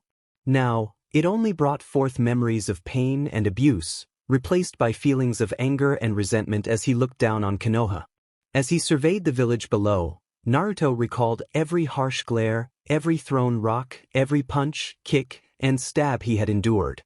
He remembered every beating inflicted by these people, and it fueled his determination to one day repay them. Fortunately for them, today was not that day. He had not intended to set foot in Konoha until he secured Suna's support and was ready to dismantle the village, but after the 26th attack by a squad of Root Anbu, his patience had worn thin, prompting him to pay them a visit. Drawing out a tri-pronged kunai, Naruto took aim and let it fly, vanishing in a flash of red light moments later. Appearing beside his kunai in a flash of red, Naruto took stock of his surroundings. It had been a long time since he'd last been here, but this place still gave him an unsettling vibe. Hopping over the 40-foot-tall fence, Naruto entered the Forest of Death, his body shifting into the cloaked form of a Root Anbu captain. This particular Rootnin had been a member of the last squad sent to eliminate him.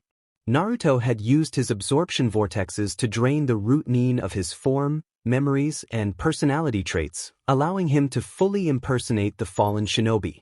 Walking through the forest at a steady pace, he soon reached a shadowed clearing with a large boulder at its center, nearly invisible footprints surrounding the rock.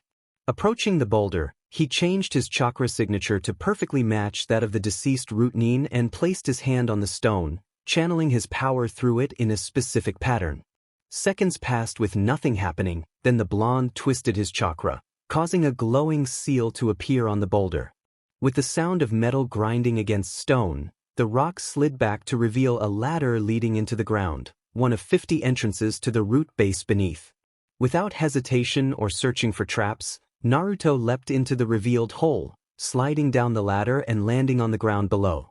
Strolling down a long connected hallway, the blonde smirked as he reached the end and entered a large, circular meeting room filled with numerous Root Anbu, all of whom were kneeling before a figure on a throne, Danzo. He continued on without pause, passing by the kneeling Root and stopping before the throne, removing his mask as he did so. "Yan, welcome back," Danzo greeted with a slight smirk, pleased that the eyes he was gazing into were void of a crimson diamond. "With your return, I take it that the Namikaze is dead?" "I'm afraid that I'm very much alive, Danzo," Naruto replied, grinning wide as he shifted back to his base form. Over the year he had been traveling, he had changed his looks to better reflect his true age and worldly experiences. His appearance had evolved until he no longer resembled himself from a year and a half ago. He now stood at 5 foot 10 inches, having physically aged to roughly 15 years old, although he could pass for 17 or 18. He had grown his hair out until it reached down to his waist, a trait many powerful shinobi seemed to adopt. He had also changed it from the sunshine blonde of a Namikaze to the characteristic red of an Uzumaki. His hair transitioned from gravity-defying spikes to a long, slicked-back style at the front and sides, with the rest forming a long ponytail held together by a black metal clasp. He had also changed his eye color, shifting from the sapphire blue of his father to the dark blue of his mother. His clothing style had also undergone some changes. He now wore a black, skin-tight, long-sleeve shirt that showcased his well-toned muscles, though he still wore the unzipped, dark blue Jonin vest over it. His baggy striped pants were replaced with dark blue cargo pants, covered with many pockets and pouches. He chose to keep his wooden geta and Uzumaki swirl gloves, as well as the red Akatsuki-style cloak with black Uzumaki swirls, although he added a silver ring with a red jewel inlay, worn snugly on his right ring finger. As soon as Naruto had finished shifting, Danzo growled and leapt to his feet, his Rootnin standing and taking a fighting stance, prepared to defend their master at any cost. "How did you find this place, boy?" Danzo sneered, his single eye narrowed angrily. Even with his change of appearance, Naruto could still be recognized. His new look had already been added to the bingo books, not to mention the very distinct feeling of his chakra. "Right now, Danzo, that's the least of your worries," Naruto replied, raising his left hand and concentrating.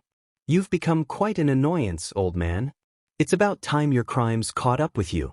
Danzo and his Rootnin stiffened as Naruto's fingers extended, shifting and changing until they became 5 double-sided knives, the Rootnin raising their own weapons in preparation for battle. In a flicker of movement, Naruto vanished and reappeared in front of Danzo, his clawed hand poised at the man's neck. With a loud splat, Danzo watched fearfully as all of his remaining shinobi fell apart, their forms collapsing around him. You've been sending your brainwashed soldiers at me for the last 18 months. That's 18 months too many, Naruto growled as his claws slid forward, their edges sharpened to a fine point, slicing through the man's neck effortlessly. As he watched the old man's head drop to the floor, Naruto couldn't shake the feeling that something was amiss. A moment later, he felt a sharp pain as a sword pierced his chest, entering through his back and exiting from his front. Eyes wide, Naruto turned to see Danzo standing behind him, the one in front fading away before his eyes. How did you survive? Naruto gasped, blood trickling from his mouth. Smirking smugly, Danzo reached over with his left arm and pulled off his bandages, revealing a Sharingan in his eye socket and 10 more in his arm, one of which seemed to have closed. At the cost of one eye, I can cast the ultimate genjutsu, Izanagi, an illusion that allows me to control my own state of existence and avoid death, Danzo gloated, believing his opponent to be defeated. I see. Naruto replied, twisting around and yanking the blade out of Danzo's grip, swinging for the man's neck once more.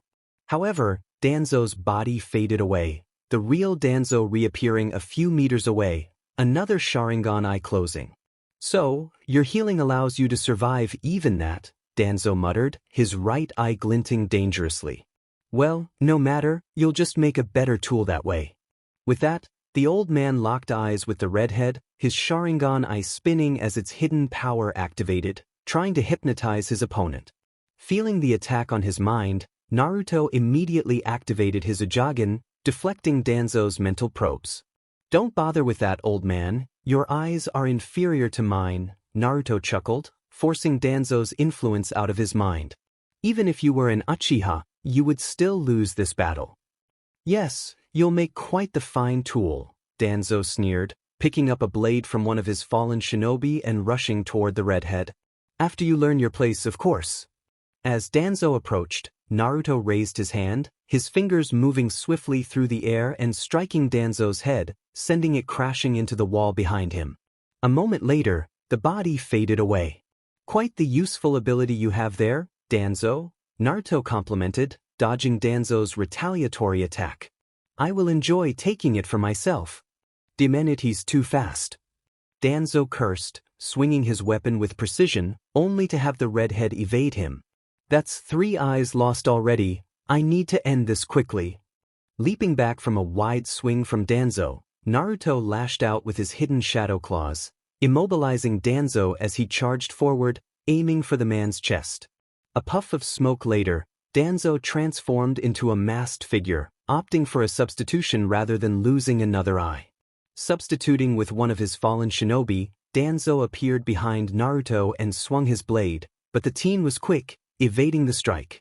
Such a waste, you would have been the perfect weapon, the old man sneered, wiping his blade clean. He had hoped to turn the teen into a tool for Konoha and the rest of the elemental nations, but too much had been lost. Namikaze Uzumaki Naruto needed to die. With his Sharingan ineffective and his root shinobi defeated, killing him was his only option. As he turned to leave the base, preparing to activate protocols and rebuild his shinobi force, Danzo gasped as a familiar blade pierced through his chest. As his body faded away, the reborn Danzo stared wide-eyed at the headless figure that had stabbed him, the headless figure that was slowly regenerating. What the hell are you?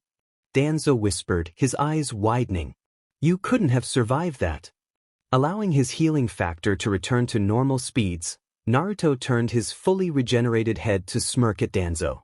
Me? The teen began, vanishing and reappearing behind the man with his sword extended, sending Danzo's head flying.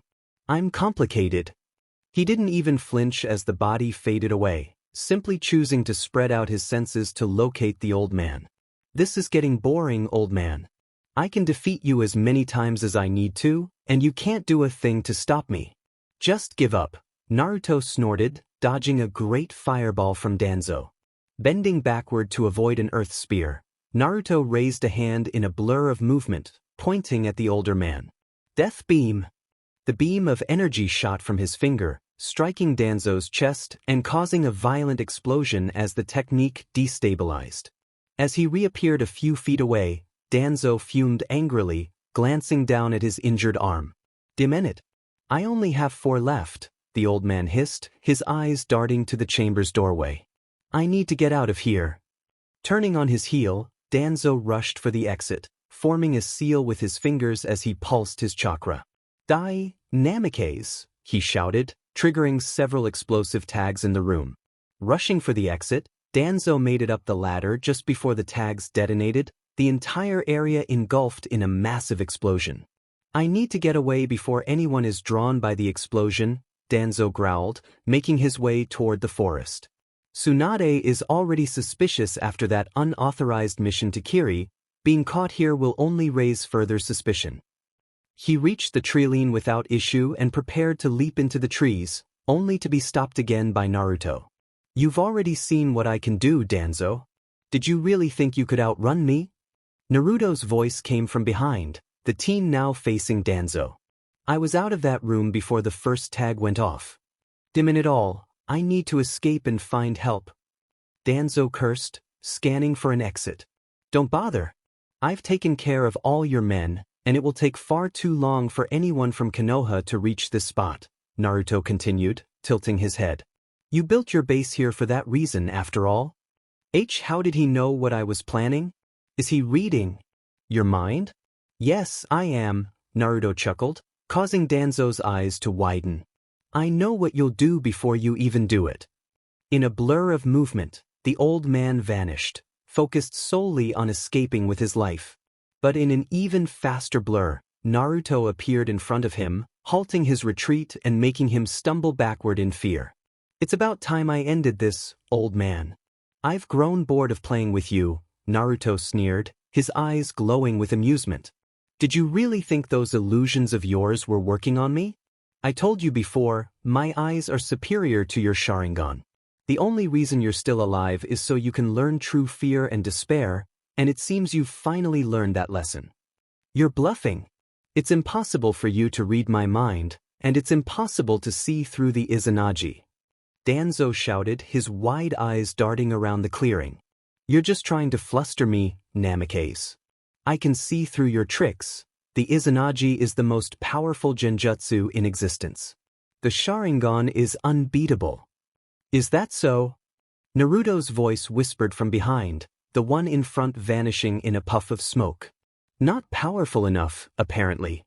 Before Danzo could react, his right arm was suddenly severed at the shoulder, taking with it both the Senju cells and his remaining Sharingan. As Danzo cried out in pain, Naruto swung the wooden arm back, striking the old man square in the face and sending him flying. With a smirk on his face, Naruto took a step toward the old man, only to halt as small, black rectangles began spreading across his skin. Holding his bleeding stump, Danzo looked up and laughed, his eyes glinting with triumph. "I placed my curse seal on you as you removed my arm. You've been rendered immobile, and you will remain that way until the ANBU arrive to investigate the explosion. Hopefully, Jiraiya will have some way to keep you sealed," Danzo laughed, his tone delirious. "Even if I perish here, I'll do so knowing that Konoha is safe from your madness." Naruto gave the man a flat look, then unleashed his immense chakra, relishing the shock and fear that spread across the older man's face. A dark grin formed as he raised his free arm, dark blue energy gathering in his palm. "Naruto!" several voices shouted, accompanied by distinct spikes of chakra. Turning his head toward the approaching chakra signatures, Naruto saw Tsunade, Jiraiya, Kakashi, Asuma, and Guy leap into the clearing, several squads of ANBU and Jonin following closely behind. "Ha ha ha." Danzo laughed, relief and delirium mingling on his face. "Surrender now, Namikaze. You can't defeat them, Bala." In an instant, Danzo's body fell lifelessly to the ground, his final words cut short. As soon as he hit the ground, blood erupted from his chest, forming 4 distinct seal patterns in the air. "Everyone, get away from the body," Jiraiya shouted, recognizing the seals immediately. The Konohanin managed to escape the clearing just before the seals activated, a sphere of blood encasing Danzo's body before flowing back into him, taking everything in the vicinity with it. Surveying the destruction left by the seal, Naruto leapt into the center of the crater, with Tsunade and the other Konohanins surrounding him moments later. Ignoring the shinobi around him, Naruto extended his left hand, causing some to step back cautiously, while his right hand gripped Danzo's wooden arm tightly. He began absorbing Danzo's floating chakra, a stream of blue light appearing in the air and flowing into his hand, accompanied by a trickle of blood in his other hand. Once he finished the absorption, Naruto turned to the gathered crowd, finally acknowledging them. You all should have fled when you had the chance. Especially you, Jiraiya. You should know by now that you cannot defeat me. The redhead's gaze locked onto the man. Surrender, Naruto.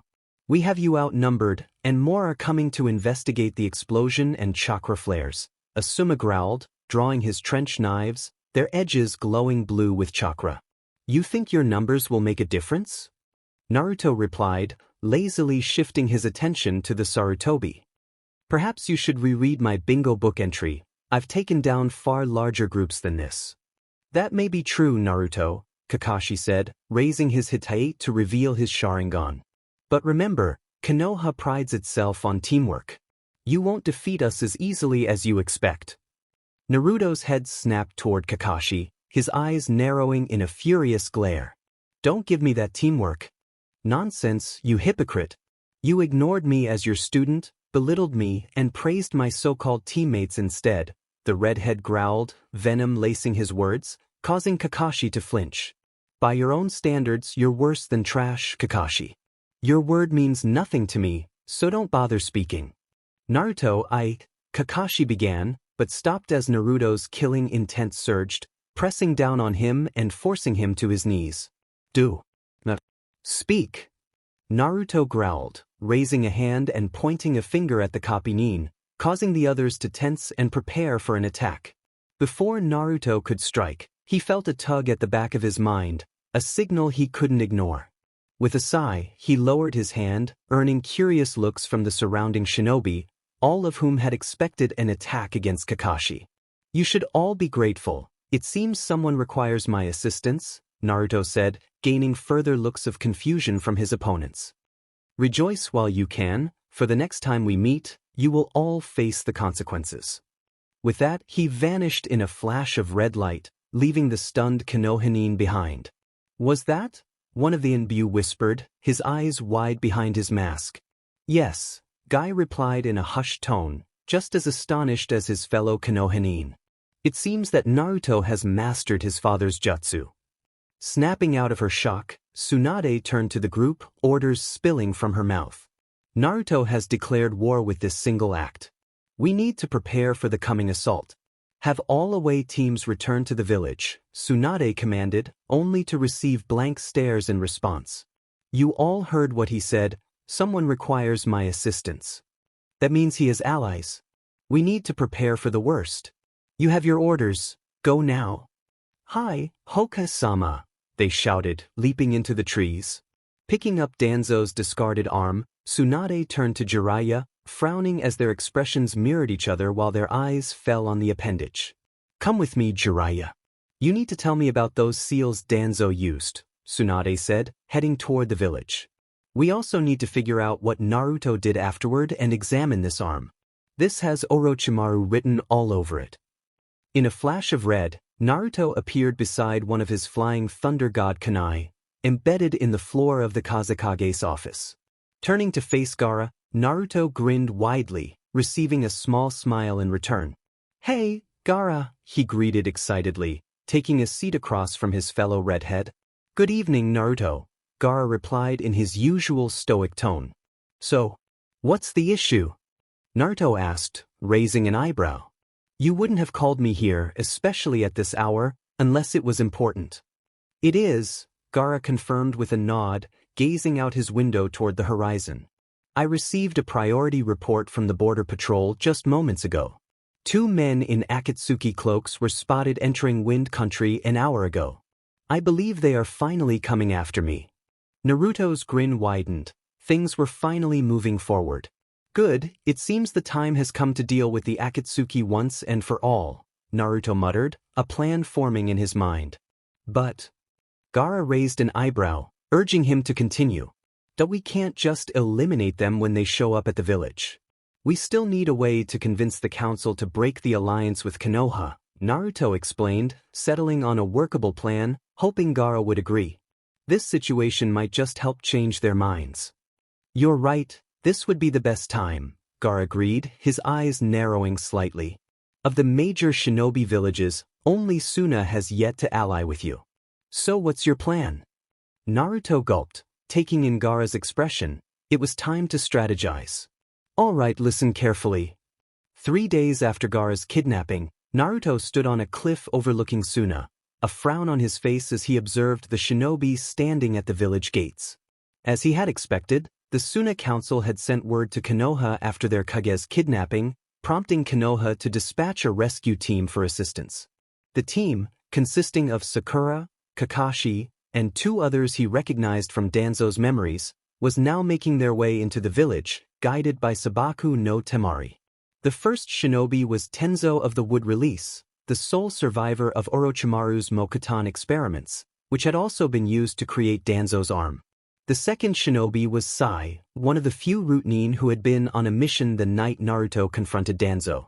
As the Konoha team navigated through the village, Naruto vanished in a puff of smoke, sending his memories to the real Naruto. It would be a few hours before the Konoha team left Suna, with one of the village elders tagging along and a Naruto clone following unseen and undetected. Everything was going according to plan. Flashback. We should let them capture you, Naruto suggested, receiving a flat stare from his counterpart. Don't worry, I'll place a flying Thunder God seal on you in case you come into any danger. Not that I expect you to, since they want to take you alive. Gaara stared back for several seconds, his face blank of emotion and his eyes piercing, before he sighed and closed his eyes. Fine, I can do that, the Kage replied after a moment, trusting in his first friend. But why do I need to be captured? If you just lend me assistance in the battle, we can showcase your power to the village and use it to convince the council. Yes, we could, but I've been planning this for a while now. Having the Akatsuki capture you fits perfectly, more so than if I helped fight them off, Naruto explained. Do you remember when I came by and fixed your seal? Gaara nodded. Well, it's a special seal that I devised personally.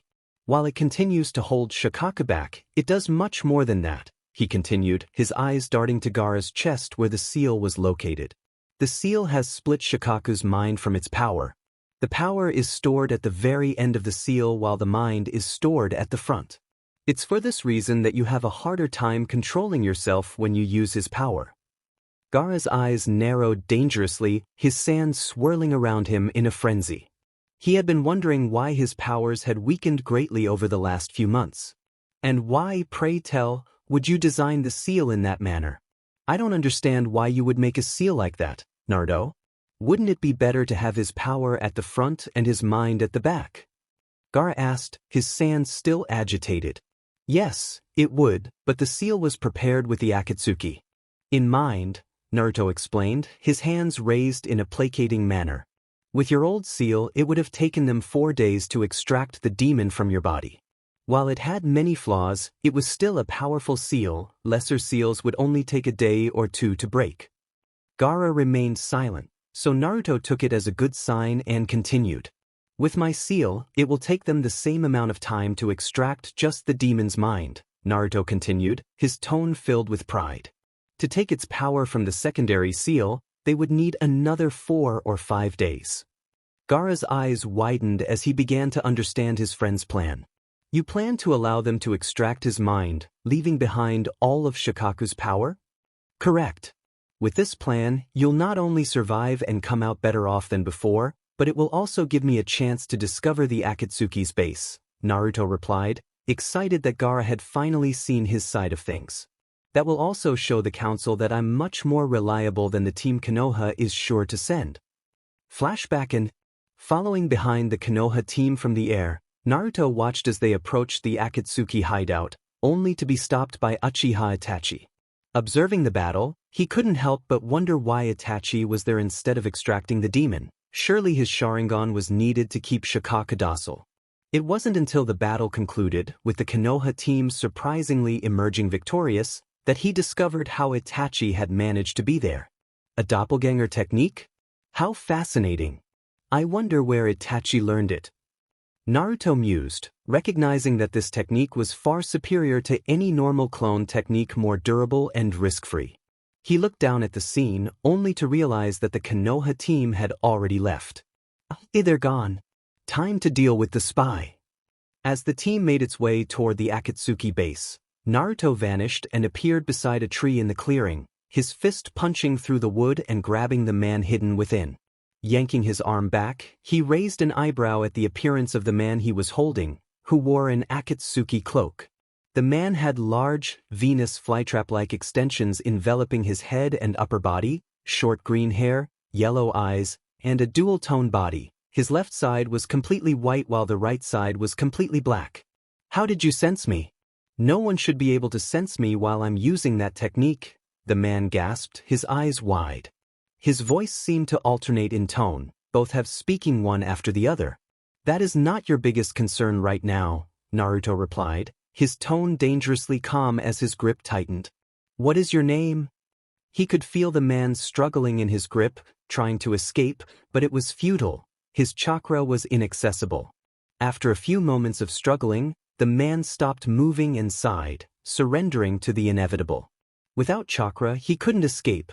He could barely move without the energy that had flowed through his veins for so many years. Zetsu, the man finally replied, both halves glaring furiously.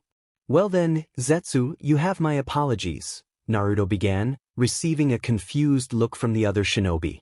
Usually, I play around with my opponents, allowing them to show me their strength before I defeat them. Unfortunately for you, I'm in a bit of a hurry. I need to catch up with the Konoha team in Gaara, so you'll have to forgive me for ending this quickly. As Zetsu's eyes widened in fear, Naruto raised his open palm to his face, dark blue energy pooling in his palm. Bala. In an instant, the confrontation ended, leaving only silence in the clearing. Absorbing some of the man's blood and chakra, Naruto returned to the sky and followed the Konoha team, staying just outside their sensory range. Akatsuki Cave. With a deep frown on his face, Pain opened his eyes and looked down at the body of the Kazekage. Something was wrong with this situation. The extraction process should have finished long ago. They had been studying a copy of the Kazekage's seal for the last 3 years, and none of their spies had mentioned the vessel's seal being strengthened. It should have broken long before now. So, why was this taking so long?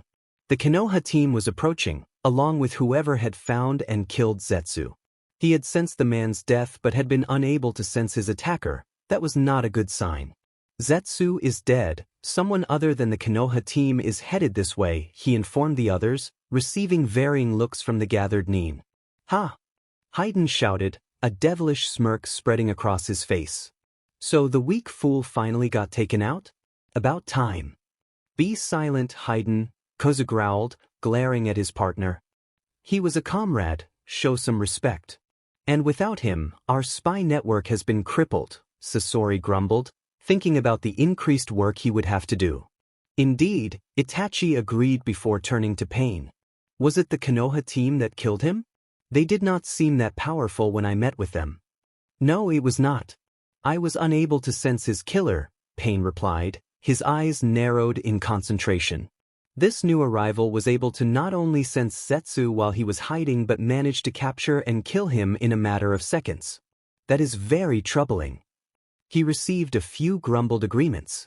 And with the Kazekage's seal being stronger than expected, we can't risk having them rescue him, Pain continued, his gaze sweeping over the assembled shinobi. Itachi and Kisu, the two of you are the closest to this cave. End the ritual and begin making your way here. The rest of us will keep going until the team arrives. Sasori and Deidara, when the Konoha team arrives, you will hold them off and move the body to one of the other bases. Hi, Leader Sama.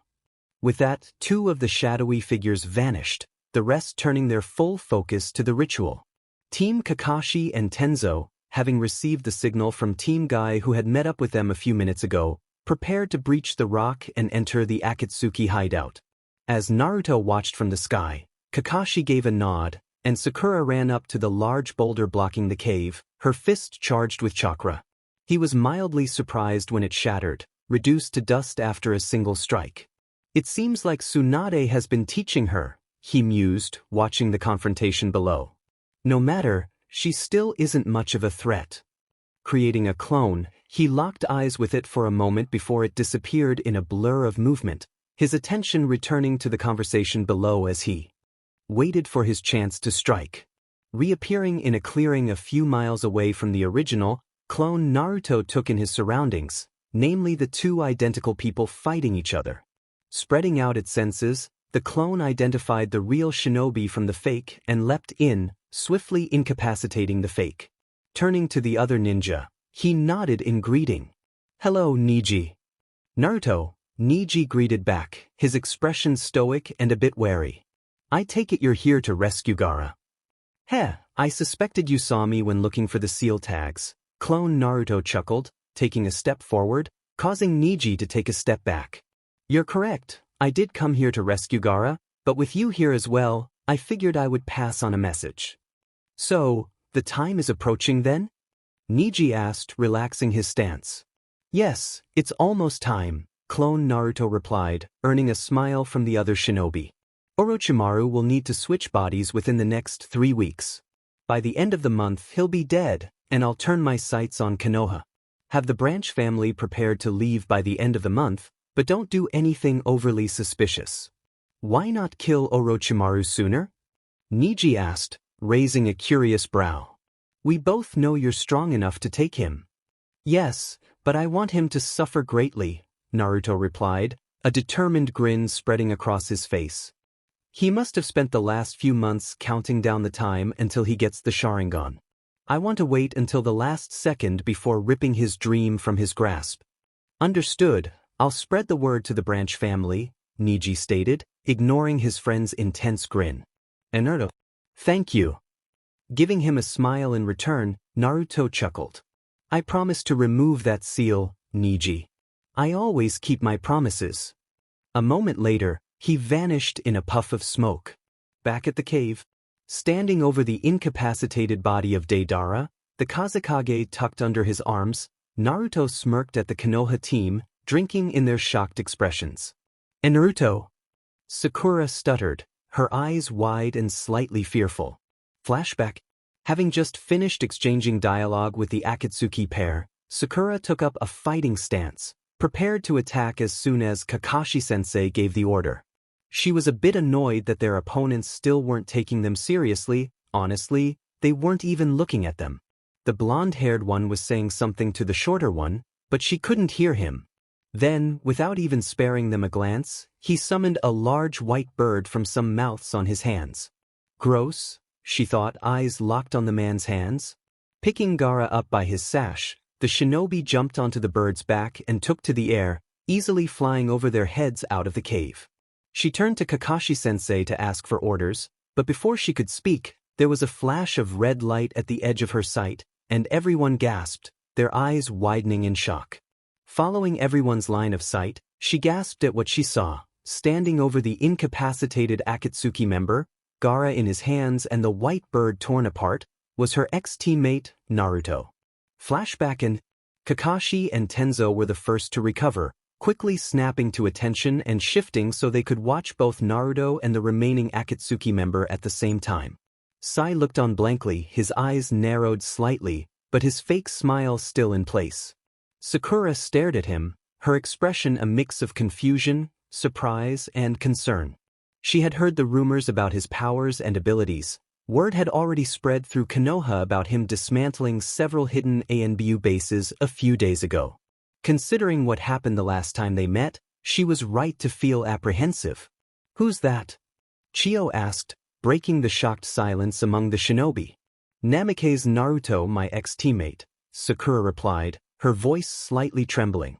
Noticing the confused look on Chiyo's face, she elaborated, "He's now an SS-rank criminal known for defeating the Sandaime Tsuchikage, the Yondaime Reikage, as well as the Yondaime and Godaime Mizukages, not to mention countless other shinobi and bounty hunters." Chiyo's eyes widened as she absorbed the information. Why had she cut off contact with the outside world? Oh right, she hadn't planned on participating in any more missions. Wait, Chiyo whispered, glancing between the redhead and Sakura. Namikaze? As in the Yondaime Hokage? Sakura nodded. His son. While Sakura and Chiyo spoke, Naruto and Sasori were engaged in their own conversation. What are you doing here, Namikaze? Sasori asked, tilting his head slightly. The Akatsuki is no longer after you. You should stay out of our way. I can't do that, Naruto replied, gently placing Gaara's body on the floor. Your target happens to be my friend, and whatever you plan to do with the Biju, I can't let you continue. I see. Then I'm afraid I'll have to take the Nibi vessel from you. We haven't finished with him yet, Sasori growled, pulling a large red scroll from within his robes. Too slow, a voice whispered from behind. With a loud crack, a claw-tipped hand shot through Sasori's back and out his chest, destroying the Hirako puppet as the real Sasori leapt away. Landing several meters away, Sasori frowned slightly as he saw a second Naruto standing behind his destroyed puppet, the one with Gaara disappearing in a puff of smoke. In it, I didn't even sense him, and now my scrolls are gone with Hirako, Sasori cursed, trying to formulate a plan. Meanwhile, off to the side, Kakashi and Tenzo were having a quiet discussion. What should we do, Kakashi-senpai?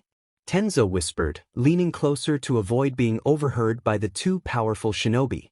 Our first priority is saving the Kazekage, Kakashi whispered back, his eyes fixed on Naruto. Wait until they're distracted fighting, then we can rush in and grab the body. After that, we'll head for Suna as fast as possible. We can't deal with Naruto right now. Hi, Tenzo agreed, turning to Sai and forming a few hand signs to relay the message. Receiving a nod from the ex-Root operative, who turned to inform Sakura, Tenzo focused back on Naruto and Sasori, waiting for a chance to intervene and retrieve the Kazekage. Having devised a plan, Sasori charged at Naruto, his chakra flowing through the many traps and gadgets built into his body. Opening his stomach compartment with a click, the puppeteer shot his stinger at Naruto, the blade piercing through the redhead's leg and retracting instantly. Good, I caught him off guard. The poison should slow him down soon, Sasori mused, activating another gadget from his puppet body. With the whirring sound of machinery, two small rods emerged from Sasori's hips, each with spinning blades. Enhanced by the spinning blades, Sasori rushed past Naruto in a blur, cutting a gash across the teen's chest and swiftly retrieving his puppet scrolls. In another blur of movement, he appeared beside Gaara's body, kicking a stealthy Kakashi in the face and sending him flying back to the rest of the Konoha team. This all took less than 5 seconds. Picking up the Kazekage's body, Sasori glanced at the Namikaze's form, only to growl as it seemed to fade away like an illusion. Before he could react, a blade pierced through his heart container from behind, the wielder twisting the blade and withdrawing it. Izanagi, Naruto said, watching with satisfaction as Sasori's body collapsed, the wooden face devoid of pain or emotion. Ignoring the astonished Konoha team, Naruto knelt and placed his hand on Sasori's heart container, absorbing the purple ooze leaking from it along with some of the chakra still lingering in the puppeteer's body. Focusing their attention on Naruto, Team Kakashi braced themselves for a difficult battle, only to stiffen as 4 figures entered the cavern. Good, Sakura sighed, relieved to see the newcomers. With Team Guy here, we should stand a better chance. What happened here? Tenten asked, taking in the 2 Akatsuki corpses and the kneeling redhead. Yash! Lee exclaimed, grinning widely as he recognized the familiar form of the one-time blonde. Naruto-kun, your flames of youth must burn brightly to defeat 2 powerful criminals like these. Before Naruto could respond to Lee's exuberance, 2 more figures entered the cavern, causing Team Kakashi to tense further and Team Guy to leap away from the cave entrance. Looking at the newcomers, Naruto smiled, ignoring the uneasy expressions of the Konoha team. Kisame, Itachi, Naruto greeted, stepping away from Sasori's corpse. I'm glad you could join us. Hello, Naruto-kun, Itachi replied, his Sharingan eyes scanning the cavern. I see you've already dealt with Sasori and Deidara. Demon Kid, did you get stronger again? Kisame chuckled as he and Itachi moved to Naruto's side. Your reserves were already huge the last time we met. Samahata says you've increased significantly. You're working with the Akatsuki, Naruto? Kakashi growled, narrowing his eye as his hand moved toward his covered eye. Glaring at Kakashi for addressing him again, Naruto rolled his eyes and glanced at the two fallen bodies. Guess not, Tenzo muttered, receiving nods from Guy and Kakashi. Indeed, Naruto agreed, turning his attention to the two S-class shinobi. I met these two during my travels. Kisame was a spy for the rebel forces due to the Akatsuki leader being seen in Kiri before the bloodline purges. Kisame nodded, his sharpened teeth glinting in the light as he grinned. A glance upwards confirmed Naruto's claim. The blue shinobi wore an unmarred Kiri headband. Itachi, on the other hand, was cleverly framed by Danzo and the Sandaime to prevent the Uchiha uprising, forcing him to flee Konoha. Naruto continued, his eyes glinting dangerously at the mention of the Sandaime and Danzo. Both have joined me after I defeated them in battle, and now that I no longer need them in Akatsuki, they are returning to my side.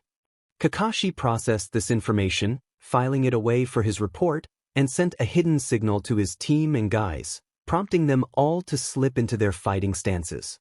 Well then, we need to ask you to step away from the Kazekage, Kakashi stated, revealing his Sharingan eye.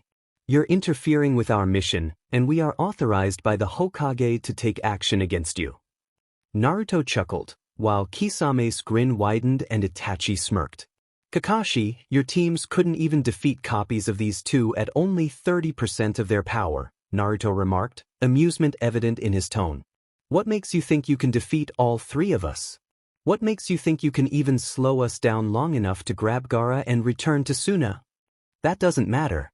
You are interfering with our mission, and we will do whatever it takes to complete it, Tenzo replied, determination clear in his eyes.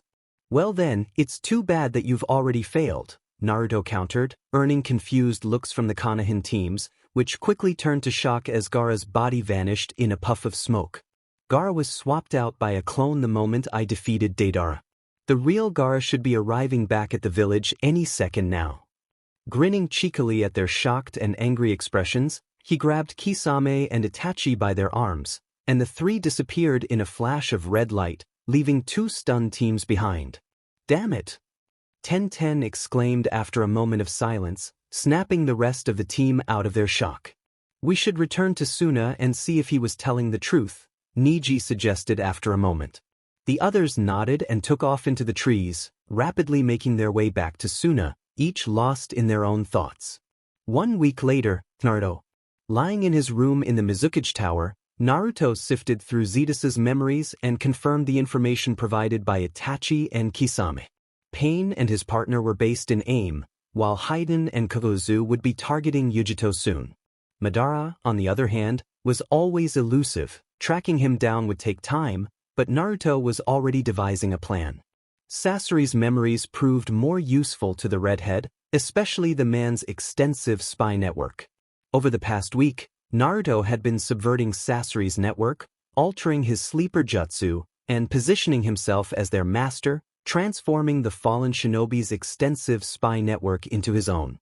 Currently, he was reviewing information on Sasori's spy within Orochimaru's ranks, a spy he would be meeting in 11 days, a spy known as Yakushi Kabuto. Standing on a mist-covered battleground on the outskirts of Kirigakure, two figures stood meters apart, eyes closed and brows furrowed in concentration as they faced each other.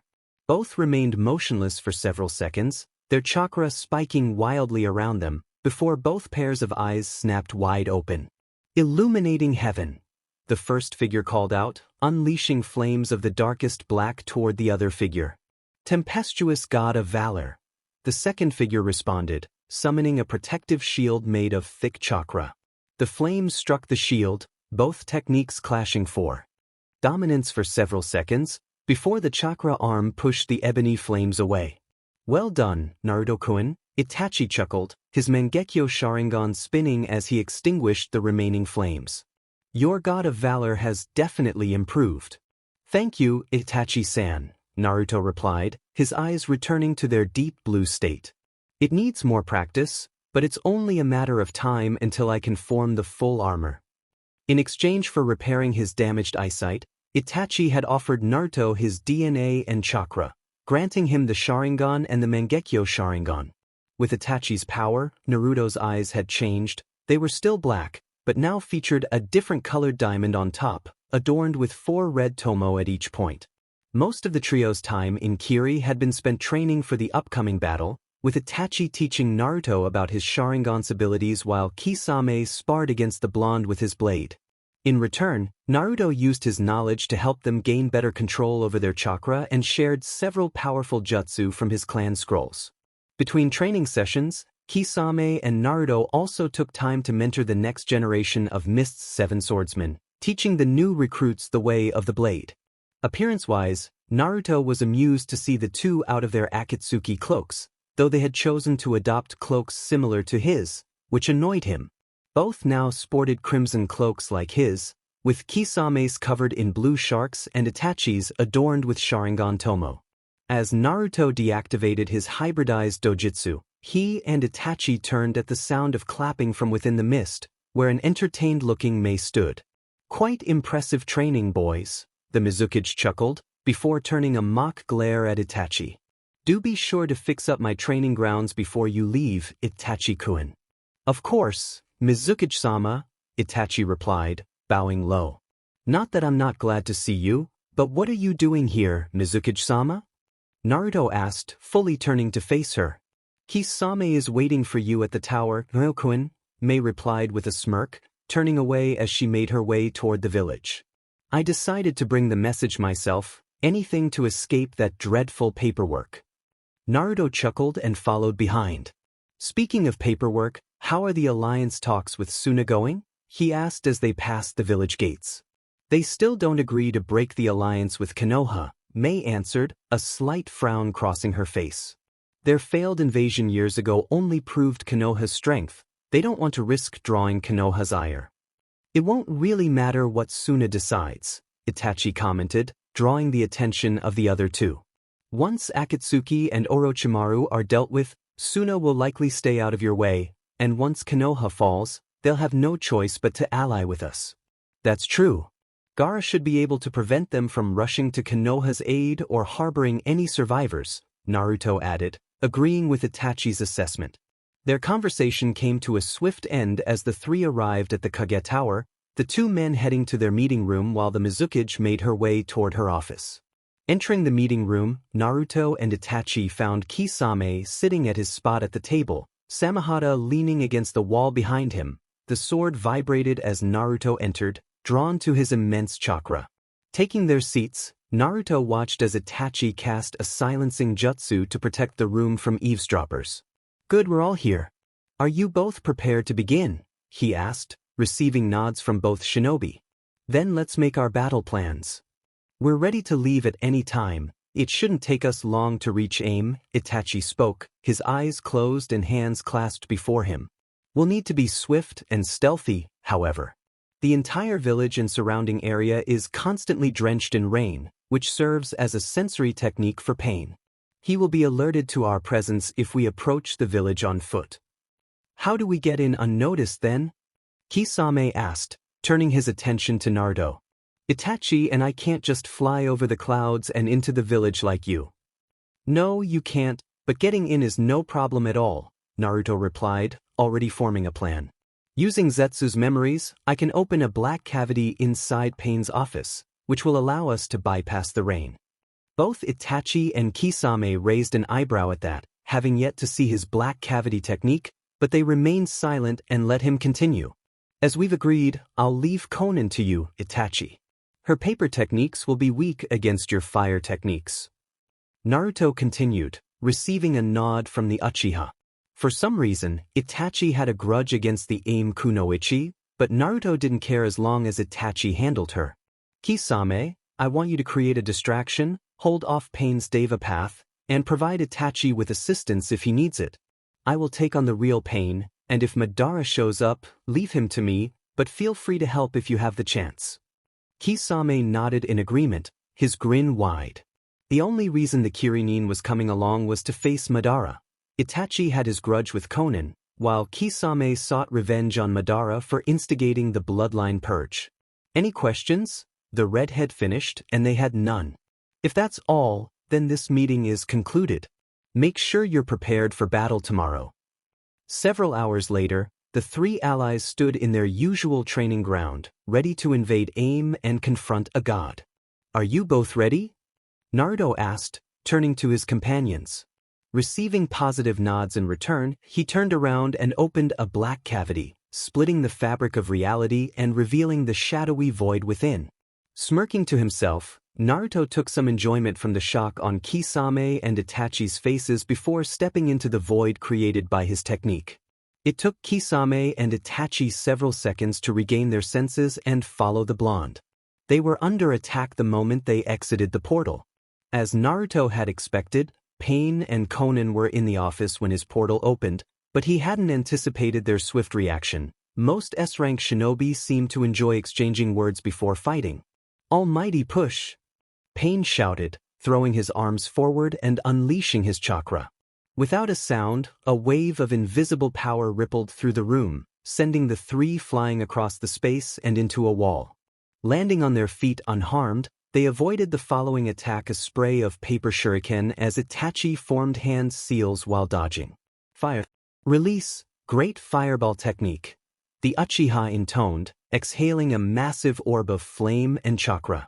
The fireball streaked across the room, incinerating Konan's papers and exploding against the back wall, causing the two Akatsuki shinobi to leap apart as they dodged, landing on opposite ends of the room. Itachi pursued Konan, preventing her from regrouping with Pain, while Kisame charged toward Pain, distracting him from Naruto's actions. Using the dust blown up by the fireball, Naruto slipped out of the room and down the hall, focusing on his other senses. Using the man in the room behind him as a basis for his search, he picked up 6 other presences with the same chakra signature within the building, only one of which seemed to possess acceptable mental capabilities and individual thought. Locking onto the only living Pain, Naruto vanished with an imperceptible static buzz. With Itachi, "So you have both betrayed us," Konan stated, her tone even and her face void of emotion. "We didn't betray you, Konan. We were never on your side to begin with," Itachi replied, his tone just as even and his expression just as blank. "Kisame was always a spy for Kirigakure, and I was framed by Madara and Danzo. The only reason we remained in the organization was out of fear of Madara's power." "Oh, and what has changed now?" Konan asked, raising a delicate eyebrow. "Madara will destroy you once he finds out about this, Itachi.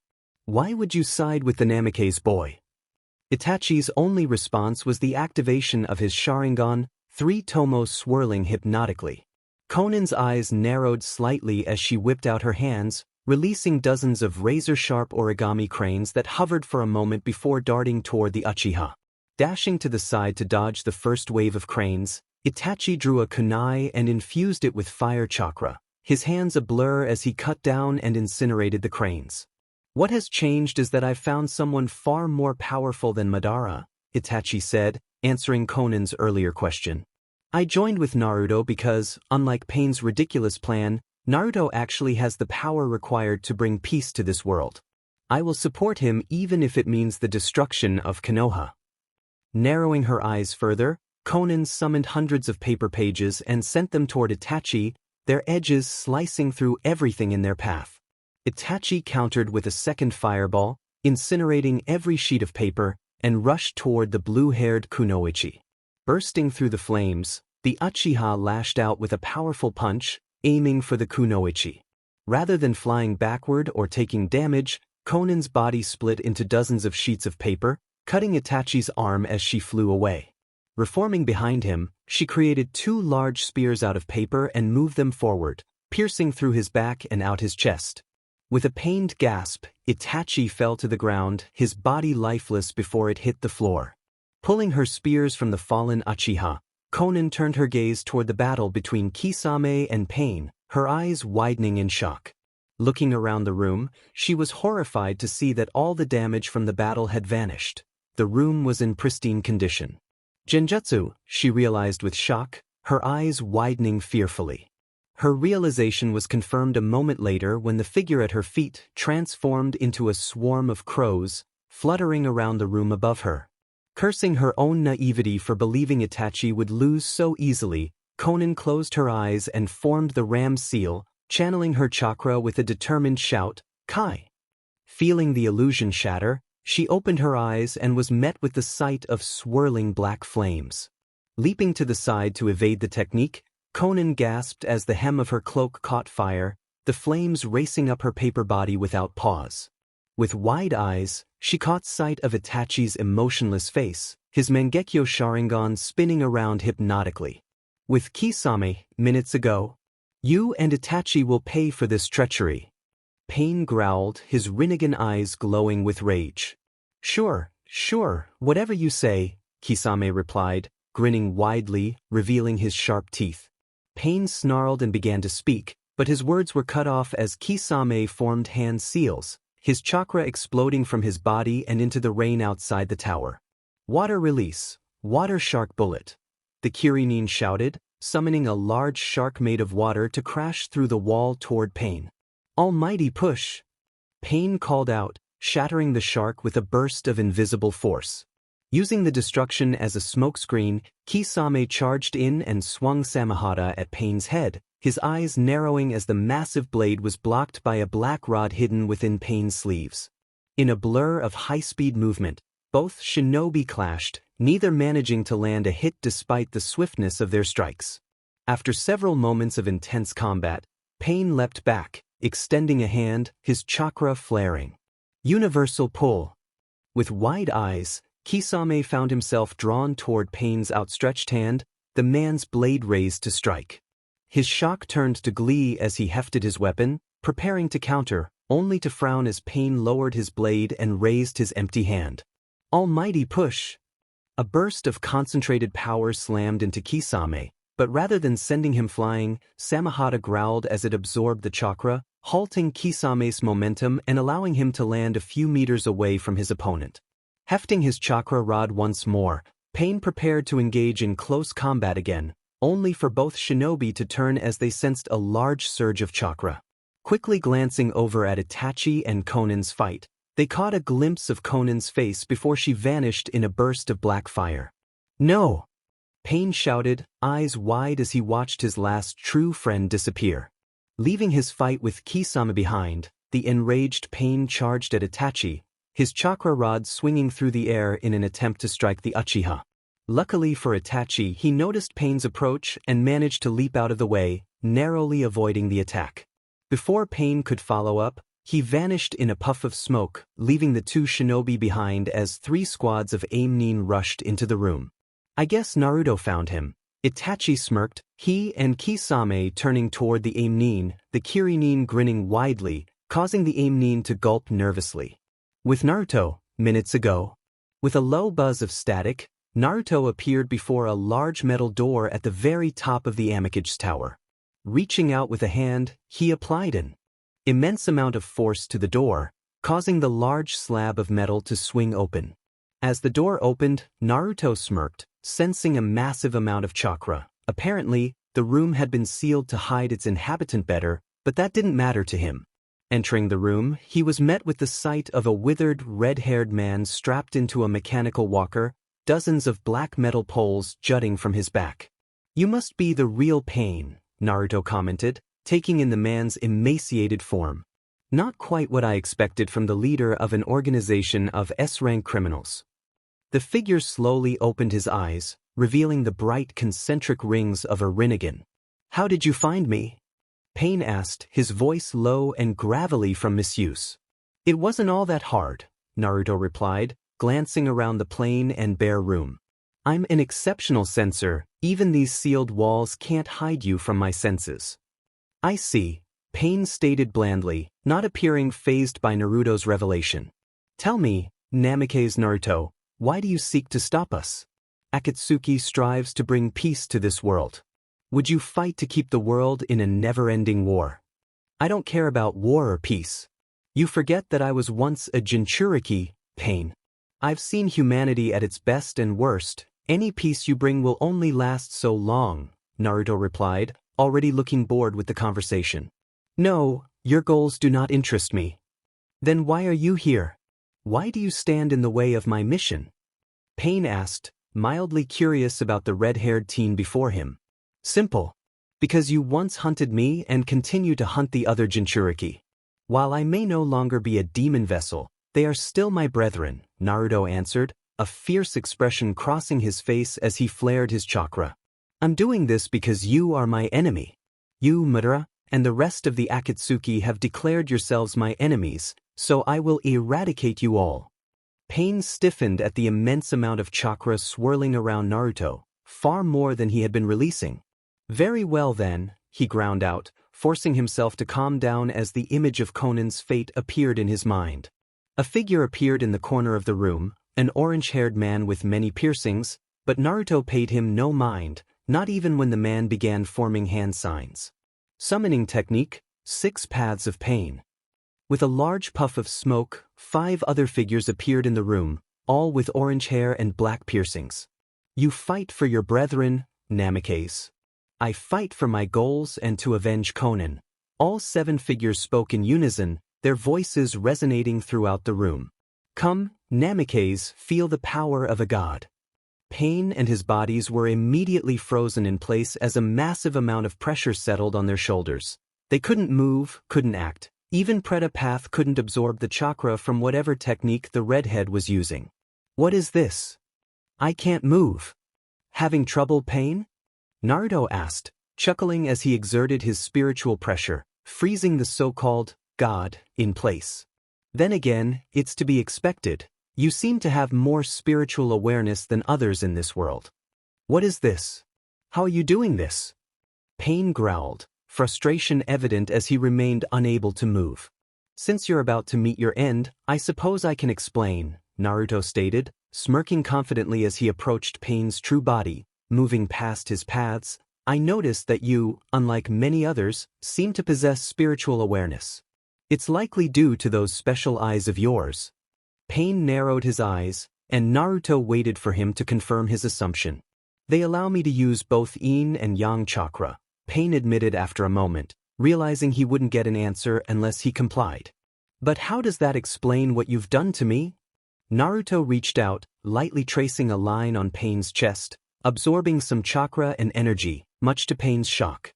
All I did was release my yin chakra into the air, Naruto began, answering the question. When used properly, it creates pressure on those who can sense yin chakra, which is everyone in this world. Pain's eyes widened in realization. He was curious about the nature of the technique, but he doubted Naruto would provide a detailed explanation. His thoughts were interrupted as Naruto began to leave the room, making his way to the doorway. How are you able to do this? Pain asked, hoping for an answer. He needed more time or a hint to escape this technique. I've used yin release many times, but it has never had this effect. Naruto paused at the doorway, standing in the same position he had at the start of their confrontation. That's because you are inferior to me, Pain, he replied, smirking at the flash of anger that crossed Pain's face. You claim to be a god, but you are nothing but an insignificant speck. I have met real gods and seen what it means to be truly powerful. You are nothing, your dreams are nothing, your goals are worthless. Growling in anger, Pain snarled, and Path raised its hands, finally shaking off the pressure. Almighty push! A massive surge of chakra slammed into Naruto, forcing him to the ground as the wave of power struck, obliterating everything around him but leaving him unharmed. He didn't give Pain time to recover. His hand rose as energy gathered in his palm, aimed directly at Path. Hollow bullet. The ball of energy shot from his hand, ascension across the room toward Deva. But Pain was quicker. As the energy approached, Path jumped in the way, acting a chakra absorption barrier, only to watch in shock as the technique pierced right through it, creating a devastating impact that rendered Path ineffective. How are you doing this? Pain shouted, the shock of losing 2 of his paths weighing heavily on him. No technique should be able to break through my absorption barrier. I told you, Pain, you are inferior to me, Naruto scoffed, pointing at Pain's true body. You may believe yourself to be a god, but in my eyes, You are an insect, nothing more, nothing less. The remaining paths stumbled as the pressure returned, their eyes widening as every shadow in the room seemed to flow toward Naruto's hand, coalescing into a blue-tinged ball at his fingertip. Shaking off the diminished pressure with a surge of his chakra, Pain commanded his remaining paths to rush Naruto, prioritizing the protection of his true body over reviving Preta path. Just as the paths reached him and prepared to strike, Naruto unleashed his technique. Black Hollow Flash. A massive beam of blackish-blue energy erupted from Naruto's finger, vaporizing all of Pain's paths and blasting a hole through the tower wall. The beam continued until it struck a hill outside of Amegakure, the resulting explosion felt by all in the vicinity, shaking the city itself. When the smoke cleared, a large crater remained at the impact site, half the size of the village. Walking through the smoking ruins, Naruto peered out of the hole he had created, addressing the multitude of people far below him. "People of Amegakure, I am Namake's Naruto," he shouted, amplifying his voice with chakra so it echoed throughout the city. "I have defeated your leader, Pain, the self-proclaimed god, and I claim this village as my own. Those who have a problem with it are welcome to leave or challenge me to a duel." As he spoke, the relentless rain of Amegakure ceased, and the skies cleared, the perception technique ending with its master's defeat. A beam of sunlight broke through the clouds, illuminating Naruto's position, prompting whispers among the villagers. Within hours of Naruto's takeover, rumors spread of a warrior defeating the false god and liberating the village from the endless reign that had begun with Pain's rule. While Amegakure had always experienced a long rainy season, it had never rained every single day for months on end. After effortlessly defeating a few challengers, Naruto was accepted as the new ruler of Amegakure.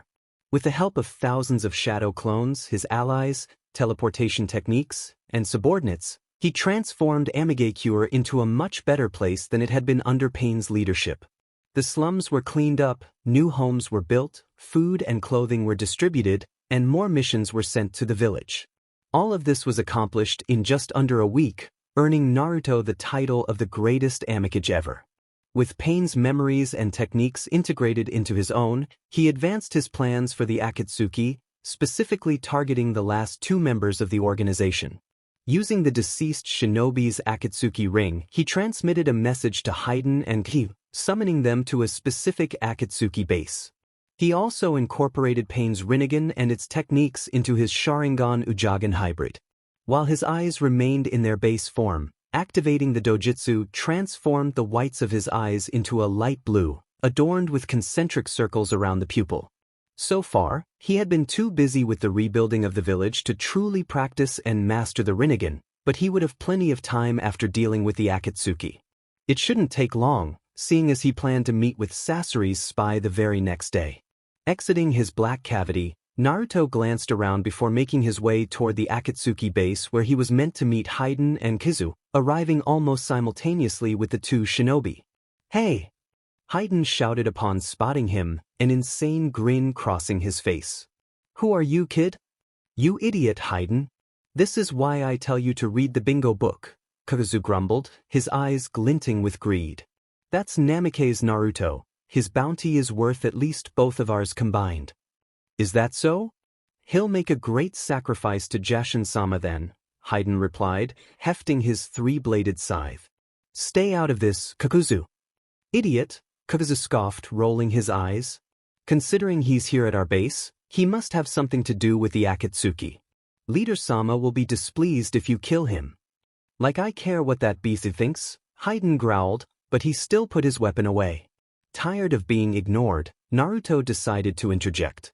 "I've defeated Pain and the other members of the Akatsuki," he stated, drawing their attention. "You two are the only ones left, loose ends that need to be tied up." Hearing this, the two stiffened and drew their weapons. "You expect us to believe that you somehow managed to kill several S-class ninjas, kid?" Kakuzu asked, his voice heavy with disbelief. "There is quite a large difference between S-class and SS-class," Naruto smirked, his chakra spiking. "Such as this." In a burst of speed, he vanished from view.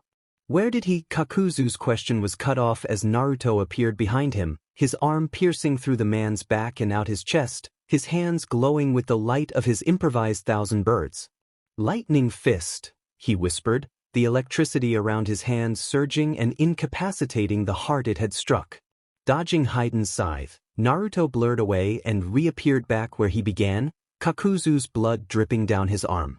"Busy took out my water heart," Kakuzu growled, hand clutching his bleeding chest. "We're going to have to work together on this, Haiden. He's too fast for you to handle alone." Haiden frowned at that but nodded nonetheless, knowing Kakuzu was right. Without further comment, the two shinobi blurred away, rushing at the young-haired teen. Summoning his sword to his hand, Naruto deflected Haiden's scythe and punched him in the chest, sending him flying back and crashing through several trees. Kakuzu's eyes widened at the impressive display of strength, causing him to rethink his strategy and jump back.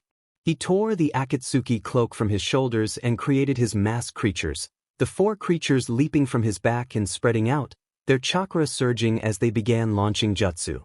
Dodging the various elemental techniques, Naruto vanished in a buzz and appeared behind Kakuzu, his fist ped back and aimed at the older man's spine. Luckily for the missing nin, he was able to leap away at the last moment, narrowly avoiding what would have been a crippling blow. Landing a few meters away, the older man spun around immediately, his hands already completing a chain of hand seals. Wind release, pressure damage. The mass creature to Naruto's left puffed up in an instant and fired a small ball of wind at him, the ball striking the teen on his side and expanding into a large dome of swirling air, cutting his clothes and skin as he was flung about within the dome. Before the jutsu was even launched, however, Kakuzu had completed a second chain of seals. Fire release, searing pain. The massive dome of swirling air was hit by a large fireball, turning it into a blazing firestorm that reduced everything in the surrounding area to ash. Within the firestorm, Naruto had transformed his body into high-carbon steel, a metal with an extremely high melting point. As the flames died down, he saw Kakuzu standing a few meters away with the revived Haiden next to him and the four heart masks behind them, both shinobi prepared for anything. How did he survive that? There's not a single scratch on him, Kakuzu whispered disbelievingly. Who cares? It just means I can still sacrifice him to Jashin-sama, Haiden yelled, an insane grin on his face as he rushed toward Naruto, his scythe held high. The two engaged in a clash of weapons, sword and scythe colliding in a blaze of vibrant sparks. They continued like this for several moments, Naruto dodging Kakuzu's techniques at the same time, before the teen grew bored and decided to end things. Pulling the trigger on his blade, Naruto swung at Haiden's scythe yet again, cutting through the weapon and opening a gash across the man's chest. "You bastard!" Haiden shouted, taking a wide swipe with his damaged weapon. Managing to cut the redhead's arm with his furious swing, Haiden leapt back to his partner's side, a wide grin on his face as he barked a laugh. "I've got your blood now, time to die, you fool," the missing nin shouted, using the blood from his chest to draw the symbol of Jashin. Naruto watched in amazement as Haiden's skin turned black with a white skeleton tattoo pattern. The silver-haired man immediately drew a knife and stabbed it into his left lung, inflicting the same wound on Naruto. The redhead glanced down at the rapidly healing wound with a bored expression before vanishing with a buzz, appearing behind the group and lashing out with his hand. In a blur of rippling movement, his hand transformed into a long, bladed whip and sliced through two of Kakuzu's mass creatures, cutting them down before they could even notice his presence. Eyes wide in shock and anger, Kakuzu leapt away and recalled his two remaining masks. It was far too risky to leave them out. How can he move with a hole through his lung? Kakuzu growled, glaring at both his opponent and partner. "Are you sure you did it right, Haiden?" "Forget you." "Of course I did," Haiden shouted, slicing a wide gash through his throat to demonstrate. As they watched, the same wound appeared on Naruto, blood gushing from his throat and coating his front. Any thoughts of an easy victory were wiped away as their eyes widened. The wound healed up in less than a second, sealing together with a steamy hiss. "You can't kill me with weak attacks like these," Naruto chuckled, twirling his sword in amusement. "Apply all the wounds you want, They won't stop me. Just great, another immortal, Kazu muttered. This was going to make things far more difficult. Growling angrily, the missing nin drew on his power and poured it through his entire form, causing 8 massive tentacles of thread to emerge from his back in masks. As all 8 tentacles shot towards him, Naruto swung his sword, infusing it with a massive amount of chakra. Wind release, wind scar. From the edge of his blade, 3 large, crescent-shaped blades of wind shot out. Kakuzu's eyes widened in shock as the wind scar effortlessly severed the tentacle threads and continued toward him. He dove to the side but was too slow, a pained shout escaping him as one of the wind blades grazed his left arm and leg. The blades continued into the forest, tearing through trees and foliage without pause, leaving deep trenches in the ground. What was that? Haiden asked, continuing to stab himself in a futile attempt to bring Naruto down. Ignoring Haiden, Naruto walked toward Kyuubi, who was struggling to reattach his missing limbs. That was one of my original jutsu, inspired by my father's notes, Naruto explained, stopping before the injured shinobi and raising his sword high. Kakuzu chuckled weakly as he tried to stand. So this is how I die, he grumbled, staring up at the sky. You better turn in my bounty, boy. Money is all that matters in this world. Naruto nodded and swung his blade, swiftly ending Kakuzu's life. Turning on his heel, he began walking toward Haiden, who was still inflicting wounds on himself in a desperate attempt to gain the upper hand. What are you going to do, huh? Haiden growled, swinging his weapon wildly as Naruto approached. Unlike that fool, I'm immortal. You can't kill me that easily. Naruto easily parried Haiden's blade and drove his sword into the man's chest. Haiden glanced at it and smirked, but a moment later, his expression shifted to one of terror as he realized the blade was draining his chakra. What are you doing? Haiden shouted, his tone growing weaker. What's happening? Naruto smirked and twisted the blade, causing Haiden to gasp. I got this idea from Itachi. It's based on his Totsuka sword, he replied, glancing at his blade with pride. Etched onto the blade is a seal of my own making, inspired by the dead demon-consuming seal of the Uzumaki clan. Once activated, it drains my chakra to consume and seal away portions of the target soul. Right now, I'm giving it enough chakra to drain your soul 3 times over. Haiden felt true fear for the first time in a long while. His immortality was feeling like a curse. He struggled to escape the blade in his chest, but it felt as if something was holding him in place. A few moments later, Haiden's body fell to the ground, his eyes glazed over. Naruto pulled his sword from Haiden's chest and removed his head, sealing it in a scroll alongside Kakuzu's. With that done, he opened a black cavity and stepped through, leaving the 2 headless corpses behind. The next morning, Naruto stood in his office, staring out the window at the city below. He had a meeting with Sasori's informant in a few hours, but first, he had something to discuss with the Uchiha sitting at the desk behind him. What do you want me to do about your brother Itachi? Naruto asked, breaking the silence that had filled the room for hours. It's likely our paths will cross today. Looking up from his paperwork, Itachi raised an eyebrow at Naruto's back. Do whatever you want, Naruto-kun. Why would I care what you do with him? He's your brother. Wouldn't you want him to know you're innocent? Naruto asked, turning to face his ally. My brother is a weak fool and a disgrace to everything I stand for, Itachi hissed, his stoic mask slipping to reveal the rage within. From what you've told me, he had everything he could have wanted, yet he still defected from the village for power.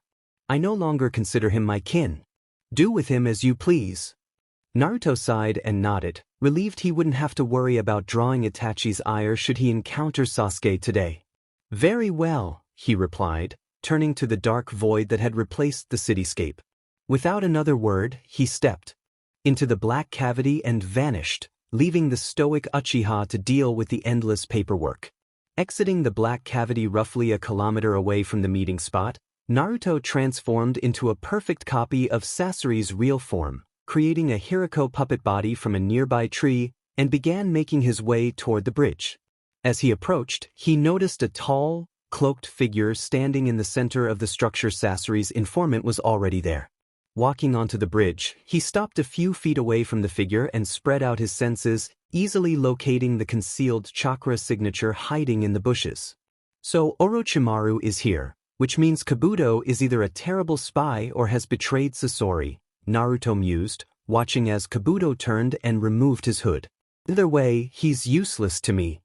It's been a long time, Sasori-sama, Kabuto greeted, bowing slightly. At least 5 years now.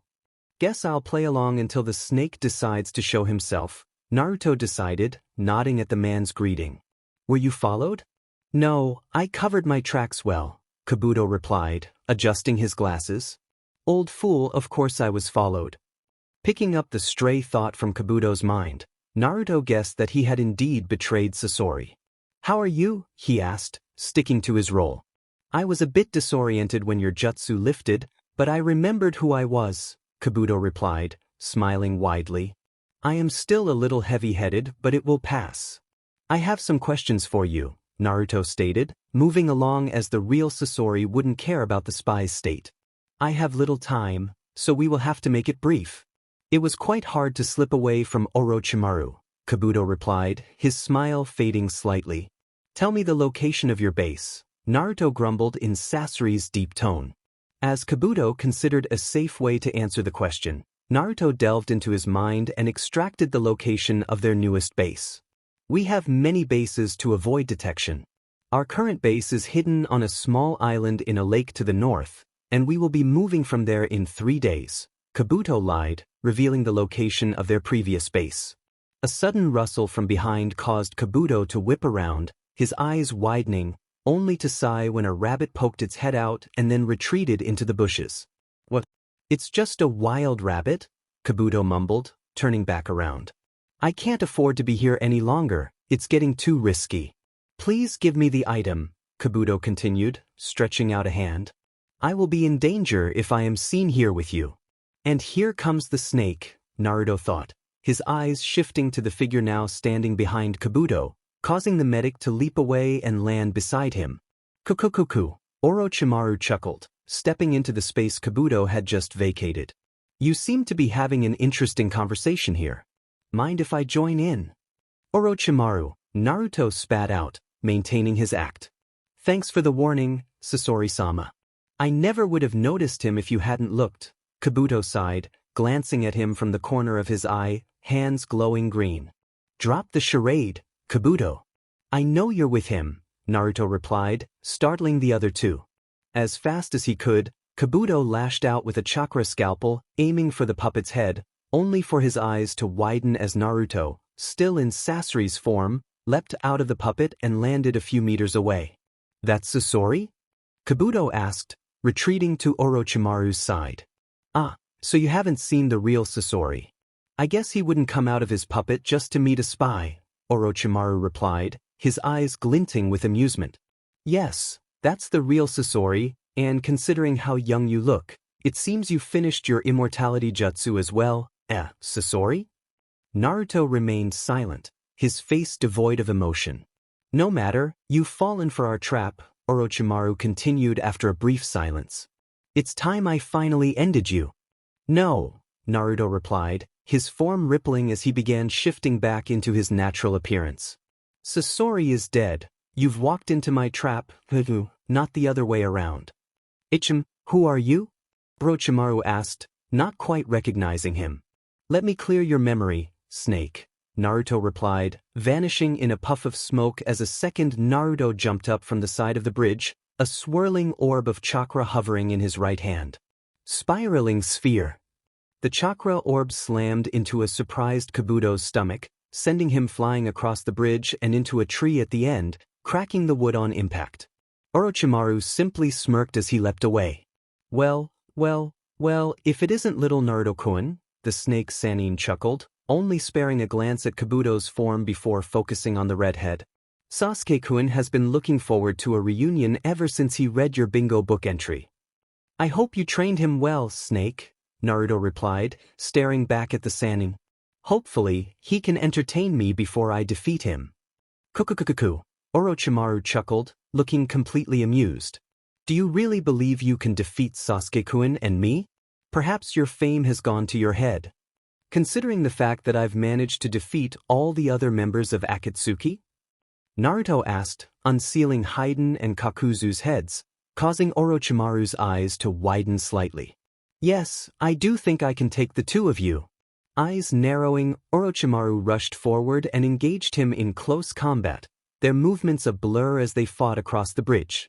The battle continued like this for several seconds, with neither managing to land a solid blow, mostly because Orochimaru kept bending at odd angles to avoid hits, and Naruto was moving far too fast for him to catch.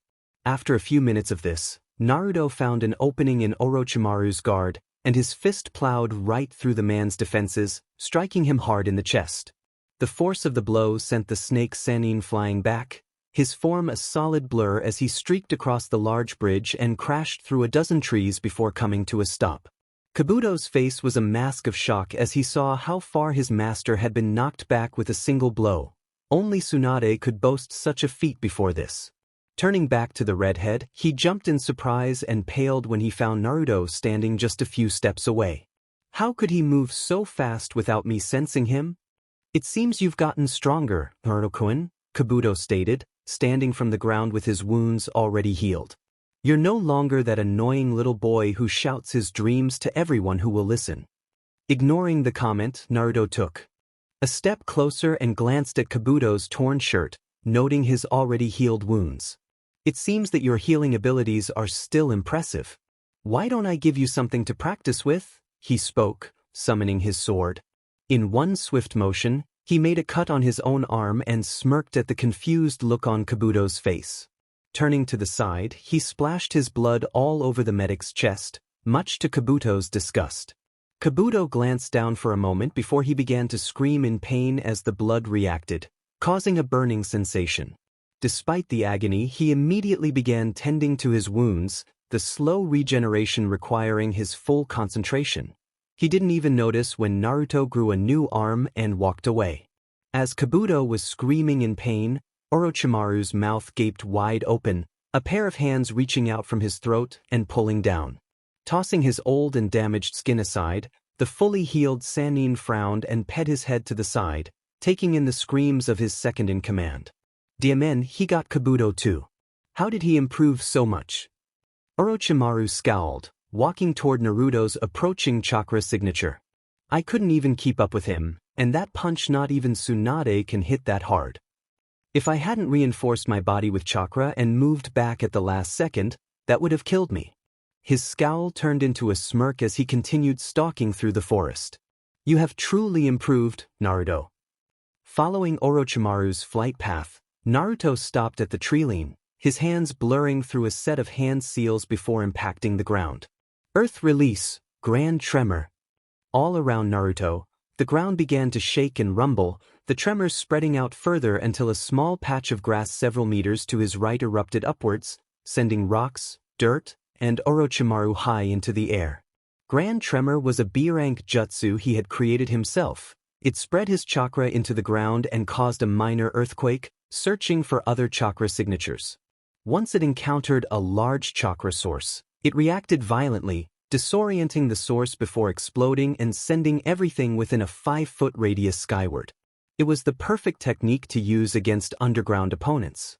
Orochimaru quickly regained his senses midair and twisted toward Naruto's position, frowning when he noticed that the redhead had done the same.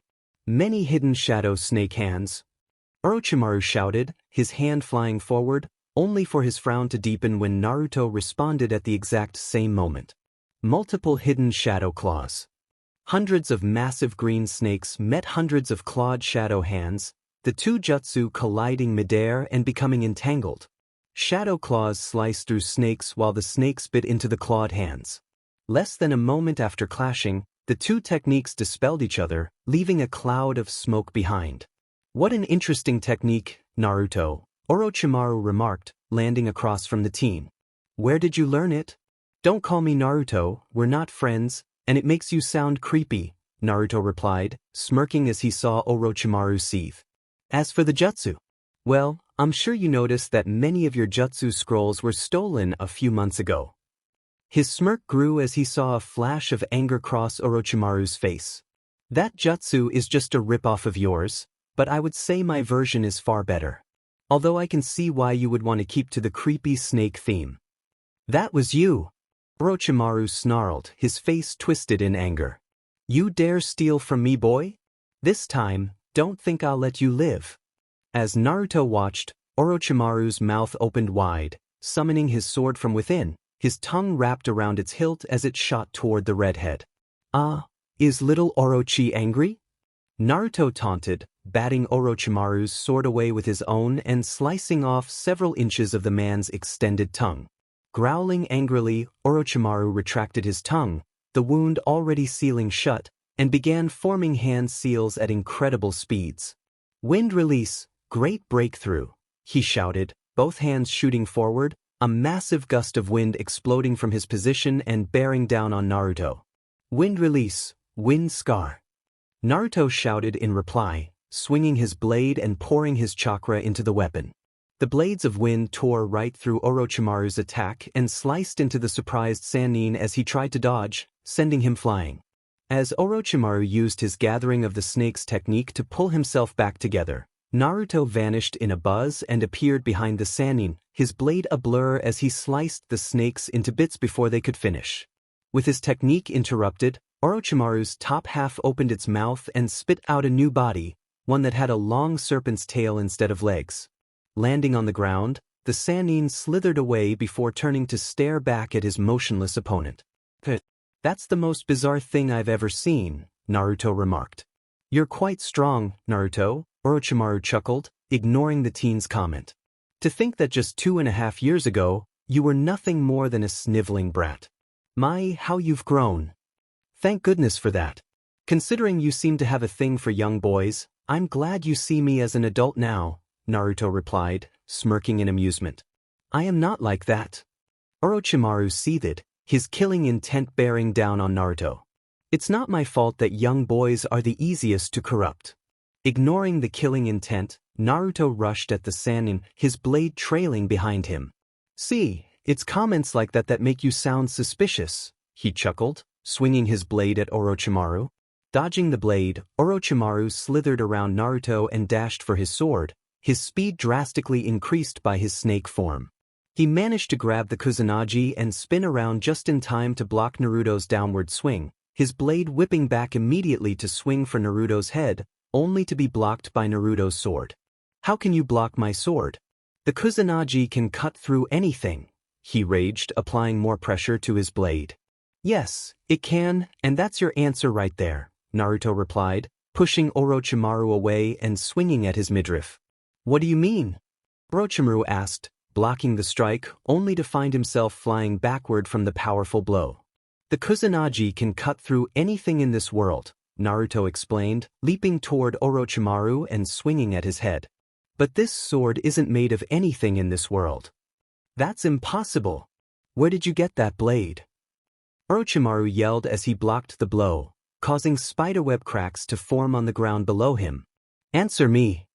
I made it, Naruto answered, landing in front of his opponent and shifting his free hand into a second blade, which sliced forward at incredible speeds and cut through Orochimaru. Once again, the Sannin's top half flew into the air, its mouth gaping wide and spitting out a new body, this one with a pair of legs instead of a snake tail. Throwing his sword into the air, Orochimaru managed to spin around and shot both hands forward. Many hidden shadow snake hands. Naruto immediately countered with his multiple hidden shadow claws once again, the two techniques dispelling each other as Orochimaru grabbed his sword and landed on all fours, his jaw unhinging and gaping wide open. Myriad snake net formation. From his mouth poured thousands of snakes, forming a wall of serpents that descended on Naruto, Kusanagi-like blades sliding out from their maws. Looking over at the approaching wall of swords and snakes, Naruto held up a hand, his palm forward, fingers together and thumb curled in. An aura of bluish energy surrounded him, his ki flaring like a massive flame as he focused intently. Sensing the buildup of strange power, Orochimaru leapt into the air, aiming to avoid whatever was coming. What is that blue aura? Orochimaru wondered, taking in the glowing form of his opponent. It doesn't feel like chakra, and it's not as malicious as the Kyuubi's power. Is this that sage mode Jiraiya was always talking about? Big Bang Attack. Naruto shouted, creating a ball of concentrated ki roughly twice the size of his Rasengan and firing it at the wall of snakes. The orb struck the serpents and imploded inward, shrinking to half its size before exploding outward, growing into a massive sphere of power. A bright flash of light caused Orochimaru to cover his eyes, followed by a large explosion that sent the Sannin soaring higher into the air from the shockwaves alone. When he opened his eyes, he was shocked to see only a massive crater and a large mushroom-shaped cloud rising into the air. His serpents had been completely destroyed by the boy's attack. Such a powerful technique, where did he learn it? The Sannin wondered, his eyes wide in shock. His shock was interrupted as his instincts screamed at him. Orochimaru raised his blade just in time to block a strike from Naruto, who pushed him farther up into the air. Impossible, how can he fly like that? He pondered, using his momentum to spin around and watch as Naruto flew in a large circle before returning with an overhand blow. As he saw Orochimaru raise his sword to block again, Naruto smirked and began pouring his chakra into his blade, unleashing a wind scar. The vibrations from his weapon caused the technique to twist and bend, sending 3 wind blades spiraling around the snake Sannin, disorienting him. Spiral scar! Naruto shouted, only for his smirk to turn into a frown as the remnants of Orochimaru scattered like dust, falling to the ground. Landing in the crater from his Big Bang attack, Naruto immediately blurred through a chain of hand seals and stomped his foot on the ground, forming another one of his original Earth Jutsu. Earth Release, Rock Fall. The earth around him exploded, sending rocks of varying sizes into the air, from tiny pebbles to massive boulders. The rocks flew high into the air before scattering in different directions, creating a massive cloud of debris above him, with Naruto's position being the only uncovered spot for meters around. The rocks began to fall with chakra-enhanced speed, crashing down into the ground and smashing through trees and earth, only stopping after they had burrowed several feet into the ground. Hearing a sound behind him, he turned to see one of the larger boulders being sliced in half as Orochimaru dashed out of the forest, avoiding as many rocks as he could. A few of the smaller rocks grazed him, but the Sannin pressed on. As he made it into the crater, escaping the last of the descending rocks, Orochimaru opened his mouth wide and expelled another body. While he was fully healed, Naruto could see that he was exhausted from the battle and the chakra-intensive technique, breathing heavily and barely standing. "Cuckoo, such power you have, Naruto-kun," Orochimaru chuckled, licking his lips with an elongated tongue, causing Naruto to shudder slightly. "It's a pity that I have to end this battle now. Perhaps we'll pick up where we left off when I have my new body." As the Serpent Nin finished his sentence, a fully healed Kabuto burst out of the ground to Naruto's left, his hand ped back and each of his fingers glowing with a purple flame. "Five-pronged seal," the medic shouted, slamming his hand into Naruto's stomach and sending him flying. Running to his master's side, Kabuto prepared to leap away, only for a disc of spinning blue energy to cut through his legs, sending him to the ground. As they tumbled, both shinobi turned to see where the attack had come from, easily spotting Naruto sitting up with his right arm outstretched in a throwing gesture. "Destructo disc," Naruto whispered as he stood, smirking victoriously. "How?" Orochimaru shouted, shakily making his way to his feet. "You shouldn't be able to control your chakra, and with the demon within you, you should be unconscious." "Who said I used chakra?" Naruto replied, causing the two to stare back in confusion. "I can freely use both my spiritual and physical energies. This seal only disrupts my ability to mix the two into chakra. Besides..." He paused for a moment to release his limiter seals, flaring his tremendous chakra reserves and forcing Orochimaru to his knees from the sheer amount of power released. "That these seals are easy to break with enough chakra." As they watched, the flames of the seal reappeared above his shirt, glowing brightly for a moment before disappearing into the wind. "As for the demon," Naruto continued, suppressing his power and reapplying his limiter seal, "I set him free years ago. You should have felt the release of power over 2 years ago, though you may not remember." Smirking at their shocked faces, Naruto held up a hand and flared his chakra, causing Kabuto to fly towards him.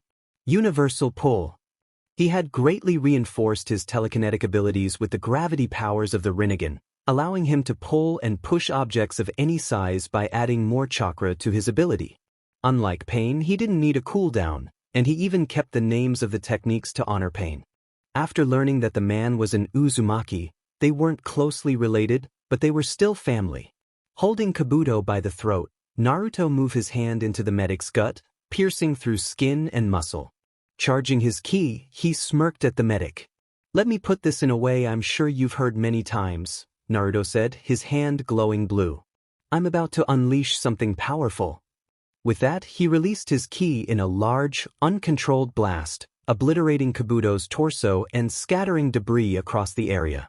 As remnants fell from the sky, Naruto caught Kabuto's head and grinned at it, his eyes locked with the glazed orbs of the fallen medic. "Regenerate that."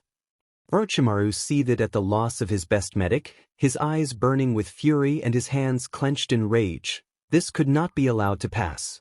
The Sannin was prepared to either fight or flee when a sudden thought struck him, prompting a devious smile that transformed into a low chuckle and then wild laughter, catching Naruto's attention.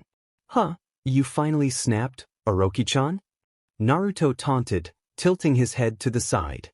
"Then again, there wasn't much holding you together before." "Kukukuku, I should thank you, Naruto-kun," Orochimaru replied, licking his lips. "Oh, was Kabuto here unfaithful?" Naruto continued to tease. "Did he reject your affections?" Orochimaru chose to ignore the taunts. "I meant for becoming so strong. You've used so many techniques that I've never heard of before," the Sannin said, his grin stretching across his face. "With your body, I'll be closer to my dream. Perhaps I'll save Sasuke-kun for a later date or just take those eyes of his and replace yours." Now it was Naruto's turn to chuckle. He was well aware of Orochimaru's techniques from Sasori's memories and felt no fear. "Go ahead and try, you creep." Growling angrily, Orochimaru opened his mouth wide once again, but instead of a body crawling out, a massive white snake with Orochimaru's head, composed of many smaller snakes, slithered out and rushed toward Naruto. The redhead simply stood by and watched as the white serpent wrapped itself around him, its maw gaping wide open as it lunged forward. Before he was engulfed, Naruto sighed and stared into the serpent's yellow eyes. "What is it with you and snakes? Seriously, it's like you have a thing for them." A few minutes earlier, Team 10 had been on border patrol when they encountered Team Kakashi, who were returning from a mission. The three Jonin stopped to talk and let their students socialize when they felt several large flares of chakra, all coming from one of the most important trading routes in the country, the Tenchi Bridge. Sharing a glance, the two teams took off toward the Tenchi Bridge, a small pug running toward Konoha with a message. The two teams arrived at the bridge after a few minutes of tree jumping, landing on one end and taking in the trail of destruction that started from the bridge and cut through the forest. Following the trail, which was difficult due to the damage the surrounding area had sustained, they came to the edge of a massive crater. What could have caused this? Kakashi wondered, taking in the sheer scale of the destruction. This must have been one powerful technique, at least A rank. Looking around at the devastation, they could clearly tell that a huge battle had taken place here. Large trees had been torn apart, and there were cracks and trenches all along the ground. Most disturbing of all, there were many bodies of the same person scattered around the crater. "Orochimaru," Yamato hissed, eyes narrowed angrily. "Look over there," Ino shouted, pointing to the side. Turning to where she pointed, they watched as a large white snake escaped from Orochimaru's body and rushed at his opponent, who they recognized as Uzumaki Naruto. The redhead stood across from the snake Sannin, heavily covered in blood and debris that they could tell was not his own, based on the head lying next to his feet. "Naruto? And he's fighting Orochimaru?" Kakashi asked, his single eye wide as the serpent slithered around the young teen. "It looks like he killed Kabuto as well," Yamato commented, identifying the owner of the head at the teen's feet. "What should we do, Yamato Taicho?"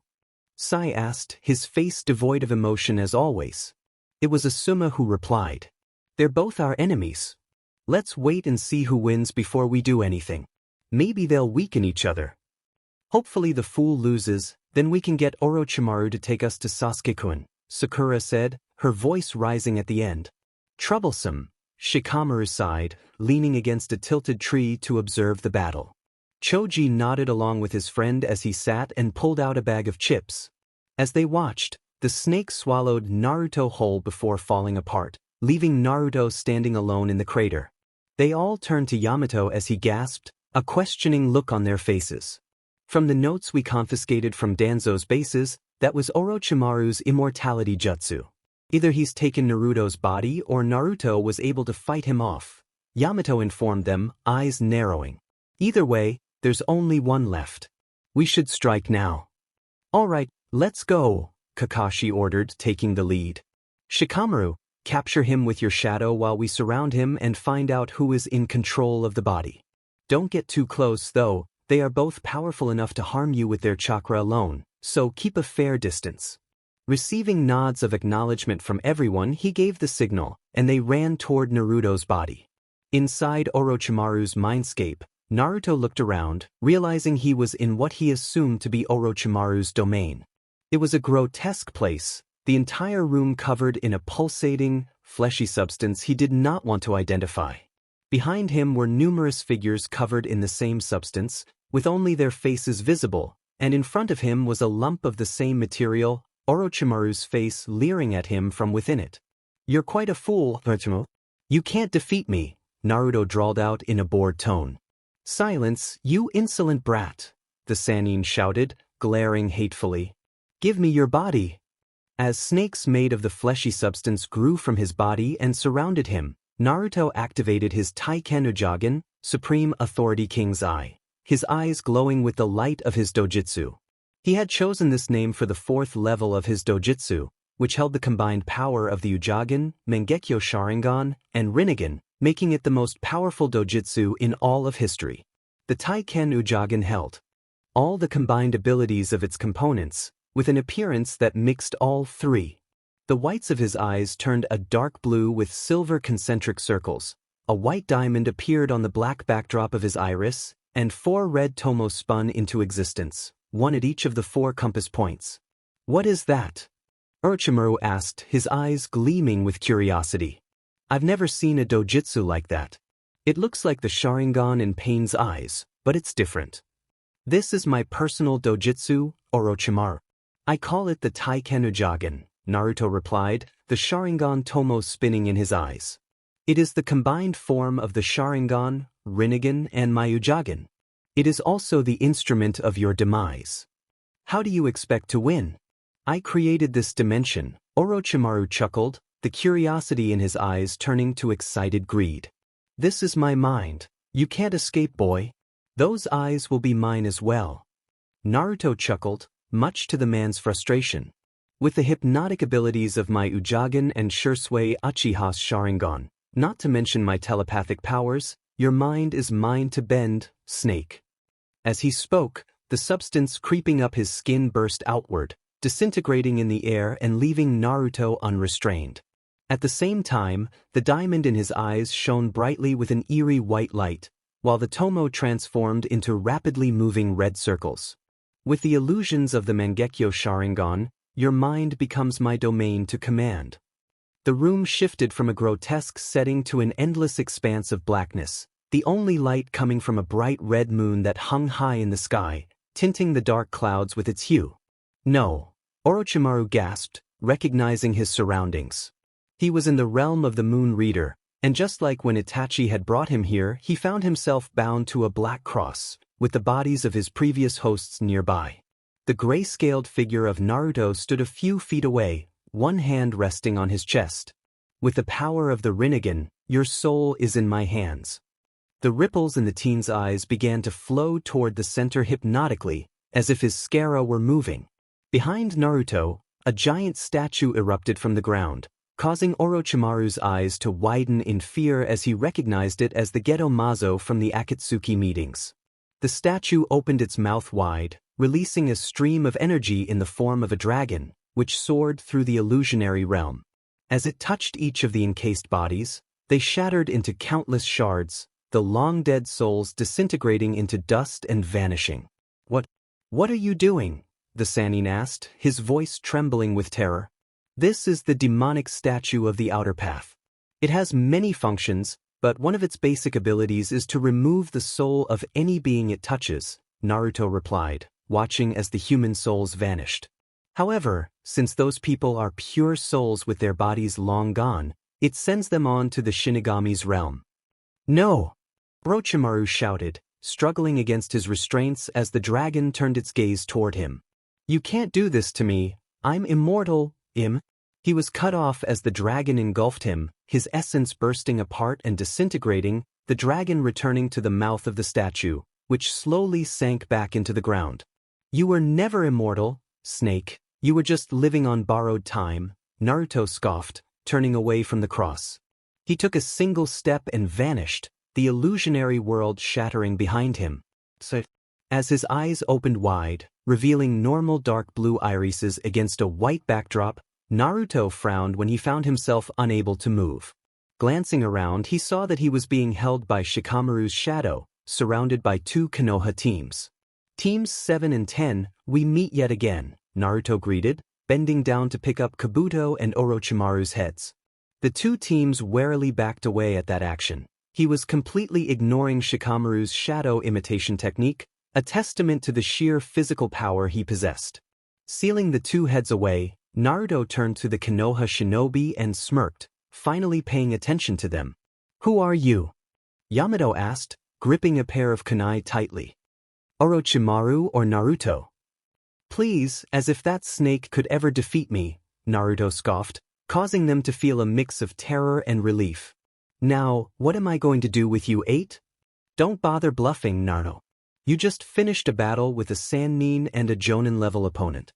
With the amount of chakra we felt being thrown around, you're far too weakened to fight all 8 of us, Kakashi replied, earning a glare from Naruto. Perhaps I didn't make myself clear the last 2 times we met. Do not speak to me, Kakashi, he hissed, eyes narrowed angrily. You are less than scum, not even worth the speck of my attention. Speak to me again, and I will send you to an early grave. Naruto, you idiot, don't talk to Kakashi-sensei like that. Sakura shouted, brandishing her fist. We all know you're too weak to fight us off. Now make yourself useful and tell us if Orochimaru told you where Sasuke-kun is. Naruto smirked back, relishing the moment. Ah yes, the Uchiha. You don't have to worry about him, he'll be returning to Konoha soon enough, he answered, causing Sakura to squeal in delight while the rest narrowed their eyes at him. Of course, his condition when he reaches the village may not be favorable. Maybe if you're lucky, I'll leave him barely alive. Her look of glee turned into one of fear and anger, bringing him some small measure of amusement. Huh, nice try, Baka. Ino countered, placing a hand on her friend's shoulder to calm her. A weakling like you can't beat Sasuke-kun, and you still have to deal with us. Chuckling in amusement, Naruto took a step forward, causing them to tense. Then, without making a sound, he vanished, using his physical strength alone to achieve incredible speeds. The 3 Jonin, along with Sai, could barely follow his chakra signature as he reappeared a great distance away. The rest of the team followed their sensei's gaze, gaping when they saw how far Naruto had gotten in less than a second. Looking back, the redheads smirked at their shocked faces. How do you expect to beat me when only 4 of you can follow my base speed? Naruto asked, tilting his head to the side. Had I used a speed technique or even just channeled chakra, you would all be finished before you knew it. How can he move so fast? Yamato pondered, eyes wide. No one is that fast without chakra. It's unreal. That's faster than Guy, even. With his weights off, Kakashi thought, narrowing his eyes at the spot where Naruto once stood. He moved so quickly that he didn't even disturb the ground. That should be impossible. Well, it's a good thing that you all came though, Naruto continued, slipping into a loose stance. You've brought me one of the little rats that escaped my hunt, as well as the last Mokutan user. I should thank you for the gift. Before they could respond, he dashed toward them at a lower speed, his movements a blur but just slow enough for them to follow. Using his shadow once again, Shikamaru attempted to stop him, but Naruto didn't even slow down, tearing through the shadow's power without pause. Leaping to the side, Asuma pulled out his trench knives and infused them with wind chakra, while Kakashi blurred through a set of hand seals, his hand glowing with the light of his lightning cutter. Nodding to one another, they charged towards Naruto while the rest hung back, prepared to support them. As the two jonin approached, Naruto raised an arm and swung it to the side, grinning widely as the lightning cutter transformed into a ball of lightning that flew at Asuma. He had to stop and hold it off with his wind-infused blades. Dodging a punch aimed at his head, Naruto ran into Kakashi's guard and sent the jonin flying back with a light kick to the chest, his form a blur as he zipped past the still preoccupied Asuma. With their sensei distracted, Sakura and Choji rushed towards Naruto, while Ino prepared a technique. Shikamaru hung back with Yamato, and Sai took to the air on the back of an inky crow. Sakura, being the faster of the two, reached him first and swung at him widely. Casually sidestepping her fist, he leapt over her head and landed on the large, rolling sphere that was Choji, causing the ball to crash into Sakura with the strength of his jump. Flying high into the air, he avoided several ink creatures that leapt from Sai's drawing scroll and reared back an arm, which transformed into a long, silver lance. The lance pierced right through the bird and its rider, revealing both to be ink constructs, as the real Sai had substituted moments before impact. Mind-body disturbance technique, Ino called out.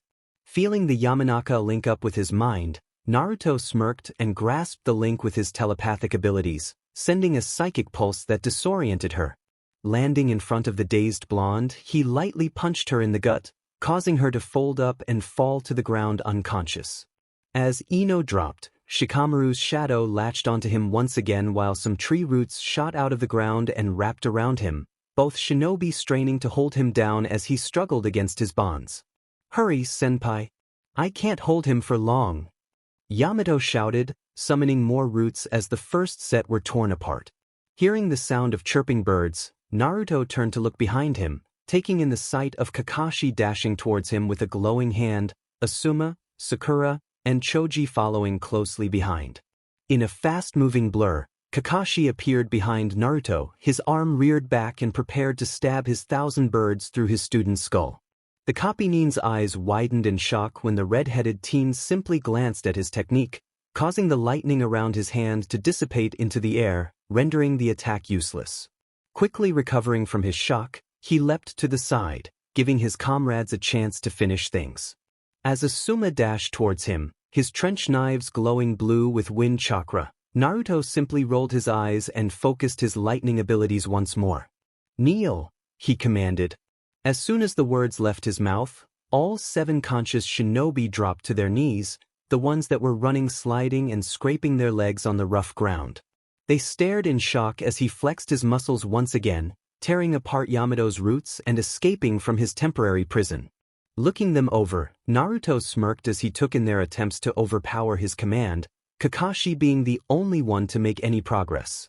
Must be because of his lightning affinity, Naruto mused, turning towards the forest with a raised hand. Universal pull. The technique latched onto Sai from the forest, dragging him through tree branches and foliage as he was pulled across the battleground and into Naruto's waiting hand. Looking the X-Root shinobi up and down, the redhead frowned deeply, causing Sai to gulp nervously despite his blank expression.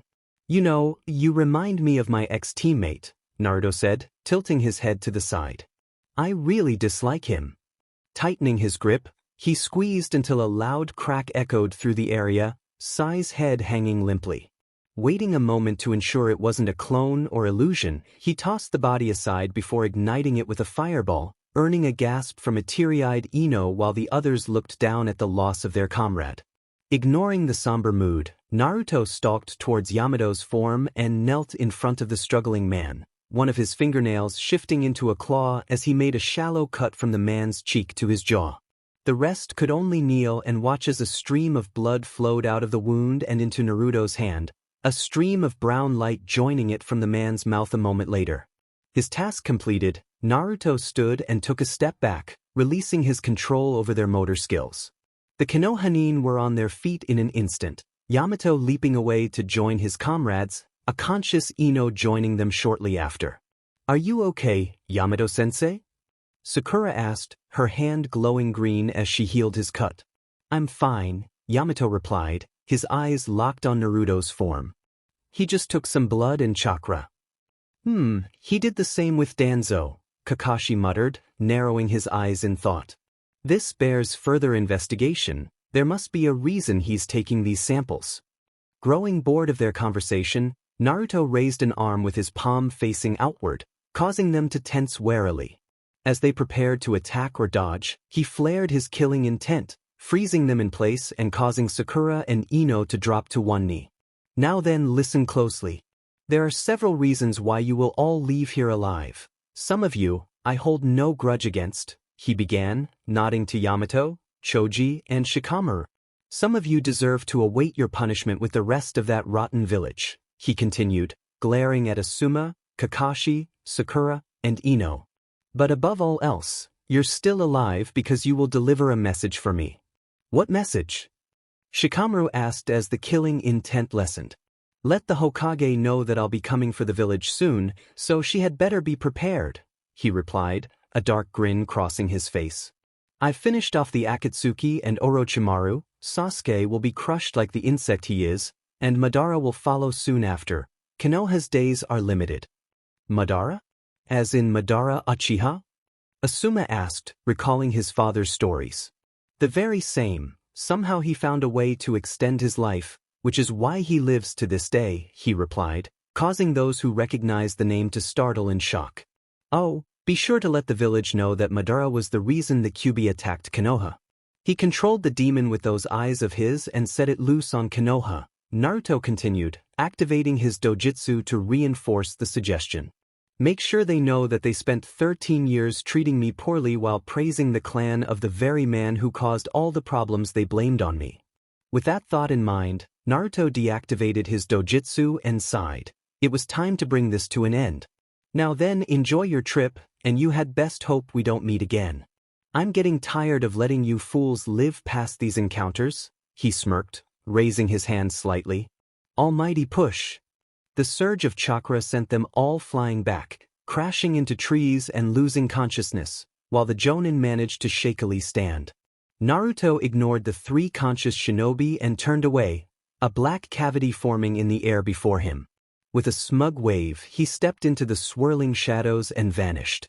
Emerging from the black cavity, Naruto found himself in the council room of Tsunade, surrounded by a group of Anbu and Jonin. Well, what is Konoha's most wanted man doing here? One of the counselors, an elderly man in flowing beige robes, asked. Ignoring the weapons pressed against him, Naruto looked at the council and smirked, causing the surrounding shinobi to tense. I'm here to discuss business. You can listen to me and save yourselves a lot of trouble, or you can fight me and bring destruction upon your village, the redhead replied, nodding subtly to the Kazekage. Let him speak, Gaara interjected, cutting in before anyone could say something they might regret. I assume you have a good reason for coming here, Naruto? Speak quickly. Thank you, Gaara, Naruto replied, his smile widening. All I want is for Suna to break its alliance with Konoha and side with me. The room erupted in shouts of anger and protest, counselors leaping to their feet. The noise was quickly silenced when one elder raised a hand, one of the few not glaring or shouting. Why should we break an alliance with the most powerful ninja village to side with a missing nin, no matter how powerful he is? The elder asked, voicing the thoughts of many. At least when Orochimaru approached us, he had his own village backing him. What do you offer, Namikaze? Grinning, Naruto slowly reached into his cloak and pulled out two scrolls, one red and the other white. I'm glad you asked, Honorable Elder, he said, spreading the scrolls to reveal numerous storage seals. These scrolls contain everything I need to prove that I'm the better choice. And what is in those scrolls, young man? The elder inquired, curiosity mirrored by his fellow counselors, some leaning forward in their seats. Naruto smirked as he responded. The white scroll contains alliance and trade contracts with Iwagakure, Kumogakure, Kirigakure, Amegakure, Wave Country, Spring Country, Moon Country, Demon Country, and many other minor villages and wandering clans. He struggled to suppress a laugh at the expressions on their faces. The red scroll contains the heads of many Akatsuki members, including Sasori and Deidara, the two who recently kidnapped your Kage. It also includes the heads of Orochimaru and his right-hand man, Kabuto, both of whom I dealt with less than half an hour ago. I also plan on addressing the Uchiha and claiming Otogekure, adding to my growing power and influence. Gaara was the first to recover from the shock. He had been part of this plan, but Naruto had truly surpassed expectations. As I'm sure you can all see, remaining allies with Konoha will only lead to our downfall. We can't fend off the combined might of all those villages along with the first SS rank missing Nin in over 15 years, Gaara stated, not mentioning that the alliances would only be finalized after Konoha's fall. I propose we hold a vote on this issue. He received many agreements in response. Before we vote, Kazatama, I have a question for the young Namikes. The elder spoke up again, drawing the room's attention once more. Receiving a nod from the young Kage, the elder continued. Why do you want an alliance with Tsunade? He asked, earning a confused look from Naruto. One would think that with all those other allies, you could easily overpower Konoha with or without our help. Everyone else looked at Naruto with questioning glances, earning a confident smirk from the redhead. I want Konoha to feel the same despair I experienced. I want them to know that there is no one willing to help them, Naruto replied, choosing to answer truthfully. I want them to scramble around as I did as a child, seeking help from anyone who would listen, only to be ignored or attacked. I need Suna to achieve this ultimate revenge. It was nearing dawn when Sakura jerked awake, the muffled cries and loud bangs making it impossible for her to sleep. She angrily flipped over and covered her ears with a pillow, trying to drown out the sounds, only to realize that the noise was coming from her closet. Leaping from her bed, Sakura paled as she picked up a kunai from her bedside table and cautiously approached the closet door. Taking a deep breath to steady herself, she yanked open the door, ready to confront whatever was inside. Her scream echoed through the neighborhood, waking everyone and bringing the night watch to her room, where they found her unconscious on the floor, a shocking scene before her. Tsunade scowled as she rushed through the hospital, hurrying toward the emergency ward, her brow furrowed in thought. She had just been informed by an ANBU squad that Uchiha Sasuke had been returned to the village but was in terrible condition. Due to the insistence of the council, she had rushed to the hospital to help save his life, despite the dozens of medics already working on the case. Entering the ward, she found chaos. Nurses were running everywhere, trying to assist the doctors, who were all working on what appeared to be a blood-soaked mass. Her fear of blood threatened to return just from looking at the extensive damage to the body, not to mention the large amounts of blood seeping from it. Calling the room to attention with a surge of chakra, she ordered everyone to calm down before pulling one of the doctors from the group and asking for a status report. I don't know how to explain it, Tokazama. By all means, he should have died several hours ago. The fact that he still lives is a miracle in itself, the doctor explained, looking highly flustered. What do you mean? Tsunade asked, suppressing a shudder as she glanced at the body. Well, for starters, he's already lost enough blood for 3 people, yet his body keeps producing more. Whoever did this didn't want him to die from blood loss, the doctor responded, frowning at the blood covering his front. How do you know someone else did this? Tsunade asked, frowning slightly. I don't know of any techniques that can replenish blood this quickly. It was true. She had been trying for years to develop a technique to combat blood loss, one of the top 3 reasons shinobi die in the field. We found several seals on his body. Jiraiya-sama has already examined them and copied them down for later use, the doctor replied, nodding toward a stack of scrolls on a nearby table. From what he could decipher, one of the seals keeps the victim from losing consciousness or going into shock, another heightens pain sensitivity, and the last one replenishes blood at an extraordinary rate. That final seal is the reason we're having difficulty healing the patient. Tsunade stood in awe at the power of these seals. Nothing like this had ever been accomplished before.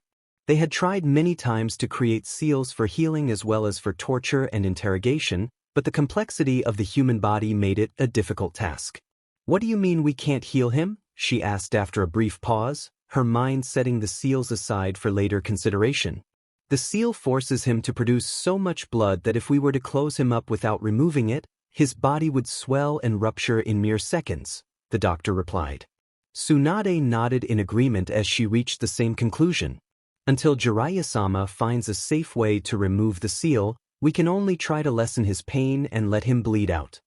Nodding her head in agreement, Tsunade moved on. The other medics could handle things for now. What is the full extent of his injuries? She asked, wincing as she laid eyes on the body once more.